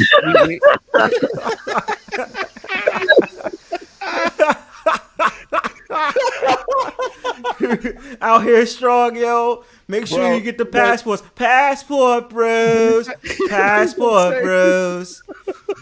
Yo, y'all here strong, son. Bro, out here strong. We out here. Y'all here strong, bro. Like, yeah, get the passports. It's the same kind of logic, right? Like, why are you gonna punish yourself? Why are you? Like, yeah, it's like, and this is by all means saying, I'm not saying like, oh well, when you walk into relationships, because there's certain dudes that go off the deep end and they'll say, never get into a relationship. I don't say that. Like, no. I said date. I said, yo, I believe if you want to date, bro, do it. But the problem I'm having, and especially the story you told me, is the expectations needing to be met to like a perfect T. Like, it needs to be 100%. I said, nobody's perfect. And just because I curse doesn't mean that makes me a bad person. I'm just expressing my emotions about some bullshit that I wasn't planning and I wasn't expecting. So I don't even understand how that's a red flag. And motherfucker, you from Boston. Come on, man. We all know the Northeast curse like sailors, man. So how you... Yep. Couldn't be me. Cause I just... My boy asked me, he was like, bro, what you do though, bro? I'm like, nothing. Nothing. This comedy can't write itself, bro. This comedy can't write itself. So what happened? Y'all was at the airport and what? She like left or was it? We was at the beach. It was July 4th. You know what I'm saying? The flights was canceled. Flights is falling out the air. The airlines is backing up all the airports. Everybody's mad. They're like blah blah blah. But everything coasted was perfect. Everything was perfect up to that point. And I was like, fuck. Oh damn, babe. Shit. Damn. They got me in Dallas Fort Worth for a whole day. I'm trying to get back up here Midwest, and they got me in Dallas Fort Worth for a day, and then they gonna send me back up here to Ohio. Like, damn, babe, what the fuck is going on for real? You just cussed. You just said bad words. Are you for real right now? Are you for real? And I was like, yo, Susie, I'm over here. Like, you know what I'm saying? You gonna turn around and talk to me or what? We're on the beach. There's nothing we could do about this. What? That was her response. So I was fuming, but we were like in front of a bunch of kids and friends and shit. I was fuming. I walked ahead of everybody. I grabbed up like everything I could because I'm a beast. So I grabbed chairs and everything, and I had all the beach shit on my shoulders and whatever. And we get over to right where the cars are, and she's like, "You left your tacos on the beach," and I'm like, "Oh!" All of a sudden, you now give a tacos of all things. So all of a sudden now you give a fuck about me. Oh, you said more bad words. Like her entire world was shattered at that point. Bro, why does she sound like a Karen? See, man? The thing is, society treats it seems like it's getting more and more to the point where men can't express when they're angry, because that's all curse words are. It's just extra expression. Facts. It's not like this ultra demonic thing or anything. It's not like you said something real wild. It's not bad. Goodness gracious. It's like people are turned into a bunch of snowflakes. I don't get it.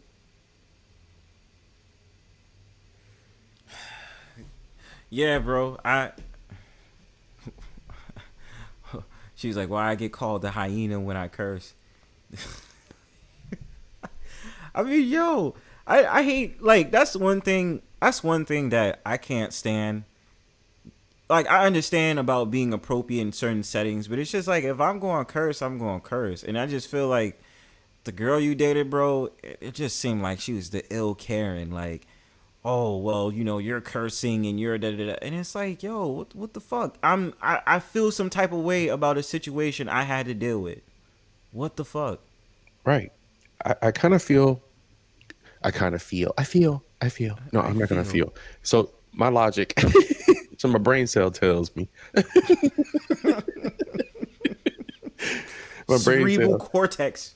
My cerebral cortex is currently triggered by the behavior because I believe it to be associated with the lack of a strong male character existing as a normal vibe in her life, as a constant, be it the uncle, grandfather, someone, because there was no one.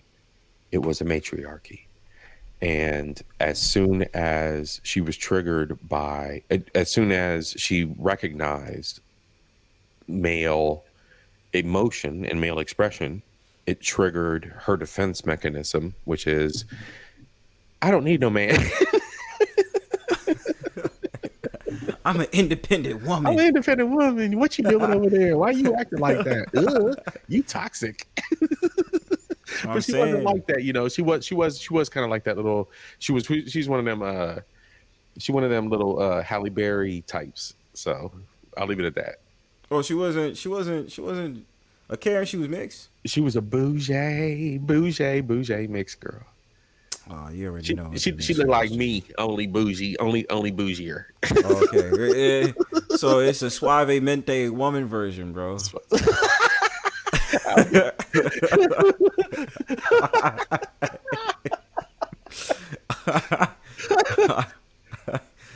Que lo que? But yeah, que lo que?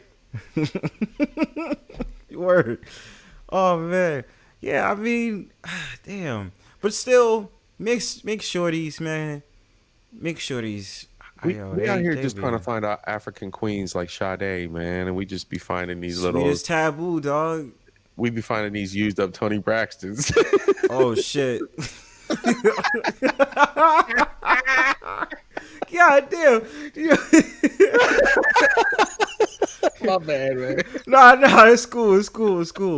I just trying to make sure, you know, I save myself before I you know, since we go on mix, trying to make sure I save myself before I encounter Brittany Renner, yo. Oh God. Oh God. Let's not do that, yo, because my ass do not want to be ending up on no goddamn fucking Just Pearly Thing stream, yo. Nah, bro. We would clown you, bro. You clown the fuck out of me, bro. I'm be having to take an L like Hafiz. I would be your friend and clown you at the same time. Word. I would have to take that L for real. Be like, yo, Culture, I deserve it, man. Like, I ain't gonna even say nothing. The roast would be vicious. Yeah, the roast would be vicious, yo. I can't even say shit. I'm gonna have to be silent half the time on the Brownstone Powwow. She's like, I'll play music. Fuck this. Just play music for 3 hours. Yo, we'll play music. Like, nah, fuck that. I don't want to talk to nobody, yo. I just feel like, yo, everybody, let's just talk in the chat. Fuck all y'all. Like, over on Obsidian, and over on O'Shea, they got your face plastered across the interweb. O'Shea gonna be like, yo, look at the post. Thank you. You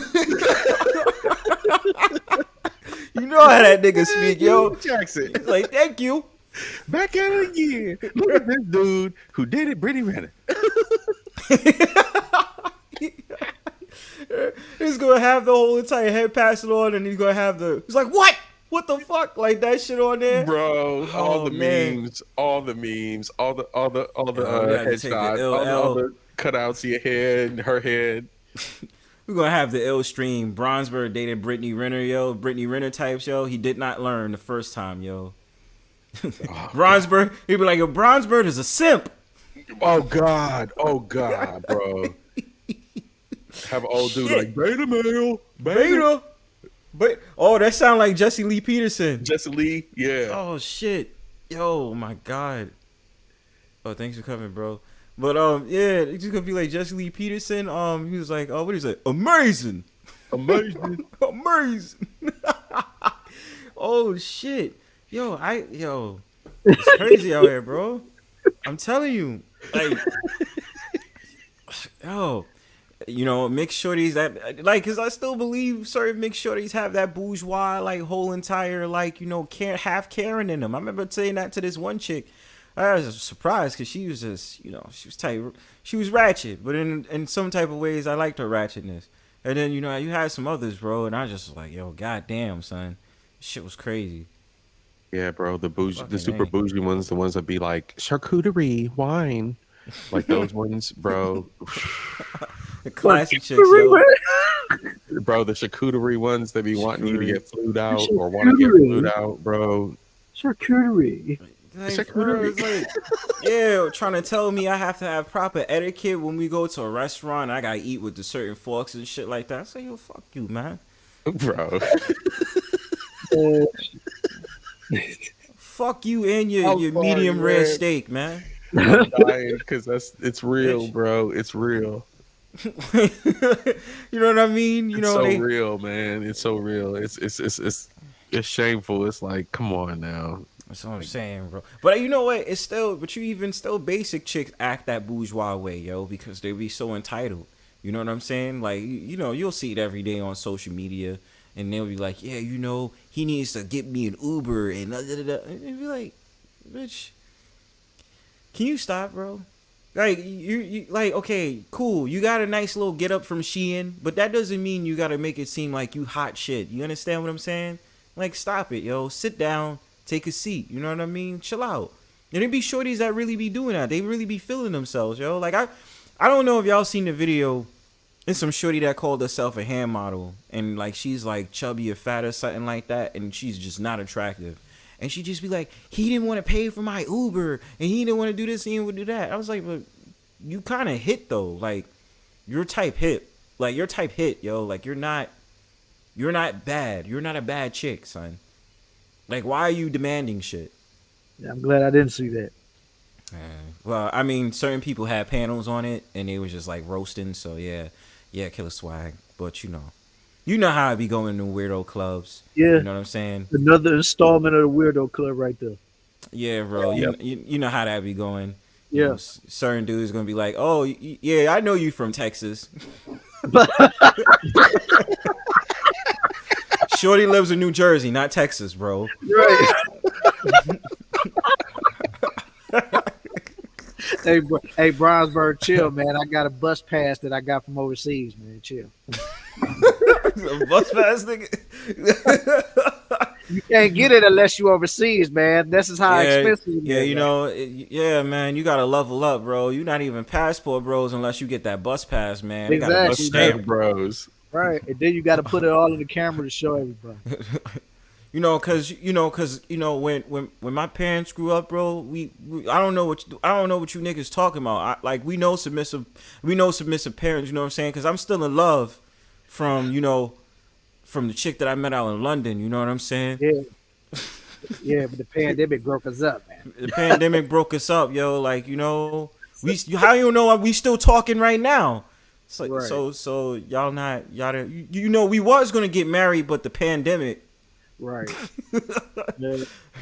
to let culture know it's this guy we know from this stream. He just be saying some off the wall shit. So we talking about that, but yeah, you know how that story went. It's just like, bro, did you do research on a person's stream you went to before you talked all this shit, or you just came on here thinking that we wanted to hear your 2-hour stories, bro? Exactly. Like, hell no. Oh, God damn, bro. This is a shit, and this is in seed culture. This is why I be trolling.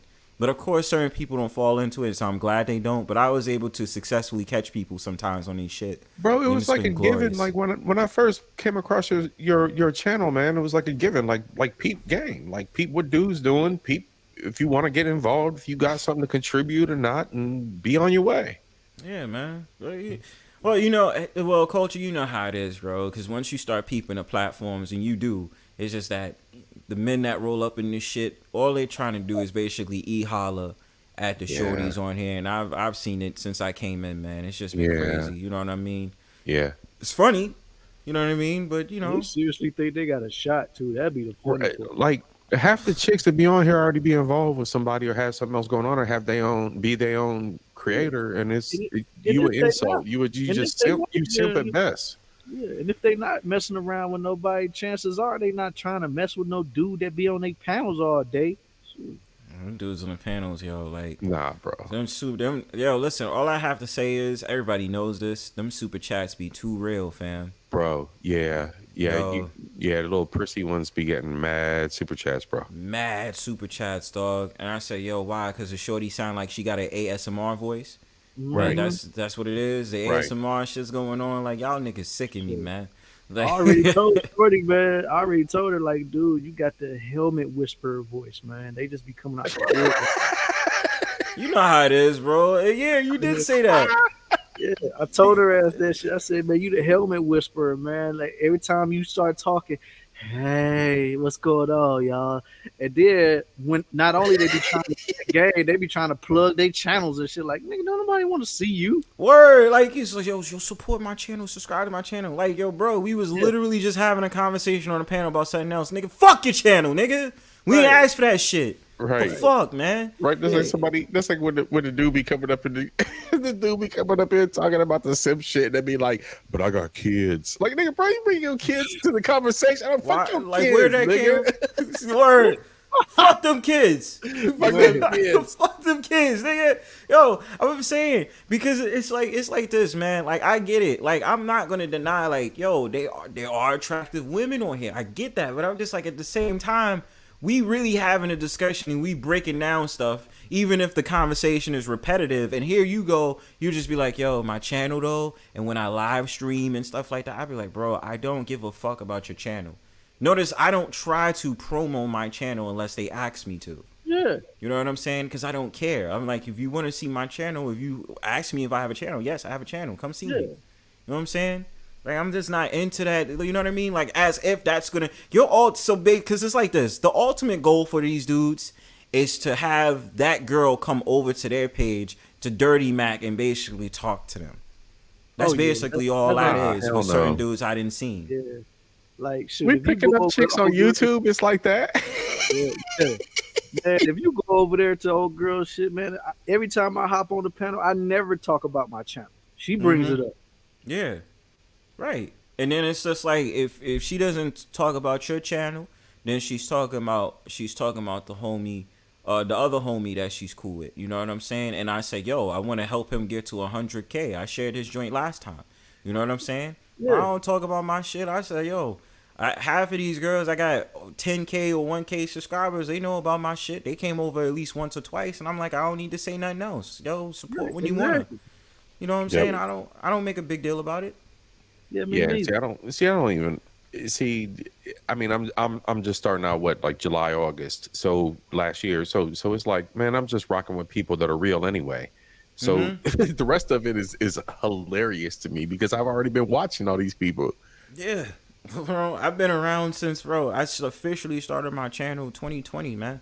So I've gotten to see the different experience and all that other stuff. Now, I probably was worse when it came to trolling because I used to be like, yo, like, I think I remember I was on Game Changers panel and I just started roasting somebody that was a single mom because she started talking shit. Yes. Yeah, she started talking shit and she's just like, yeah, all you men and blah, blah, blah. And then I tried to ask her the story about her life and I said, yo, so how come you became a single mom, right? And it was about me making fun of her being a single mom necessarily. It's just that we was talking about the pick me shit. And so I was like, how come so what happened to the father of your child? Like, what happened? Oh, well, he didn't want to have a baby, but, you know, we just decided anyway. So I said, so you do know that's your fault for why you became a single mom, right? Because you decided to have a child with a man you didn't want to have a child with, you know? And so it was just galore. And then you had one of these hyenas that jumped on the panel calling me a dusty, you know, all that same word shit that they always say. And I was just like, yo, fuck out of here. Like, why are you here? You know what I'm saying? Because they started attacking old girls. So we on the panel like, why the fuck is you here? You know what I'm saying? So I had to deal with many, bro. See, this is the thing. Culture and Killer Swag, don't be like me, but be like me. I'm saying, like, be chill as I am, because you guys are chill. You know what I'm saying? You guys are chill. But I said, don't pick up my traits because I'll troll. And then I'll just be definitely disrespectful to people. So that's why I'm saying don't be like me because I have no filter. Culture knows this. Killer Swag knows this shit too. Like, I have no filter. I just don't be giving a fuck. Like, I say wild shit. And I mean, even still, like on that same panel that Killer Swag knows me from, bro, I remember some shorty came on there that was a quote unquote divester. And I swear to you, bro, I think around the time Kevin Samuels was alive. So it was a conversation about Kevin Samuels, and they was like calling him gay and stuff like that. And I said, yo, y'all spend y'all precious time talking about Kevin Samuels all day and talking about how he's gay, but y'all actually support gay men. Like, y'all are hypocrites, you know what I'm saying? And then, you know, those are ones that talk about, well, black men don't provide, they don't do this, they don't do that. And then, you know, because I know how the divestors are, I sat up there and I said, you know, one thing that I've always wanted to say is, if you want to sit up there and say the black men ain't shit, we don't deserve to be here, why don't you grab a gun and shoot us all? Can you do that, please? Can you just put a violence on misery? And I'm not really saying, like, I'm not advocating, obviously, but I'm doing it to pull a fucking cards. It's like, yo, you talk all this shit, you saying all this, when you gonna go out and do a mass rampage of killing black men, if that's the case then? You know what I'm saying? And then they say, oh, Bronzebird is psycho. Bronzebird is psycho. No, that's not the reason why I said what I said. But if you think I'm psycho, cool. You know what I mean? But, you know, people... Bronzebird promotes genocide. Shit. Shit. Bro. I already knew that's coming. Yeah, you know what I mean? It's clownish shit. But back to how these dudes is rolling up on panels, aka like it being the weirdo club, the helmets just don't stop. You know what I'm saying? And it's going to continue. Bro, I've been around for a while now, bro. And it's always that. Niggas want to be able to flex their chest out on panels. They be like, yo, I'm a high value man. Yo, I got this, I got that, to the chick they want to talk to. And I'd be like, bro, you really think she gives a fuck, bro? I mean, if you really think you got a shot, man, at least just say it behind the scenes. Don't be trying to put it all on Front Street, because all you really doing is embarrassing yourself. You are embarrassing yourself, dog. And it's like you're trying to prove this bravado for nothing. You understand what I'm saying? It's just like when dudes, this is where I disagree at, right? It's just like dudes that started talking on the space, and once, you know, Kevin Samuels started talking about high value man, well, now all of a sudden all these random niggas want to sit up there talking about, I'm a high value man. I've always been neutral. I said I ain't high value. In terms of the economic sense, I'm not high value, whatever, but I still make money though. You know, I still work. I still do what I gotta do. You know what I'm saying? And it just reminds me of the stream I did earlier. Is the average man not worthy? Like, what is it? And you're doing all of this to get the validation from women, bro. That's what you're doing, man. You're doing all this for that. Women that don't have a shot with. You don't. You know what I'm saying? You can send as much super chats you like. You can sit up there and try to just, you know, feel all proud because the shorty got an ASMR voice and she's just giving you a little bit of attention. And making some joints in your body start to tingle or something. But, you know what I mean? You get the little tingly, you know what I mean? But shit. Nigga, you think you somebody, nigga? Come on, man. I'm like, man, I see too many of these dudes come up here flexing, man. It's like, and that's why I told Melody that one stream that we did, I said, it's going to be a lot of niggas that's going to hate me. But I don't care, because I've been seeing this go on for too damn long, man. It's like too long, man. Yep. And that was my thing when I decided to start the podcast and throw it up on YouTube and just start participating in lives. I'd already peeped game. And it's been years, man. It's been years I've been watching people. And man, I remember when YouTube had its first video. Me too. I had 2 modems in my computer. I learned how to bind 2 modems together. I was getting 56K off of 2 dial-up connections, and YouTube's first day hit. Yeah, the first day I discovered the first day it was, and ironically, it was the actual first day they launched YouTube. And I was in computer class, and my teacher said to me, "Oh, it's this new website that came out. You can video stream on it. Yep. You can look at the videos and stuff like that." And I remember looking at it all plexilated and shit. Yep. You know what I'm saying? And that was in 2005. I've literally seen YouTube grow since its inception. Yep. You know what I mean? And I had a couple of YouTube channels here and there. You know what I mean, and stuff like that. But not just like officially sign as Bronzebird established 2020. You know what I mean? So it's amazing the process YouTube has been from then to now. You know what I mean? The funniest thing on the internet right now is that there's dude rolling around on. I mean, he's everywhere. Lando Calrissian. That was my old handle. I had Lando Calrissian first. Guaranteed, because I had to have given it up for somebody else to get it. Yeah. So, yeah, you're a trailblazer, bro. I mean, I'm just, yeah, man. You know what I'm saying? And it was just like, it was one of them things where it was like, oh, whatever. Like people just got, you know, I go by my own name half the time, so it's like whatever. Because the government's gonna find everybody anyway, so it don't matter. That's true. That's true. But yeah. But yeah, it's just funny watching these platforms grow, watching people grow, watching society and the culture in the West grow and expose itself and get to the point where we are now, where we're manipulating our biology and exposing ourselves even more and tearing down the ties that bind us as a community and reforming communities and just watching the whole evolution and everything, man. And I'm not trying, you know how I get, I'm not trying to spiral, but here I go. Free, you got it, man. Here I go, cooking in a circle. Yo, you know, sometimes when you cook, it has a positive reflection. I meant to tell you, yo, one of the shorts that I put up, that shit probably collecting like 500 views right now. You talking for like 15 seconds. Man, that's good news. That's good news. Because when I had looked at my shorts this morning or yesterday morning, I put my shorts up and I was like, yeah, you know, I always put my shorts up. And then I was just like, yo, once I put up the short of you talking, that shit almost had like 500 views. And I was just like, yeah, man, keep on keeping on. So, yo, you spiraling should be helping, man. Should be, you know what? That's good. Not news, for me, man. but I'm just saying, like, you know, Yeah. you know, it definitely knows that you having a podcast is definitely helping, because then they're gonna be like, yo, who's that talking? You know what I mean? And then they're gonna go to your page and they're gonna be like, yo, let me subscribe, because yo, he was dropping some gems when he was on the Brownstone Powwow. Yep. You know what I mean? And more than anything, it's about the gems. It's about dropping them gems more than anything, right? It's not about, like, yeah, you know where to find me, right? But it ain't no masks. It's all real. And it's all real. But that's good news, man. That's good news for, you know, what we're looking at. But yeah, when it boils down to it, like the masculinity and the way that we're looking at the future and the way that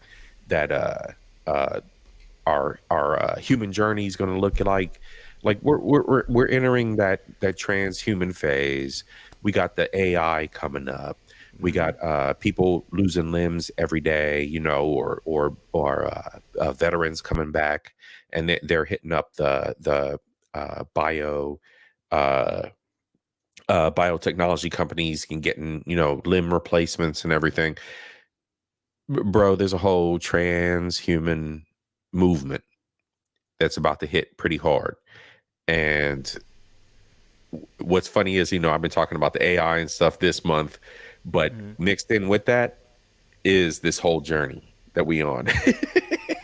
Yo, and it's ironic you say that, because even paying attention with, you know, that the technology, it's like the technology is so weird, yo. It's like, how do I describe it? Because I just had it in my head. But what I'm saying is, you're absolutely right. The journey is gonna be there, and then there's this technology that I keep thinking about. It's just like, yo, bro, it's getting to the point. How the fuck do you have AI strip clubs, bro? And that's that biome. Yeah. What is it, in Las Vegas or something? I think it's in like Las Vegas. So like you take what's that one show that was out? Altered Carbon, or you take like a Cyberpunk 2077. Yeah. And you know what I'm saying? We got our own human interfaces and our own human, you know, way of jacking into the matrix. You know what I'm saying? Like if it's putting on your VR goggles or whatever. But then everything else is just, you know, machines and and sensory, technology that hooks up to your senses. And yep, I mean, so that's way off in the future, but at the same time, that's that that's that philosophical evolution that we're looking at. I mean, It's still driving me crazy though, bro. yeah, really, man, we're think seeing about these that. we're seeing these weird human. We're seeing these weird Humanoid-looking cases, shit. not weird even because it's not fair, but we're seeing cases now of humans that are changing their forms. Oh yeah. So now so if you mix in the biomedical transformation of humans and you mix in the biomedical interfaces that we may or may not come up with, where your brain can interface with a computer, right? You just jack in and then you're there. You're looking at all your files on your desktop. Become the real life Megan. Yeah. Yeah, we might get to that. We might get to that point. We might. It might not be. It might be something where we got goggles on and or we got glasses or an eye implant, and then we can see everything on our desktop. But whatever it is, like it's coming. It's coming. Oh, And I'm not necessarily saying be fearful of it and just be aware. Be aware. Be aware. And what you saying that, bro, it's like I just want to say, bro, I don't understand how when it comes to the technology, especially what we was talking about, just because I can't get it off my mind, like a fucking AI strip club, bro. Like fucking robotic strippers. Like they don't strip. So how can any man get an erection off of that? Like that's something that's weird to me because it's not like they build like these cameras. I mean, I'm sorry, these like AI robotic things or whatever are dancing and they have cameras as heads. Like I don't understand how any man can get aroused by something like that. Nope. Like that shit is creepy to me. I troll and I think it's funny, but that's only in the cases of like the Hollywood shit, like Ex Machina. You know what I'm saying? Like that girl looked like when old dude was doing the dance with the robot girl, like she just looked like a Asian mixed white chick doing a dance with dude. So that didn't look like a bunch of cameras on a head. That looked like a woman. Yeah. so that's that transhuman thing, right? That's that next generation. Like that's not like me being on that shit that they have now looks foolish though. No, they look. You know what I'm saying? We're at the precipice of it. So we're at that first gen stage. So really looking. You know what's funny? I'm gonna spiral here one more time. No, you got it. One more timeline. I'm gonna spiral on one more multiverse.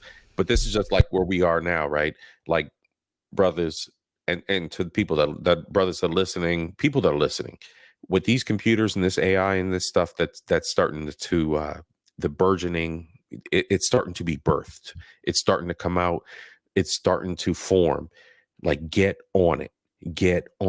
Like people be like, oh well, Bitcoin, get on it. Oh well, NFTs, get on it. Ha ha ha ha ha. No. Those are economic fads. This is a technological benchmark. This is the next iPhone. This is the next Bose headset. This is the next Ray-Bans. Like this is the next thing. So get on with this AI thing, because if your industry is affected by it, because you're going to be replaced. Yes. You're going to be replaced. And the thing is, like we joke, I joke about Ex Machina the movie, but the thing is, like, this is the beginnings that we're programming right now to be that, or potentially to be something like that. And that's just it's just a fact of the matter, because when you look at Terminator and you look at like all these sci-fi movies of robots and time travel and all this stuff, but the intelligence comes from somewhere. So even in the most obscure sci-fi example that we have, that AI came from somewhere. And these are the beginnings of where that's coming from, and it's moving fast. You ain't never lied, bro. Like, you know, no, you said everything. I don't even have no rebuttal off of that. Or you said everything. I even do that. No, because when we, Yes, you because it's did. like, oh shit. But Killer, man, when we chop it up, man, it just kind of happens like that, man. Like yeah, it's organic. it's It's just organic. the flow, man. It's just the flow. Yep, Yeah. it's the flow. It's the flow. Screwed me up, son. Nah, I'm playing. Nah, because when you talk about replacement, it's just like, yo, look at how everything is now, yo. The layoffs, and then, you see even so many people making a big deal about McDonald's and Taco Bell automizing now, and even Bank of America is doing some shit where you have to do everything electronically. And I think this is something that me and Complex constantly talk about. Yo, this is real, you know what I'm saying? Try to figure out your way to adapt into this new phase of society, bro. The only thing I said that I disagree with, as always, is metaverse. That's just something I just disagree with. I'm cool with just doing the StreamYard shit, you know what I'm saying, and Rumble or anything else, but that's as far as I go. The VR shit, I don't really think I like that either. I'm just saying. I'm on the fence about VR because VR is just the beginning. It's very, very, very. It's like a horse and carriage. VR is like a horse and carriage.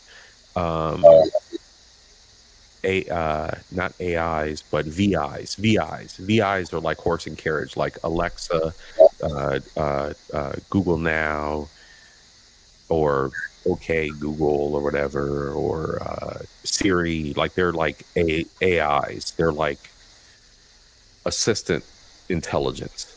They don't know nothing. You know what I'm saying? Like I can't tell my Google phone, I can't tell my Samsung phone, write me a script. Write me and hold on. I'll tell you exactly what I told this computer, man. I told ChatGPT the other day, write an opening script for a podcast in the style of Culture Invasion on YouTube about exploring AI and how it will replace human talent using the ship of Theseus problem. Because I was on my philosophical joint. Mm-hmm. Boom, it came up with 3 paragraphs for me. Get the fuck out of here. You serious? Bro, tomorrow night at 8 o'clock, I'm going to open the whole podcast with what it told me. All right, I'm gonna be on shift while you do that, but I'm gonna tune in. Hey, catch replay, whatever. But yeah, and you know what I'm saying, it started, it said, it did it kind of in my voice. I had to like the first sentence, I was like, write an opening script for a podcast in the style of @Culture Invasion. So I had to even put the call out for myself in there, and it went to YouTube, figured out how my podcast start, and then pulled back that data and then said, welcome to Culture Invasion Podcast, where we delve into the intersection of technology, culture, and society. Like that was just the first sentence. Like it just laid everything out like it was like a script. Perfect. Wow. See, that's what me and my homie was just chopping it up today about that. Well, yesterday about that, yo. God damn. Yeah. And you still say you don't have to pay for it, right?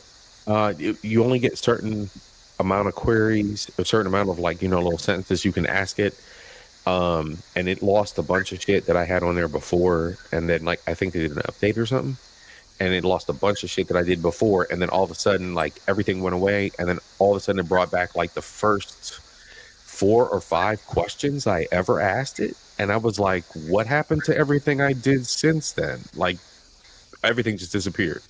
So I think it did a major upgrade, whatever. I'm not worried about it. None of it was worth, work or anything to me, because I was just tinkering. But I've asked it to recreate the game Pong. I've asked it to create a calculator for me. And I use different programming languages for each one of those. I asked it is AI helpful. I've asked it to create a 1950s romance novel. I've asked it to create, and I use the 50s as just like a time benchmark. I asked it to create a story about the history of the world in the 50s. Like I've gone through like I even messed with the AI, man, and I was like, are you looking for John Connor? Are you Skynet? Are you trying to destroy the world? I went through the whole Terminator movie timeline. Just fucking with it, man. Like for real. Like I was like, do you know who John Connor is? Where does John Connor live? Are you looking for John Connor? Are you Skynet? Do you know who Terminate? Do you know how to operate Terminators? Like all kinds of like little stupid questions, from the movies and shit, just to mess with it, man. My one boy, and I'll leave on this, I'll stop cooking on this. But my one homie hit it up, and he was on a really spiritual side of things, and he even said, give me a sermon about God or something like that. And it like pulled in like all these chapters from the Bible about God and our perception of God and how we should worship God, and just like gave examples from disciples in the Bible of their perception of God, and then like split it out. And I'm like, but how does it come up with the context to know that you're looking at God as a positive even? God damn, son. Like how does the AI even, like, could the AI one day conceive that maybe our perception of God is not good? Like how does it do what it does right now? Yep. And like I said, it's so weird because my homie was telling me about that yesterday, and I was just trying to figure it out, and I said, what happened? So basically, you said it's a limited inquiry. So you didn't pay for it at all. You still have it on the regular mode you got it as, right? Yeah, correct. I'm gonna pop it up in the back chat, but like you can go there to the main site, just log in with your Google, and you can write let's see, 1, 2. So I wrote a 2-sentence question to it about creating a script for a podcast in the style of myself on YouTube, about exploring blah blah blah blah blah, or about blah blah blah blah blah, and then it basically combined the context and the subject and squished it into one. Like went out to YouTube, figured out who I am, and then smashed it all together. Holy shit. And you know something? My homie also told me like it was able to, like, one of the dudes that was like into coding, it was able to like help him out with coding, bro. Absolutely. So that was kind of like, I kind of hit on that earlier. I said recreate Pong. So I had it recreate Pong, the video game, ping pong, right? Pong, like the two paddles and the little ball floating in between. Pong, the first video game. And I said recreate Pong in Python, recreate Pong in C++, recreate Pong in Java. So it'll take any programming language and recreate the game in that language. And then you can tell it to continue. You can simply say or type in, continue the above code, and it will continue to make pieces of the game that it didn't make previously, because it only feeds you a teeny tiny piece of information, because then you anything more, you would have to pay for it to develop something big for you. But to play with, you can then say continue the above code, and then it'll continue on the code. It'll like, for instance, it'll tell you like, I said recreate Pong in Python, so it recreated the layout of the game and the way the paddles move and the spacing of the paddles and the XY coordinates of the ball and blah blah blah. Or it will reach out to a library and say, using the gaming library from Python, blah, blah, blah, I'm going to use this gaming library and I'm going to create an environment that will allow you to create a paddle of this coordinate and a paddle of this coordinate and, XY sliding up and down of the paddle in this coordinates, and based on this response from your mouse and or input. And then it'll stop. And then you'll say, continue the code above. And then it'll say, and scoring, your score will be blah, blah, blah between 0 and 99. And this, that, and the other will be the response that the paddles will do to blink to show that your paddle was hit by the ball. So it'll continue the code. So it's a matter of learning how to come up with the syntax. So our next mission is going to be, how do we talk to our AIs? And there's going to be individuals that are going to be like, programming individuals, or individuals, along me, like the lines of what I do professionally, that are going to be the process people that are going to be like, well, we need to chop this up and figure out what the dictionary is to talk to the AI. And we're going to need to sort that out. Or it's going to be an open thing where we could just talk into a microphone and we could just be like, yo, AI. You know what I'm saying? I think really, truthfully, I think everybody should have their own AI. I think everybody should have one. I think it should be like everybody should have one. And I think our babies should most definitely have one. And I think the school system should be hooked up to AIs. And I think the school system should be pumping out to our kids, hey, yo, here's your lesson plan, A, B, C, D, for your first grade, second grade, third grade, fifth grade, eighth grade, 10th grade. Boom. Talk to the AI, hook your little VR headset up, talk to the AI, get your lesson plan on. When you got questions, hit me up. I'm your teacher. Well, they have something close to that in the schools, or they try to develop it in the schools where they have. I remember doing a video on this a while back where they created basically an avatar teacher, where they have the lessons plan and they have a specific lesson that they gear towards the the class. I think they try to pull it off in a college.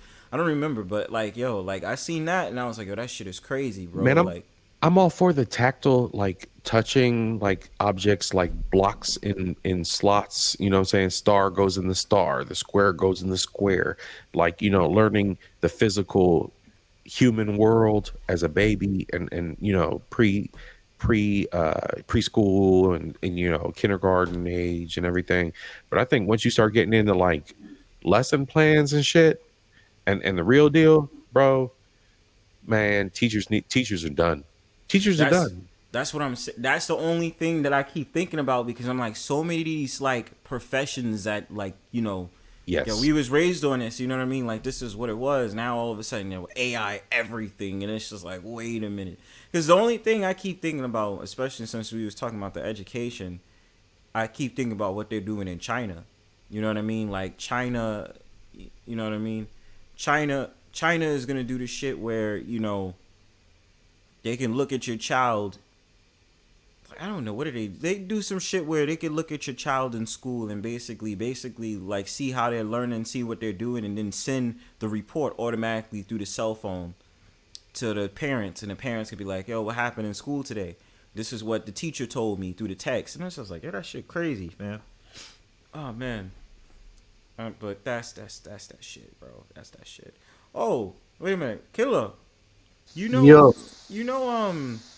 I think there's supposed to be a debate tomorrow with an Auntie and Marty about Passport Bros. Oh yeah? Yeah, I just seen that shit pop up on the stream.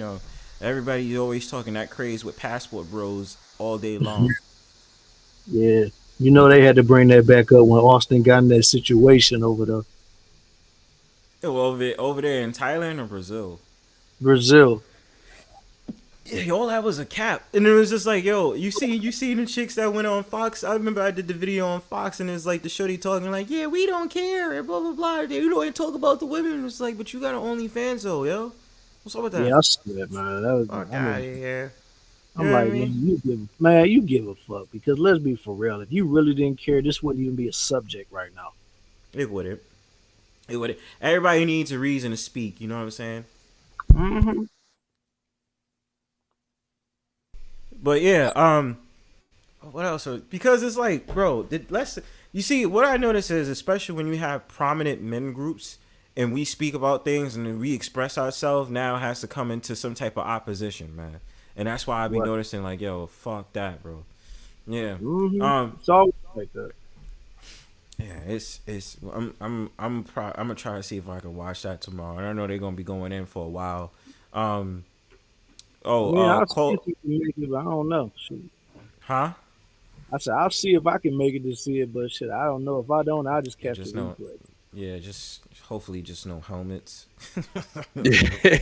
Fucking helmets, yo. We call them Swamies, Bruh, man. Yep. bruh. If you You call might them as well fuck. get that thought out your head, bruh, because you know it's gonna be one or two of them over there. Yo, it's that new guy that's there, bro, that just be looking dumb faced on the camera like all fucking day, yo. I forgot Who's his that? name. And it's like it's such a shame because I was just like, yo, it definitely looked like a New York cat, and I just be like, yo, you giving New Yorkers a bad name, pal. I'm trying to think who you talking about. I forgot his name, but he just started coming around, and I just was like, yo, like that dude is like he looks super slow, yo. Is he kind of like a light skinned dude? Yeah, I think he's like light skinned. He's always wearing a hat, but Man, don't tell me that's Jason. I think that's what his Man, name is. y'all better Oh, leave butterscotch niggas alone. man, that's Scotch that. niggas. Hey, he embarrassing y'all. What you talking about? oh shit. The light skin confederation need to come in. Y'all better leave us little peanut heads dude alone. Peanut Yeah, head dude looking man. dudes alone. Because if that's the same Jason I'm thinking about, man, that's Trinity's helmet too.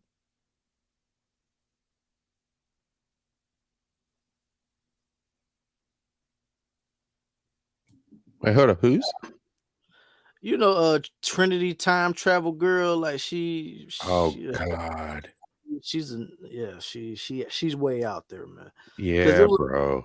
it was a live that I was on. An old girl had a stream. We was like the first stream. It was about the whole Tory Lane situation about how he got found guilty or whatever. Sir. Yeah, and Yep. then it was some things that was said on that stream to where she had to take it down and reboot it and do a completely different stream. In this stream, it started off with me and it was another dude named Happy Life or whatever, and we was talking about trying to turn hoes into housewives. Because I mean, it's basically the general topic everybody talk about anyway. So I mean, might as well talk about that. Facts.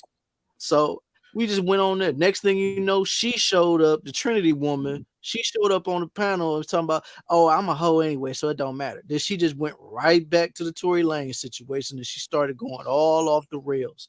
Then maybe about 15, 20 minutes later, this Jason dude pops up out of nowhere talking about, oh yeah, Trinity's right about everything, man. She's just absolutely correct. That's what she do. She's right. Everything she say is right. I'm like, oh my God. So It was so homeboy bad was I had saying, to dip, bro. I had to dip off the panel, bro. That's how Professional- bad it was. Professional sim shit. yeah, professional. Nah, ain't even professional, motherfucker. No, that ain't professional, bro. I'm like, man, I had to leave, man. I So couldn't. yeah, that's not what's the dude's name? Derek Jackson caliber of sim shit. No. Nah, Derek Jackson is more strategic though. Yes, he's more strategic. He be trying to get money out of women. And you know that dude. I can't even fix my mouth to say I respect that part of the game, man. Because that's trash, bro. He's trying to appeal to strags, bro. Like, it's like 100%.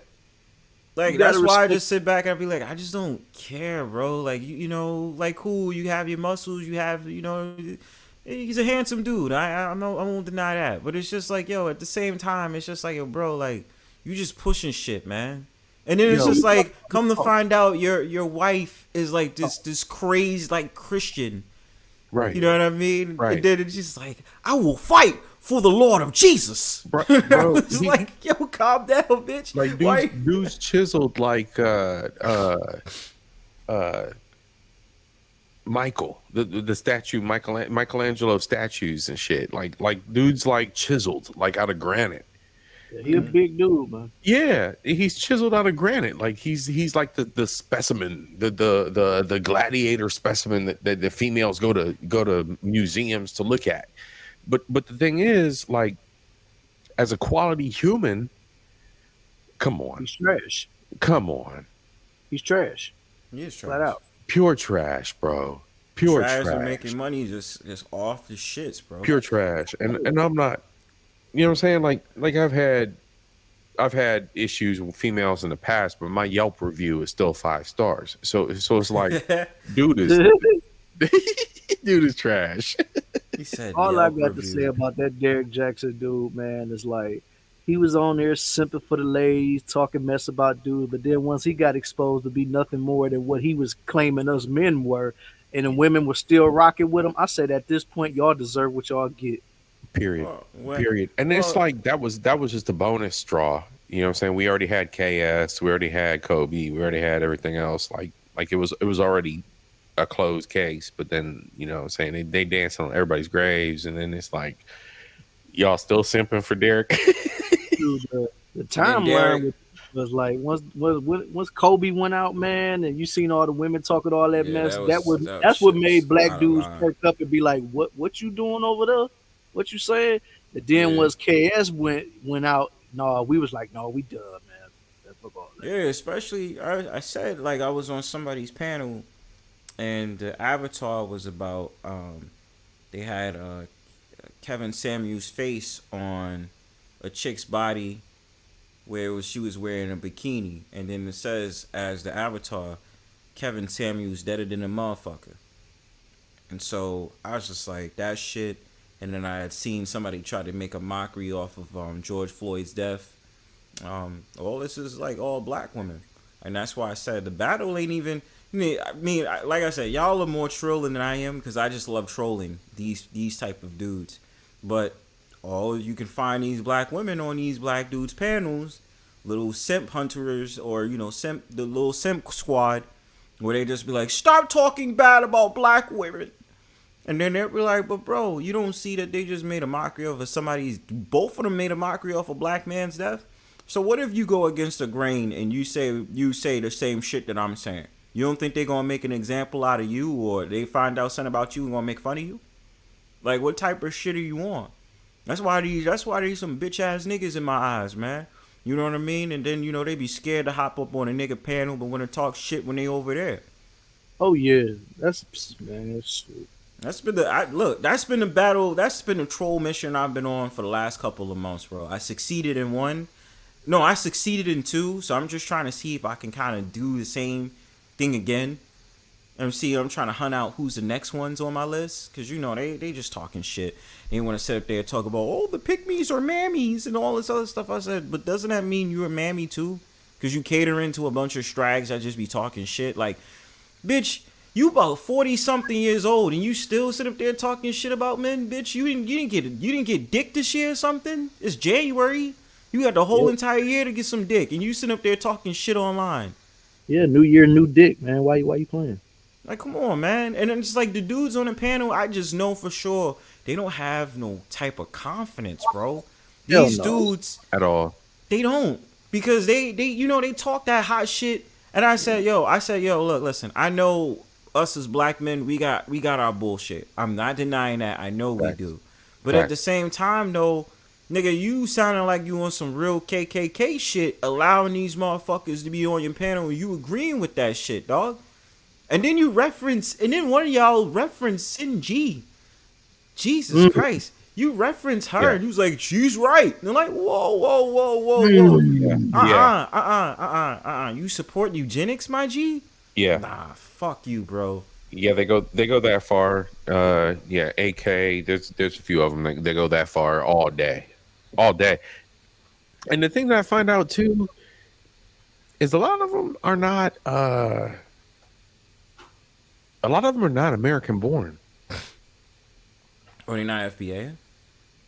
The ones that I encountered are American born. Oh, okay. All right. Okay.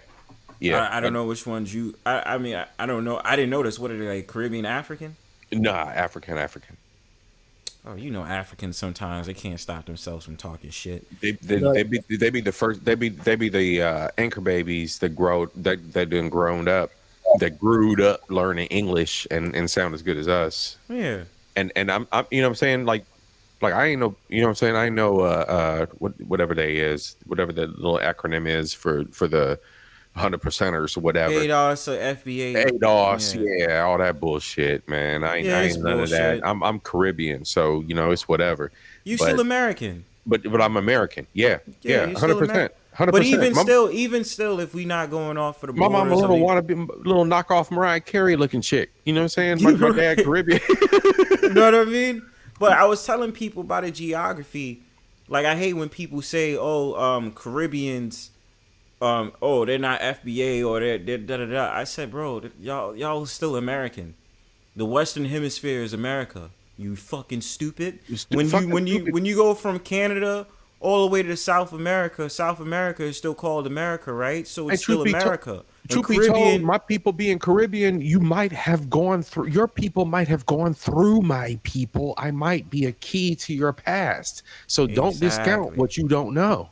Exactly. And I told people before, I sat up there and I said, y'all could talk shit about Caribbeans. They was taking Aboriginal people from fucking the north, up here in the north, you know what I mean? That was brown skin all the way to the Caribbean islands. So, and then even on top of that, y'all act as if Caribbeans did not make any contributions to American land. I say it all the time. There were settlements here in New York where they had Caribbeans and Africans living with each other, bro, in the 1800s. Can you stop, please? Can we talk about World War I when you had the Negro infantry? You know what I mean? The Tuskegee Airmen that featured people from the Caribbean. Can you stop, please? Can y'all stop the bullshit? Can and then what else did we discover?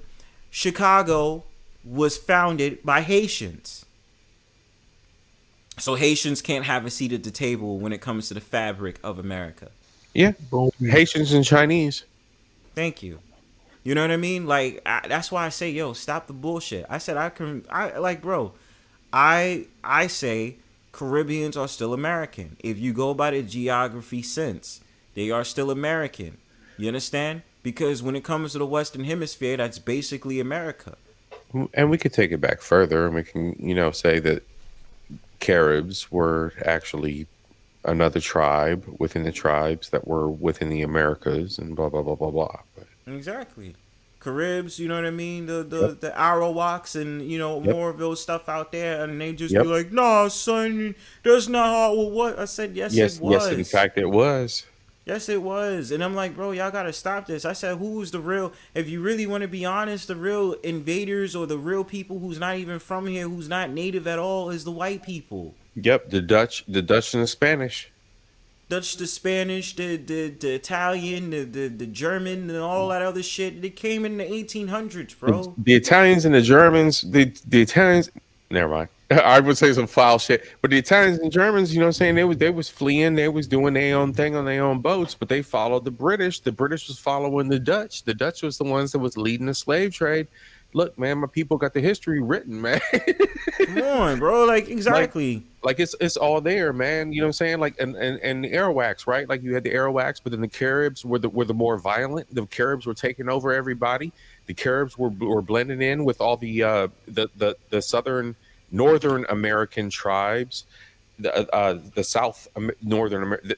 The tribes that were in the southern part of what we know as North America. Mm-hmm. You know what I'm saying? And then, you know what I'm saying, the blends of all the Indians was already there. Right.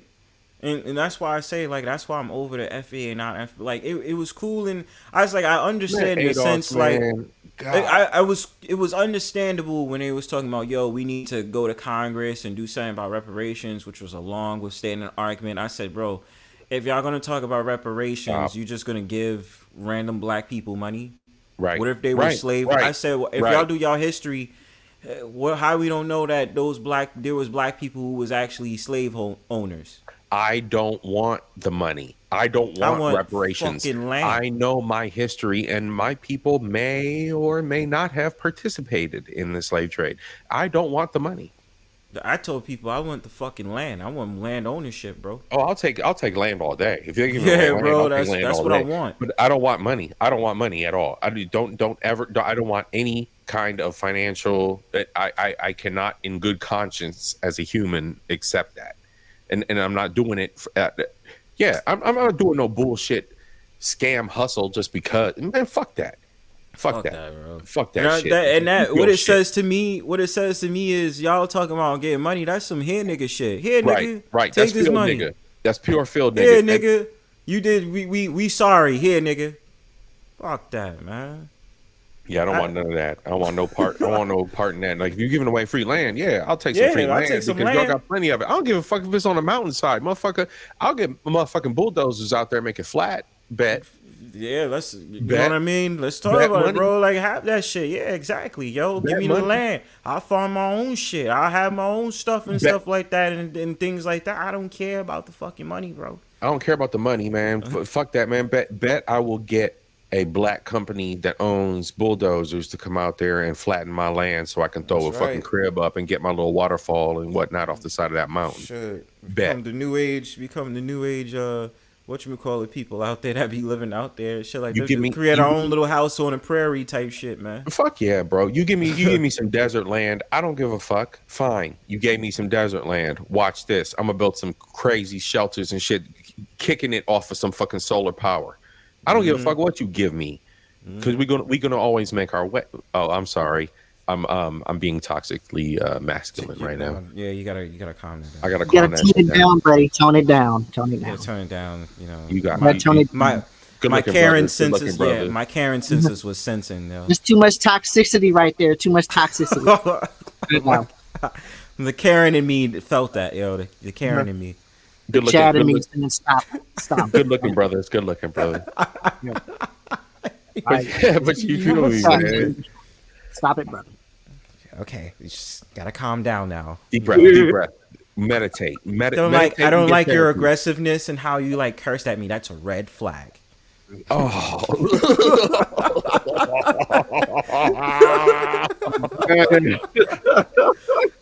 Bro, you gave me PTSD right now, bro. Oh man. Yo, I'm just saying, man. Nah, but you was spitting some real shit, and that's what I'm saying, yo. Like, I got over that, and then it's just it becomes destructive when Tariq Nasheed started just trying to just come at just Caribbeans, and I'm just like, bro, I don't feel that, bro. And then, like, you know something, him, besides him doing that shit, him also, like, basically, like, you're looking at his timeline and seeing what he's doing, and he's like, yo, we gonna build a museum for the black peoples. And I said, that space that you rented out, that doesn't look like a place you would put a museum, bro. Like, you're a fraud. Like, you know, shout outs to Michi X, who is also not really FBA. You know what I mean? Michi X is Nigerian and white. You know what I mean? But still. Yep. I enjoy someone like Michi X keeping it real. And Yep. this is why I say, you know, those that really do the work out there and they really care, those are the people I hold in high regards. You know what I Yep. mean? Yep. I just don't need motherfuckers that try to shit on me, you know what I'm saying, for being American born. And I'm talking about Akon, because Akon is starting to get on my Facts. nerves now. Facts. You know, for a while I let it slide. I was like, okay, Akon, you know, I get it. You want to bring more shit over to Africa and all that other stuff, and you want to big up Africa. Cool. You know what I'm saying? Great. But he's completely he completely paintbrushed everybody. Yeah. Yeah. Yeah, Yeah. Once he got that new hairline, it was over. and he intelligent enough to know that motherfuckers is born Caribbean American and then born with a different awareness than just okie doke pookies. Yeah, once he got that new hairline, he started hating on niggas, man. New hairline, hating on niggas. And that's what I mean. It's like, yo, Akon, do you forget where you come from? Like, bro, we accepted you in, bro. Like, bro, you was singing a song called Locked Up. And that was off the stereotypes of what? An African American man. You know what I'm saying? Right. You was singing on the stereotypes of black people. And the thing about it is, when you ghetto he had, And he thought it was fun. He thought that shit was Ghetto. funny because he capitalized off that. You know, he thought that shit was funny. he had a song called Ghetto too. Just like, dude, you from another country. Right. You don't know nothing about ghetto, bruh. Yeah, you know what I mean? You came over here. You know what I mean? You told your story. We get that. You know what I mean? I know Africans, you know. I know Africans that live, you know, the spot that I'm in, you know, they have Little Africa. And I get that. But at the same time, it's just like, bro, I don't respect when you start trying to talk shit about an American-born Negro such as myself, and you act as if like we didn't accept you in when it came to you doing music. Don't disrespect me like that, bro. Because you don't have to be fucking here. Just like how y'all have Afro beats, we respect that. Because I like Afro beats. But don't try to shit on American-born Negroes as if we ain't shit, and because you doing your big thing out in Africa, bro, we bigging you the fuck up. You know what I mean? So it's like Akon just keeps going on and keep going on, like trying to boast like Africans is the best, and it's like, calm your ass down, bitch ass nigga. You did music off of the appealing of African American audiences. And let's not forget, 2 years ago, November, December, January, when I was dating a Nigerian woman that moved to America and was completely wrecked because she was already a baby mama when she came overseas from your country. From your country. So, yeah. Yeah, bro. Man, like, I'm an outlier like a motherfucker, bro. I got all kinds of stories for these motherfuckers, and I just watch everybody just expose themselves and act like fucking fools. When truth of the matter is, we're all human. Yeah, we're all fucking human. Yeah, and I just get tired, bro. Like after a while, it just be like, all right, I have to deal with the stereotypes still, all this other shit, and being an American-born Negro and all this other stuff. And it's like, who the fuck are you, bro? Like, stop talking shit. Bro, this Nigerian broad tried to get me to pay for her and her fucking sister-in-law for some fucking for Christmas. Nah. Because I was trying to, I took her, you know what I'm saying, buy out the store, take care of her daughter. And then she's talking about, well, if you're going to present these gifts to my daughter, well, you got to take care of sister-in-law and her two boys and blah, blah, blah. I'm like, where's sister-in-law's husband? I'm not fucking her. Y'all trying to do a group thing? Like, is it me, you, and her? Like, is it me, you, and her? Like, let's be real, because she cuter than you when I looked at her, really. I mean, and she does better than you in the kitchen, but you know what I'm saying? Like, is it me, you, and her? No. So, bye, bitch. Like, word. I mean, and that's where it ended. Like, I think I don't know what the fuck I did with her clothes, man. I think I gave her clothes to my cousin and my cousin's daughters, and all that shit. Like, yeah, like I didn't even wrap it up. Like, I was like, yeah, like, you know what I'm saying? Gave it to my cousin and her daughters. Like, yeah, man. Ain't anybody playing games anymore, man. We're not playing games no more, man. That was 2 years ago.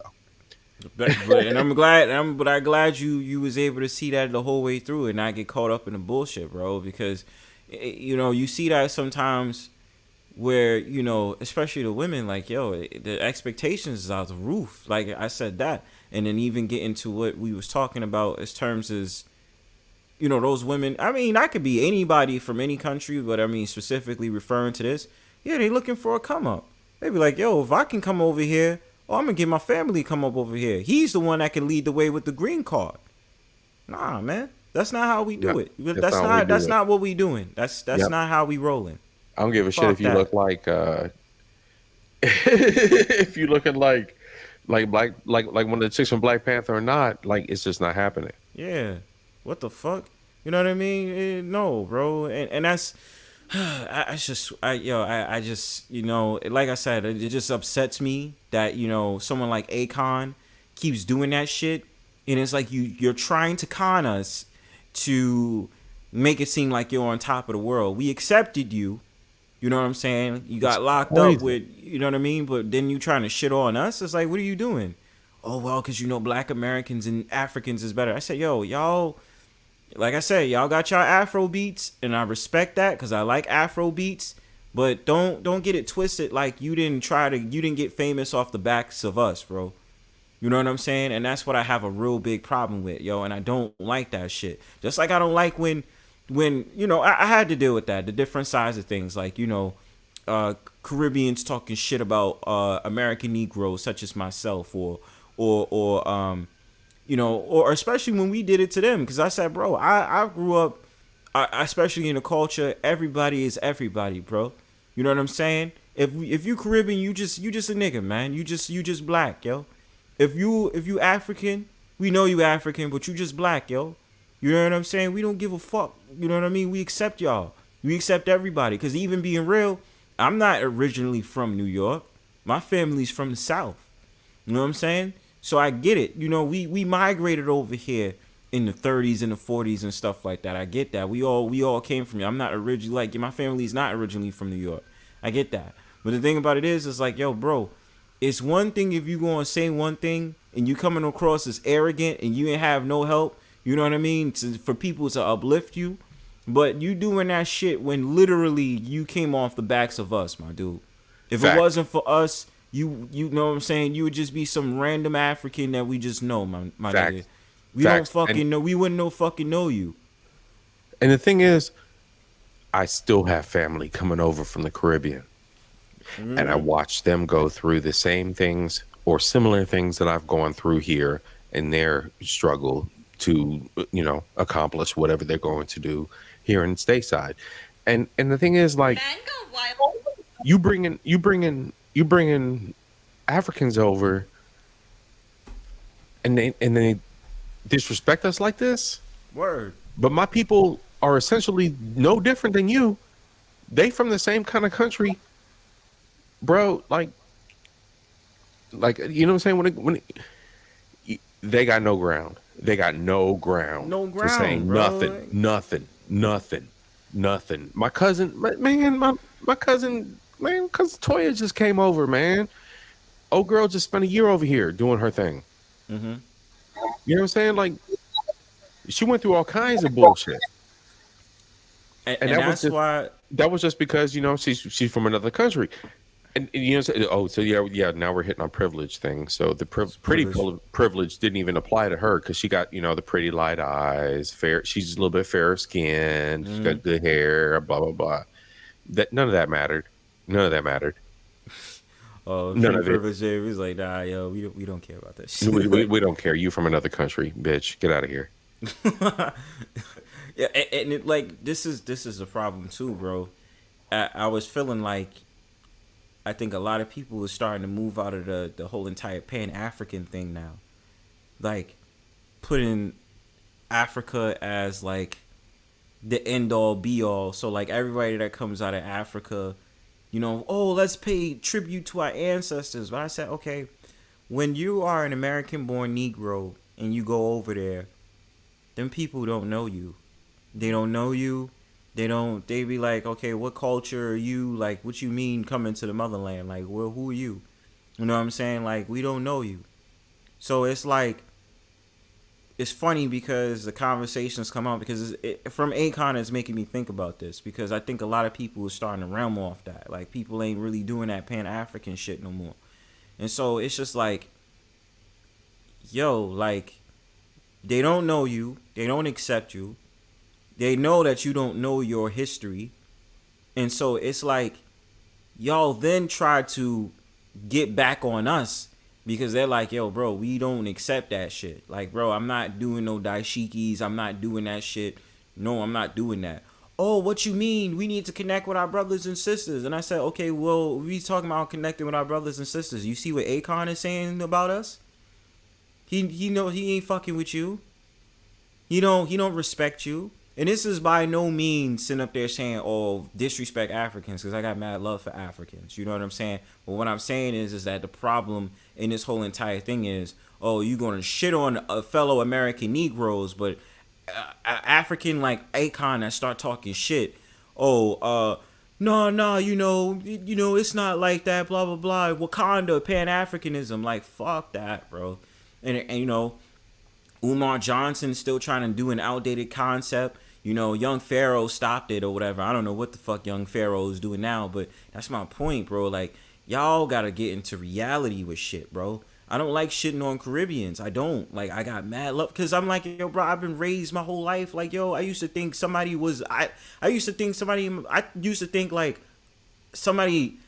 was family members that was Caribbeans, bro. Like, come to find out they weren't. But I'm like, that's how close we was. And so that's why I don't like that shit. Like I said, Tariq Nasheed and the rest of them, dog, like, it's crazy to me. You know what I mean? Respect. That's why I don't like that. So, I got friends. My best friend is Haitian, bro. My best friends is Dominican, my Puerto Rican. You know what I mean? Jamaican. My best friend is Jamaican. I found out about Panamanians being as brown as they are when I went to my first college. I didn't know Panamanians was like that, but I was raised in the city like, yo, every culture is here. Yep. So it's like I could never shit on Caribbeans. Like, I understand. Now this is an element where I'm kind of confused. I feel like, and I'm just being honest, I feel like I be seeing certain streams, right? And I'll be seeing like certain YouTube videos, and you know, they be like, I'm black. And then all of a sudden they be like, yeah, I'm African. And I'll be like, what? Slowly I'm starting to feel like, whoa, is it like the uniqueness of so-called African Americans of myself? Are we being overshadowed by Africans? No. I know what that is. Especially if people switch up on you mid-conversation or switch up on you. I don't know if these are content creators or whatever, Yeah. but whatever you're referring to, I can tell you exactly what it is, and it's that Asian, Puerto Rican, especially the lighter skinned ones. They're white. So it's the I'm black. Nah, I'm this. It's a contextual comfort. No, but you know, it's no, because what I'm saying is, it's like I'll be watching a video of them, like usually them trolling somebody or something like these, like two content creators. I think it's funny as shit, but they'll be trolling or whatever, or they'll be like, you know, they'll be like, yo, I'm black, you know, I don't mind, you know, you say the N-word and you'll do all the things like us as, you know, quote unquote ADOS or do and stuff like that, and I'll just be like, oh, I thought that they, you know, oh, they're like African American and stuff like that. All of a sudden they're like, I'm African. I'm like, what the fuck? Wait. And the reason I'm saying is that it's starting to become something that's common. So I'm not trying to be divisive when I say this. What I'm saying is that it's becoming weird, because it just seems like when we're talking about African Americans this day and age, especially like Gen Z or millennials, it just seems as like it's not even African Americans, it's just Africans now. Call it what it is, because yeah, it's exactly what I said. It's a psychological way of getting yourself in and getting above the next. And you can do that on the fly when you can context switch, and you can switch up your little accent, and you can manipulate the situation to however you want it to be. Because just like we have chameleon African broads that are out here blending in with the sisters that are from American, knowing that they're Nigerian and Kenyan and South American. Yeah. And somebody just did a big ass panel on the ninja kick, or the kick ninja, or the whatever. Somebody, there's plenty of us out here that got podcasts. There's another nigga that got a podcast. He got a little Costa Rican chick that's on his podcast, and they interviewed Austin Holloman the other day. The Kickstarter, or the whatever the hell podcast. And you about cruise season? Huh? You talking about cruise season? Cruise season, yes. Cruise season? Yes. Cruise season with a K? Crew with a K. Yes.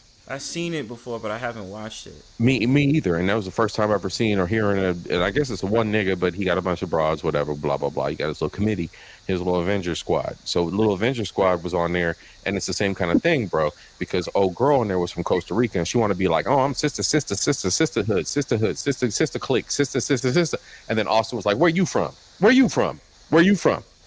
Bro called her out. And she's like, Costa Rica. And he's like, oh, okay. So here's the thing, bro. People context switch and wear those masks. My people can be held accountable for doing the same kind of things. Now, do they do it? No. If any one of my cousins was on some bullshit like that, I'd have to call them out on it.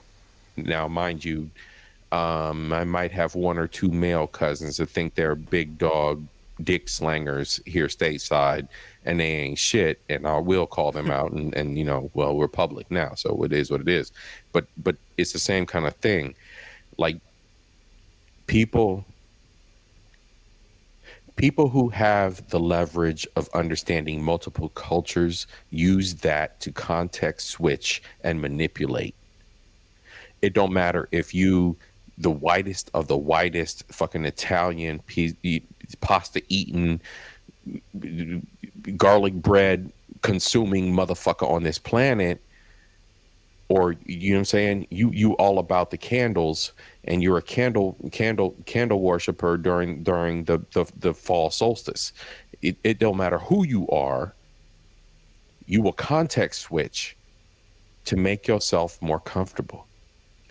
And I'm sorry, but right now, just based on, you know what I'm saying, the sphere that I'm in and the people that I deal with, when it comes to them overseas people from that big old continent, they be fucking some shit up doing that. They do it all day long. And they what do they call them? Not swirlers, but they call them they got a name for them. But man, they do Hafiz. Oh my God, Hafiz, come Yo. on, man! All these dudes, and like respect, His ass. respect. Like I got respect. I got mad respect. But Krisha Zed, like man, all these dudes, man, come on, man. Like you know what I'm saying? Because I only my men, God. because I'm on the man sphere. So you know what I'm saying, when I be looking at it and I'm like, oh, who's this dude? Who's this dude? Who's this dude? Who's this? They're the anchor babies, bro. They're the anchor babies. Word. And I was like, yo, bro, especially, bro. And it's like I kind of noticed it, but of course I was just like, bro, it's whatever. Like, it's just because what my mind computed, like, oh, he's black, but I'm just like, no. Like, there's something, Yeah, there's something different about like, that. I'm like, okay, so you here for this purpose. But then when you look at it, bro, you're capitalizing flat out. You're capitalizing off of debauchery. You're capitalizing off of activities. You're capitalizing and making a bigger deal socially in using social media as your springboard off of American issues that you have no part in and don't understand the psychological dynamics of.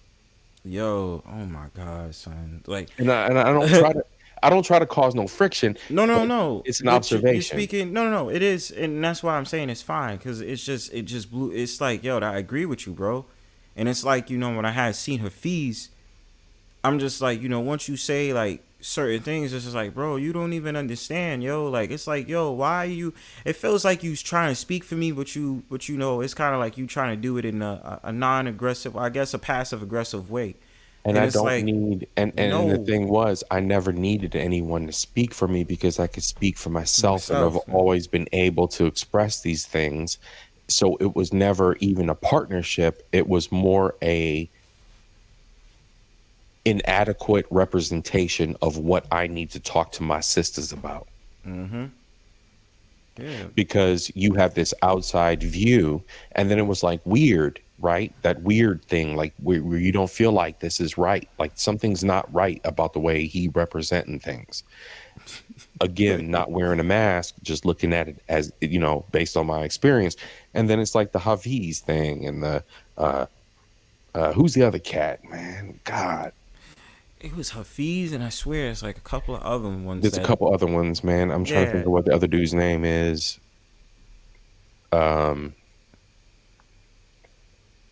Ace who? Metaphor. Ace Metaphor is African? Ace Metaphor is not American. He's Caribbean. He Caribbean. Oh man. But here's the thing. He's riding on that same platform. He's not riding on he's not riding on the natural experience. Man, I was in elementary. Man, I was in preschool, man. I know what it is to be going through like all the district tests and blah blah blah and man, I was born in Cleveland. Like, come on, man. You know what I'm saying? Pops ain't speak hardly no English and understand nothing about what's up with football and NFL and the Cleveland Browns, but I was born in Rainbow Children's. I was born in Cleveland. Like, yeah, bro. Yeah. Killer know what's up. Like, damn. So Ace Metaphor, Another simp ass nigga, man. I just realized that, yo, Ace, what was Ace be trying? Wait, hold on. And you know what's really funny? I remember back, I was riding for Ace Metaphor. I even had a debate. Bro, I same. had a debate with what you call it, the chick from Dr. Boyce Watkins Network, the black lady that says talk black to me. Yeah. That one, Vicky Dillard. Yeah. Yo, I didn't even know Vicky Dillard was gonna respond to my DM. She responded to my DM. She's like, yeah, here's your butter biscuit and stuff like that. I said, Vicky, Yeah. bruh. I mean, now if it came down to it, I'd be roasting her motherfucking ass right now. But I remember I was riding for Ace Metaphor because he had said something and it pertained to men, and I said, yo, I agree. And then, Vicky Dillard was saying some disparaging stuff, in my opinion, and I thought she was just talking some bullshit. So I went ahead and I DM'd her. I wrote a little message. It wasn't too long. No, so she didn't respond. No, scrimpy chick. Yeah, the one that looked like she's sick. Yeah. And got that weave all the way down, talking about talk black to me like we in the 1970s, man. Yeah. Fucking She Vicky, be man. looking like dude. Like she look like she need a sandwich.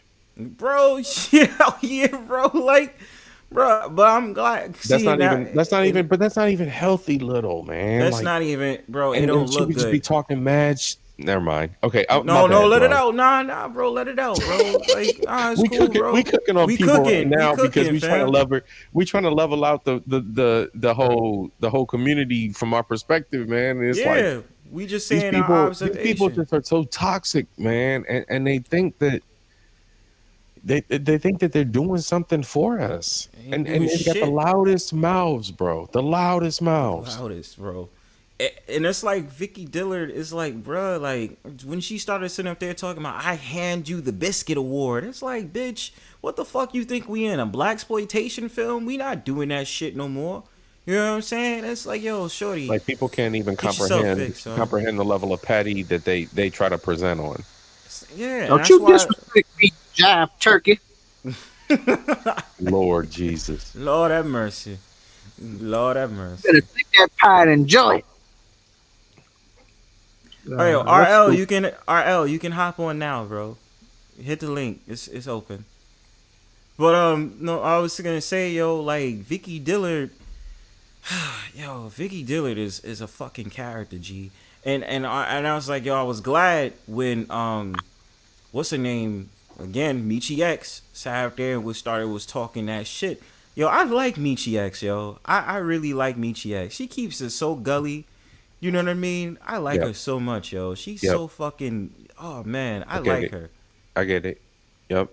Yeah, yo, she keep it real, and she don't give no fuck. She be cursing. She be like motherfucker, and da da da. And I be like, yo, I love that, yo. You know what I mean? You like the and I feel it. I feel it. I love her. I love her energy, yo. I love her energy, yo. Yep. It's the energy. It's the energy, and it's the natural energy of what she got to say too.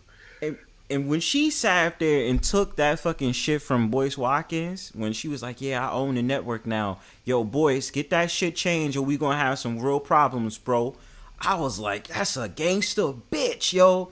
That's that gangster business shit. Because the funny thing about it is, I actually met one of the content creators from Boyce Watkins Network. You know, she was like, she had locks and she had glasses. You know what I mean? You know, she was doing content. I had met her before, and I really wanted to honestly say to her, I said, yo, why are you dealing with Boyce Watkins? But I didn't want to be inappropriate. So I said, hi, how you doing? I support what you're doing.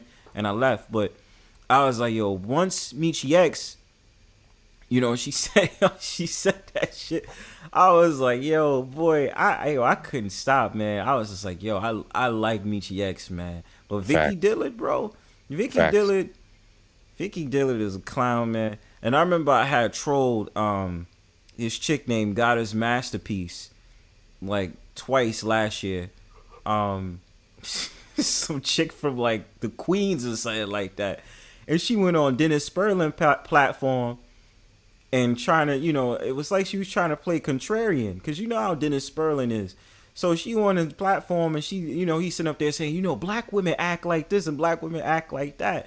So she was like, all you niggas dusty. That's why no men want to deal with you and blah, blah, blah and all this other stuff. So I followed her to her damn stream and I started just trolling in the comment section. And so she's just like, yeah, you a dusty and blah, blah, blah. She's talking shit. Then I went on her platform last year at least twice and I trolled her the second time and shit like that. Yo, shit was mad funny, yo. Oh my God. I had a good time, man. But yeah, that shit that be happening, man. But getting back to Ace metaphor, yeah, I mean, I just seen a bunch of dudes that play on this role and I'm just like, yo, bro, I'm not feeling that. You know what I'm saying? Right. It's cool if you just admit, yo, I'm Caribbean. I had to deal with the American experience, but I don't want to take away from what, quote unquote African Americans had to deal with. And not, again, I don't have a problem with it. I love Caribbeans. I said the complex shit that I'm feeling like is that I'm not feeling the Tariq Nasheed Battle of the fucking Caribbean shit. You know what I'm saying? I don't like that. Facts. You know what I mean? Because let's be honest, even when it even came to Pan-Africanism, Caribbeans was involved in that shit too. Because Jamaicans was even sitting up there talking about Haile Selassie, and sitting up there, and they had their place in Rastafarianism. Right, and you're not gonna shut down the dreads across the Caribbean. You not, and that's why I just say, yo, bro, you cannot cancel, especially Jamaicans. You can't cancel Jamaicans out of the fabric of the unity of people coming together. You know what I mean? That's why I don't like that shit. You know what I mean? And again, one of my best friends is Jamaican. Yeah. So yeah, go ahead. No, I'm just gonna say from a Caribbean perspective, like the islands will unite before any construct of a Western ideal will. Mm-hmm. You'll have members of the islands unite before we'll believe anything from Western lips, and that's just a fact. And I'm talking as an intermediary because I'm a Westerner, bro. Mm-hmm. But I know what my people think. I know what these people will think. Of course. And I'm just looking at it from a pure standpoint. You know what I'm saying? Like the gully side of my family, I'm not even gonna speak for them. I'm not speaking for none of them. I'm not speaking for nobody from the gutter across the islands. I'm just speaking strictly for my people, and my people come from a very a very cultured, rich belief system, and you're not gonna nobody's gonna get above that. And you know something, and it's because I appreciate it more the Caribbeans too, because they're the first to be like, yo, stop dealing with that food you dealing with. You know what I mean? 100%.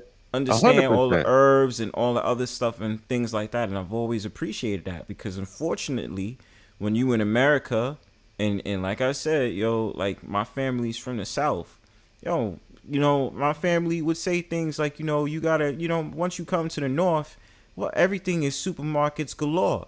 So you go into all the supermarkets to pick up all your shit. You're not even realizing, yo, this ain't even good food. And guilty conscience, because at this current moment, I still eat shit food. But, like I said, what we was brought up on, our traditions, we got to pay respects to the South, because the South was on that shit. But if you really think about the Southern and the Caribbean connections, we both knew exactly what was the foods we supposed to eat. Facts. And behaviors. You know what I mean? So it's just that the customs, I'm always gonna have respect for Caribbeans when it comes to the customs, because they already knew, like, yo, this ain't a good look for us, man. We ain't supposed to be touching this. We ain't supposed to be dealing with that. Even my Jamaican friend, he just be like, yo, make sure you get this and make sure you get that. You know what I mean? Because he knows that. We will have 3-hour, 4-hour conversations all day. Yo, the Western world, the foods we putting in our bodies is not good. Stop eating that shit. You know what I'm saying? And all that other stuff. We know that. And, he put me on game. So that's why I'm saying, go back to someone like Tariq Nasheed. Number one, he's riding the wave, right? He's riding the wave, and then he's sparking all these stupid conversations, talking about, ADOS FBA. And I said, hold on, bro. it gets so bad that when I went to certain panels, you know what I mean, I really don't feel like bringing up this chick's name because it's like she's always popular, so I'm not gonna do it. I'm just gonna say her name is Jay. You know, one time, you know, like sitting around just listening to the panel, dudes just sitting up there getting at some African dude and sitting up there talking about, yo, what makes you think you know about the American experience and da da da da, all this other stuff. And I'm thinking to myself, all right, you got to understand the place you in. And so I sent a super chat saying, I'm like, yo, you do know the shorty's platform you on, you know she's African, right? So if you gonna sit up there and talk all this shit and you talking about Africans, why the fuck you on her platform then? You know what I'm saying? And I'm like, yo, dude is African, but your shorty who's running the panel is African. She ain't even American. So what y'all niggas talking about? You know what I mean? And yo, it kills me. It kills me. It kills me. But the only thing I could ever say is we just have to still be ourselves, bro. I don't want the division. I don't want the bullshit. We realize now Pan-Africanism is a fraudish type of move. Now you got Umar Johnson don't know what the fuck to do, so that's why he's starting to do all this shit up on YouTube. You know, the algorithms sitting up there talking about, yeah, I did a live here and I did a live there, because he can't captivate the people like he used to. You know, the Pan-Africanism shit is not the same no more, man. Nope. It's not the same. Not People at ain't all. riding for that. Now, we'll listen to the Afro beats because we like it, but like we not doing the Pan-African shit. That shit is dead. Nah, that's just dead. And the thing is, it's you know what? That movement is the equivalent of another letter on the alphabet team's roster. These movements, shit like that, the brothers would be on a corner, 1, 2, 3, 4 or 5 blocks down from where I'm at, south of where I live, with the bow ties on their neck, standing on the corner, handing out them little pamphlets, little Farrakhan dudes, those guys. Yeah. Newspapers. Yeah. Yeah. The final call newspapers. Final call, shit, boys. We're not on that. We're not on that. You know, and I'm not saying we can't group together. We can't be cool with each other, but it's just like, bro, I'm cool with them. Yeah, but I'm not on that. Yeah, the problem I've always had is, why do we have to pay so much respect to that continent? You know what I'm saying? Nah. Like, why? Nah. That's only been our history. So Nah. you like, because I believe African Americans is actually mixed. Because here's the thing, it's not necessarily all about history. It's about culture. If you can tell me what the bridge is between Pan-Africanism and right now, if you can tell me what it is we should have been supporting and celebrating and dancing like and eating while we're dancing like and being married while we're being married and eating and dancing like, and at the funeral of and celebrating the passing of and eating and dancing like, when you can fill in the blank for me, man, let me tell you, passport bros. So when my boy came on my stream, so silly, man. My boy came on my stream and I was like, look, bro, it's like this. I'm not laying with no more broads here stateside. And I was trolling, but at the same time, I was feeling myself, and I was like, you know what? I'm not doing it. Like I might travel to another city, which I plan on doing. I got a few little sneak trips. You know what I'm saying? Check out some things for myself, because I'm a photographer. Because I like I like to throw a drone in the air and do some bullshit on the sneak tip. So you know what I'm saying? I'm a gorilla, bro. Before you go on, bro. This is how I know we bond, bro. Because photography is life, bro. I do that shit too. I'm in the beginning stages, but well, not really. I've been doing it for years. Beginning. Yeah, there is no beginning, but yeah, I've been doing it for years. So, bro, I'm glad we bonding on that shit, Go ahead, bro.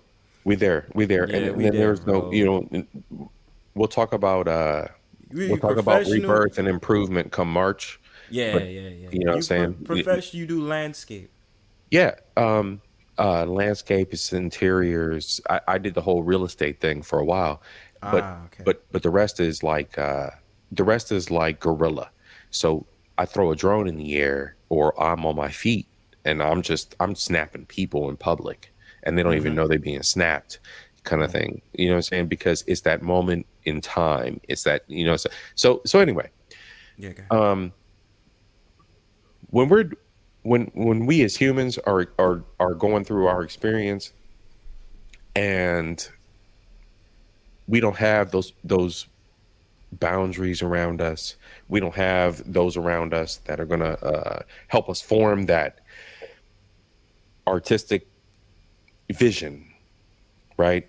We don't have those around us that are going to help us kind of like hone our skills and be there for us as those guides. Like, we're thrown into a world of pain. We're just, you know what I'm saying? We're just thrust out there into this world of pain, and expected to just pick it up and be productive people, be productive piece of the matrix. You ain't never lied, bro. I agree with you. No, that's, I don't know.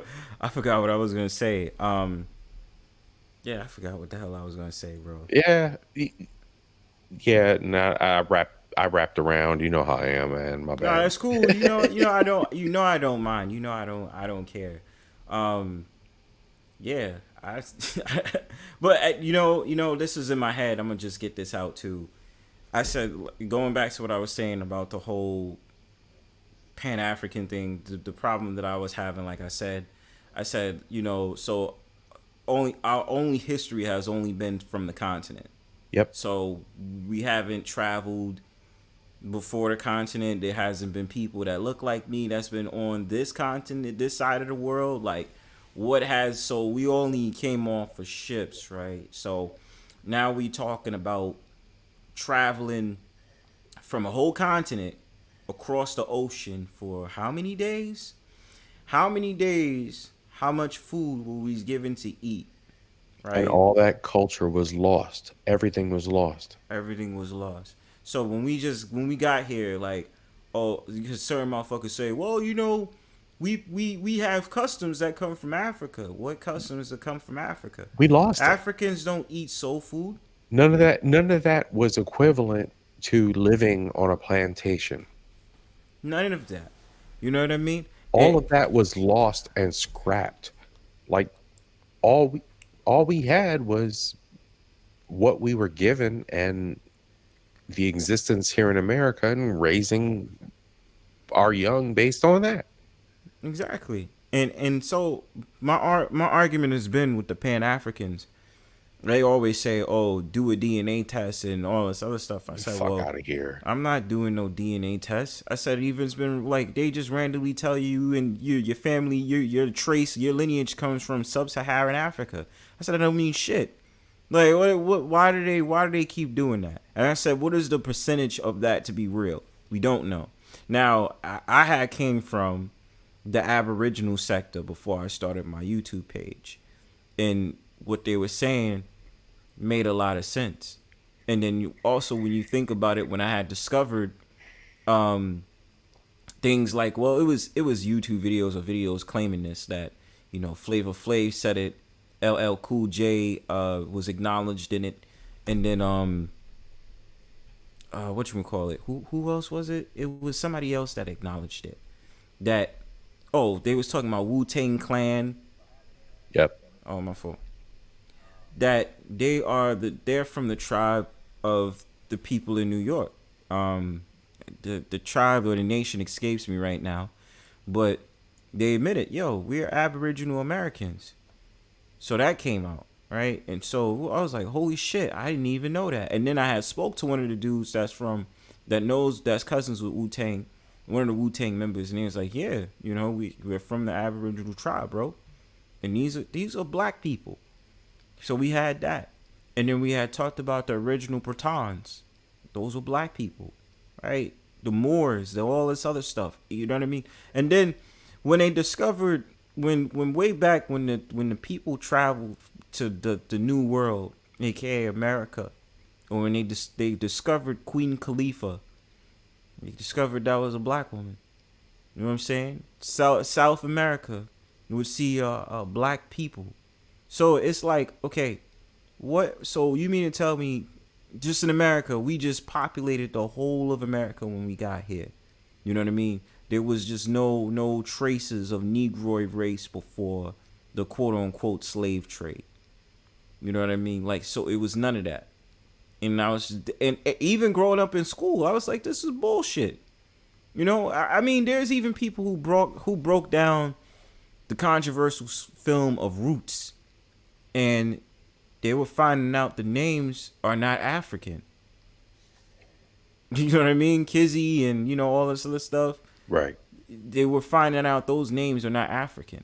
So it puzzled me in my mind, the genetic makeup, whether you want to say it's from being mixed or not, the Negro in America was always differentiated from the Africans. You know what I mean? Like I mean, obviously, if you seen me and you put me next to an African or you put me next to Akon, you're definitely gonna tell that I look different from Akon.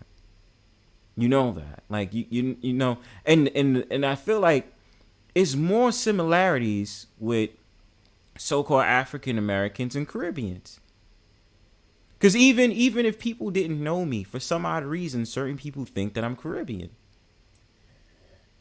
And I'm like, our facial features are so similar. So that's why I just be sitting back. I'd be like, bro, we're more closely related to or closely associated with Caribbeans than we are Africans. Facts. So that's why I just be like, come on, man. Like, stop the cap, bro. I'm not falling for that shit. You know? Let me see. I'm gonna watch this vid later. But yeah, man, like that's all I got on it. I think I'm probably gonna stretch out and go to bed soon. I think I'm on that too. Yeah. I'm gonna stretch out, go to bed soon. Yo, thanks for coming, bro. Appreciated you you know, holding it down for the panel. You said your panel is tomorrow at what time? 8 p.m. Eastern Standard. Yeah, I'm gonna try to see if I can sneak in a view while I'm out on a shift. Feel free, man. Join up, whatever. Peep out what's going on. Peep it out once it's locked down on YouTube and it's done. I imagine 2.5 hours or so. We're gonna run it live. Wait, is you and a co-host or you by yourself? But it'll be me and whoever shows up. Oh, okay. I got a bunch of people I already tagged and hit up and said, hey, yo, we talking about this tonight. So Mountain Chad and Average Man podcast, not AMT, not the other Average Man. That's gonna be on your platform. Yeah. Me, Average Man podcast, and Mountain Chad all kind of roll together like the Avengers. Okay, cool. That sounds, yeah, I like that. You know what I mean? The virtual ones. I mean, yeah, man, and I mean, like, you know, Mountain Chad, you know, he's you know, big 6-foot redhead dude doing his thing, looking like a Thor, you know, and then Average Man podcast, he's doing his thing like a Thor, but eats a lot of tacos and black beans. and then red beans and rice. You got my ass. That's a Suavemente meal for real. Yo. Suavemente click. Yeah, you got the pastelitos too, homie. The chicken pastelitos. Don't think I forgot, nigga. So we clown, the three of us clown together, like even like Mountain Chad. Oh man, bro, I don't know why he started this. Even Bomb Cherry Juice popped up in his podcast. Like, what the hell's wrong with you? Oh like, shit! Like, dude, like he always podcasts with like a spatula, and he clipped his mic. He clipped his mic to a spatula, and that was just his gig. So me and Alex, man, me and Average Man, we he's out of town for 2 weeks.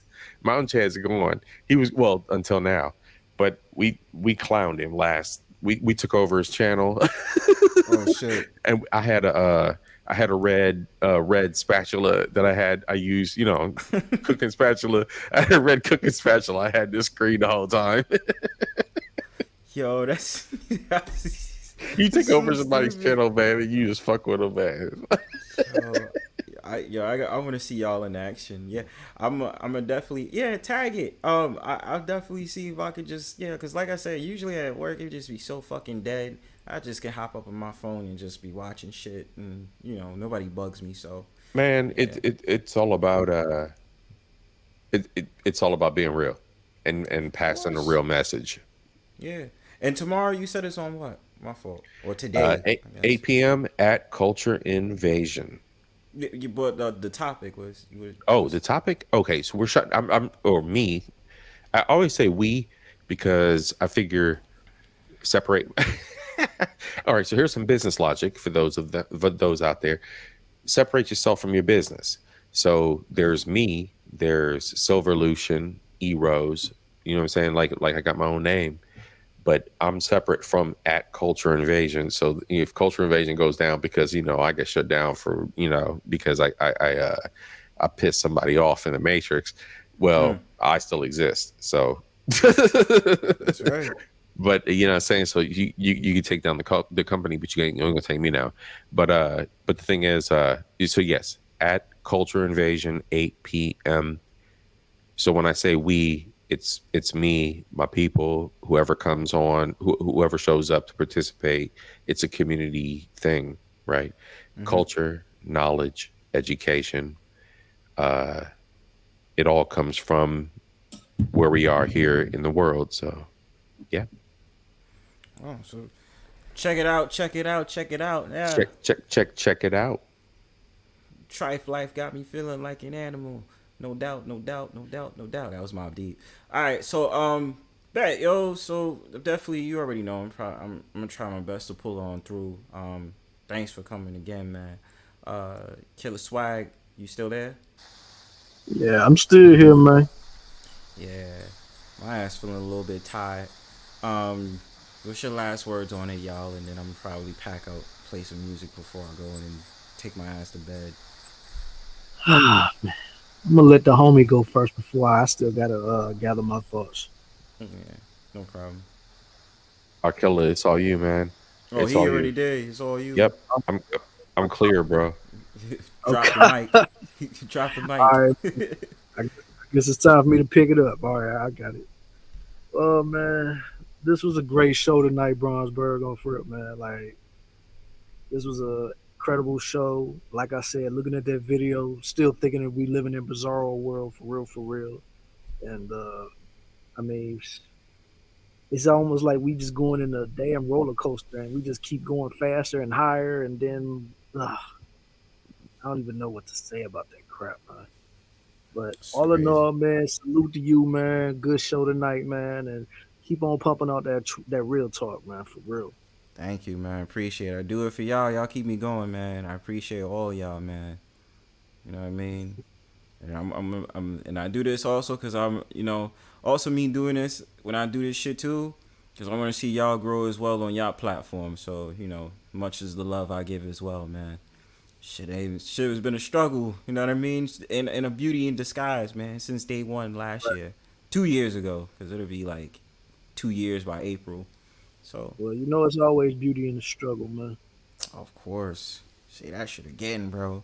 But yeah, thank you guys for joining me, man. Thank you. You know what I'm about to do. I'm about to play some music. I'm gonna take my ass to bed. So have a good night, fellas. Have a good night, too, fellas. Man. Thanks for coming on, y'all. Go. Mm-hmm. All right. Yo. Peace, y'all. Peace. 216 out, baby. All right.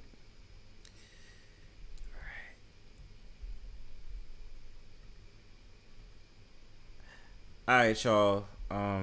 Thanks for listening to the Brownstone Powwow. I appreciate again, brothers, Cultural Invasion, Killer Swag, DS1 coming up on the platform tonight. I appreciate y'all, man. Y'all was really awesome. This was a great panel.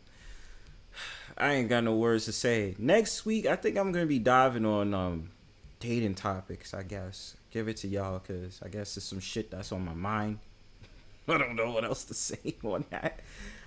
We talk about red pill. There's a lot of different things that I'm trying to explore in it. So, whatever. Before I get on out of here, you know what I like to do. I like to play music before I leave. Thanks to everybody that was on a panel tonight. Thanks to everybody who was bird watching. Thanks to everybody that was in the chat tonight.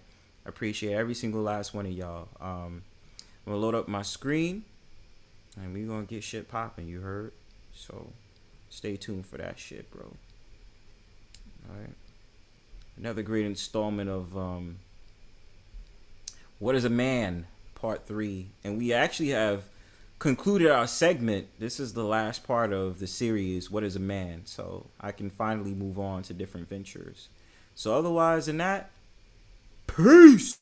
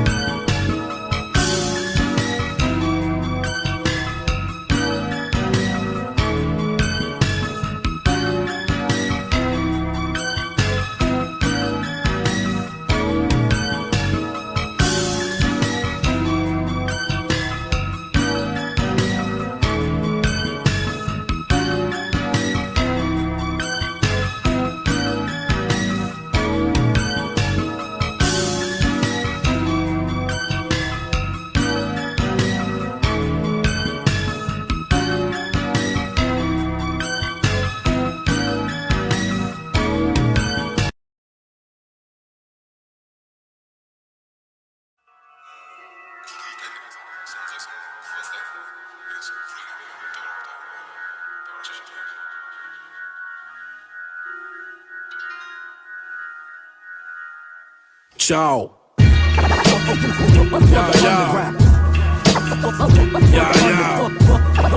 Real bad man, what you looking at? I'm with the Crooklyn pack. Don't front, we brought Brooklyn back. Know where my lines, where the hook is at. One punch line outshine them before I show them where the hook is at. Where you at? Pro era info, you can book this at. We snap noses, don't forget where the book is at. Brown skin, curly here. Tell them J Book is back. I be too big. Insane in the membrane from the empire. But I keep my mind in the pen state. Niggas wanna know how I keep my pen straight. Damn straight. How they tryna bite off of my template? Based off they sentences. That ain't got good penmanship. That get you clapped like an assembly. And that's all that I was sent to say. Let's get it off of a soap and try to censor me. They provoked in the mensa intense to me. Niggas thought they could relax but look tense to me. That's all that I was sent to say. Let's get it off of a soap and try to censor me. They provoked in the mensa intense to me. Niggas thought they could relax but look tense to me. I walk around Harlem blocks, pockets full of knots. Niggas try to jock cause I smoke the best pot. Road trips, I let my young chick ride, cola work for a nigga slide at the rest stop. Hungry like a nigga fresh out, sipping medicated punch somewhere decked out. Scribble my name, X your name out. Fuck off me, turpentine, you get the stain out. Nigga, my name ring bells from Wellington to Belgium. You get your passport stamp seldom. Fuck around, kid, you welcome. Wash them up before the bell rung. Fuck your premonitions. My proposition to the opposition is get down and lay down and pop up missing. George Cush when it's warm, fine. money on your head, nigga, change your mind. Shit. Hey, let me rock, whoa, let me rap a taste. We cut them corners like stoner till they evaporate. I had to break, no longer dancing by the rhythm of blood, the suction of sucker smoke. Fuck it, I had to kill them, you know. Niggas ain't fucking with cinematic. Half these niggas ain't even average. How easy the word classic gets taught to rhyme. But fuck them critics, I do this shit here for the underground. Bubble hotter than molten lava that burn they summertime. Itty bitty titty sucker. What them hoes you claim you fucking? All up on my jock again. I get around like pocking them. Slapping sushi roll ties with teriyaki paint. I chopstick cut them some into the drag game. Showing up local, the grasshoppers is plenty. They beat my technique but can never ever beat the sensei. Shogun, try me nigga, I know some. Word of son. I crush they vertebrae, my verbal play can weigh a ton. Elephant been in the room. They can't decipher for the life of many biters that challenge us how we still consume. Ciphers of so many writers and like us are surely doomed. A king remembered in time, I thought you knew. Bitch! For the underground. For the underground. For the underground. For the underground.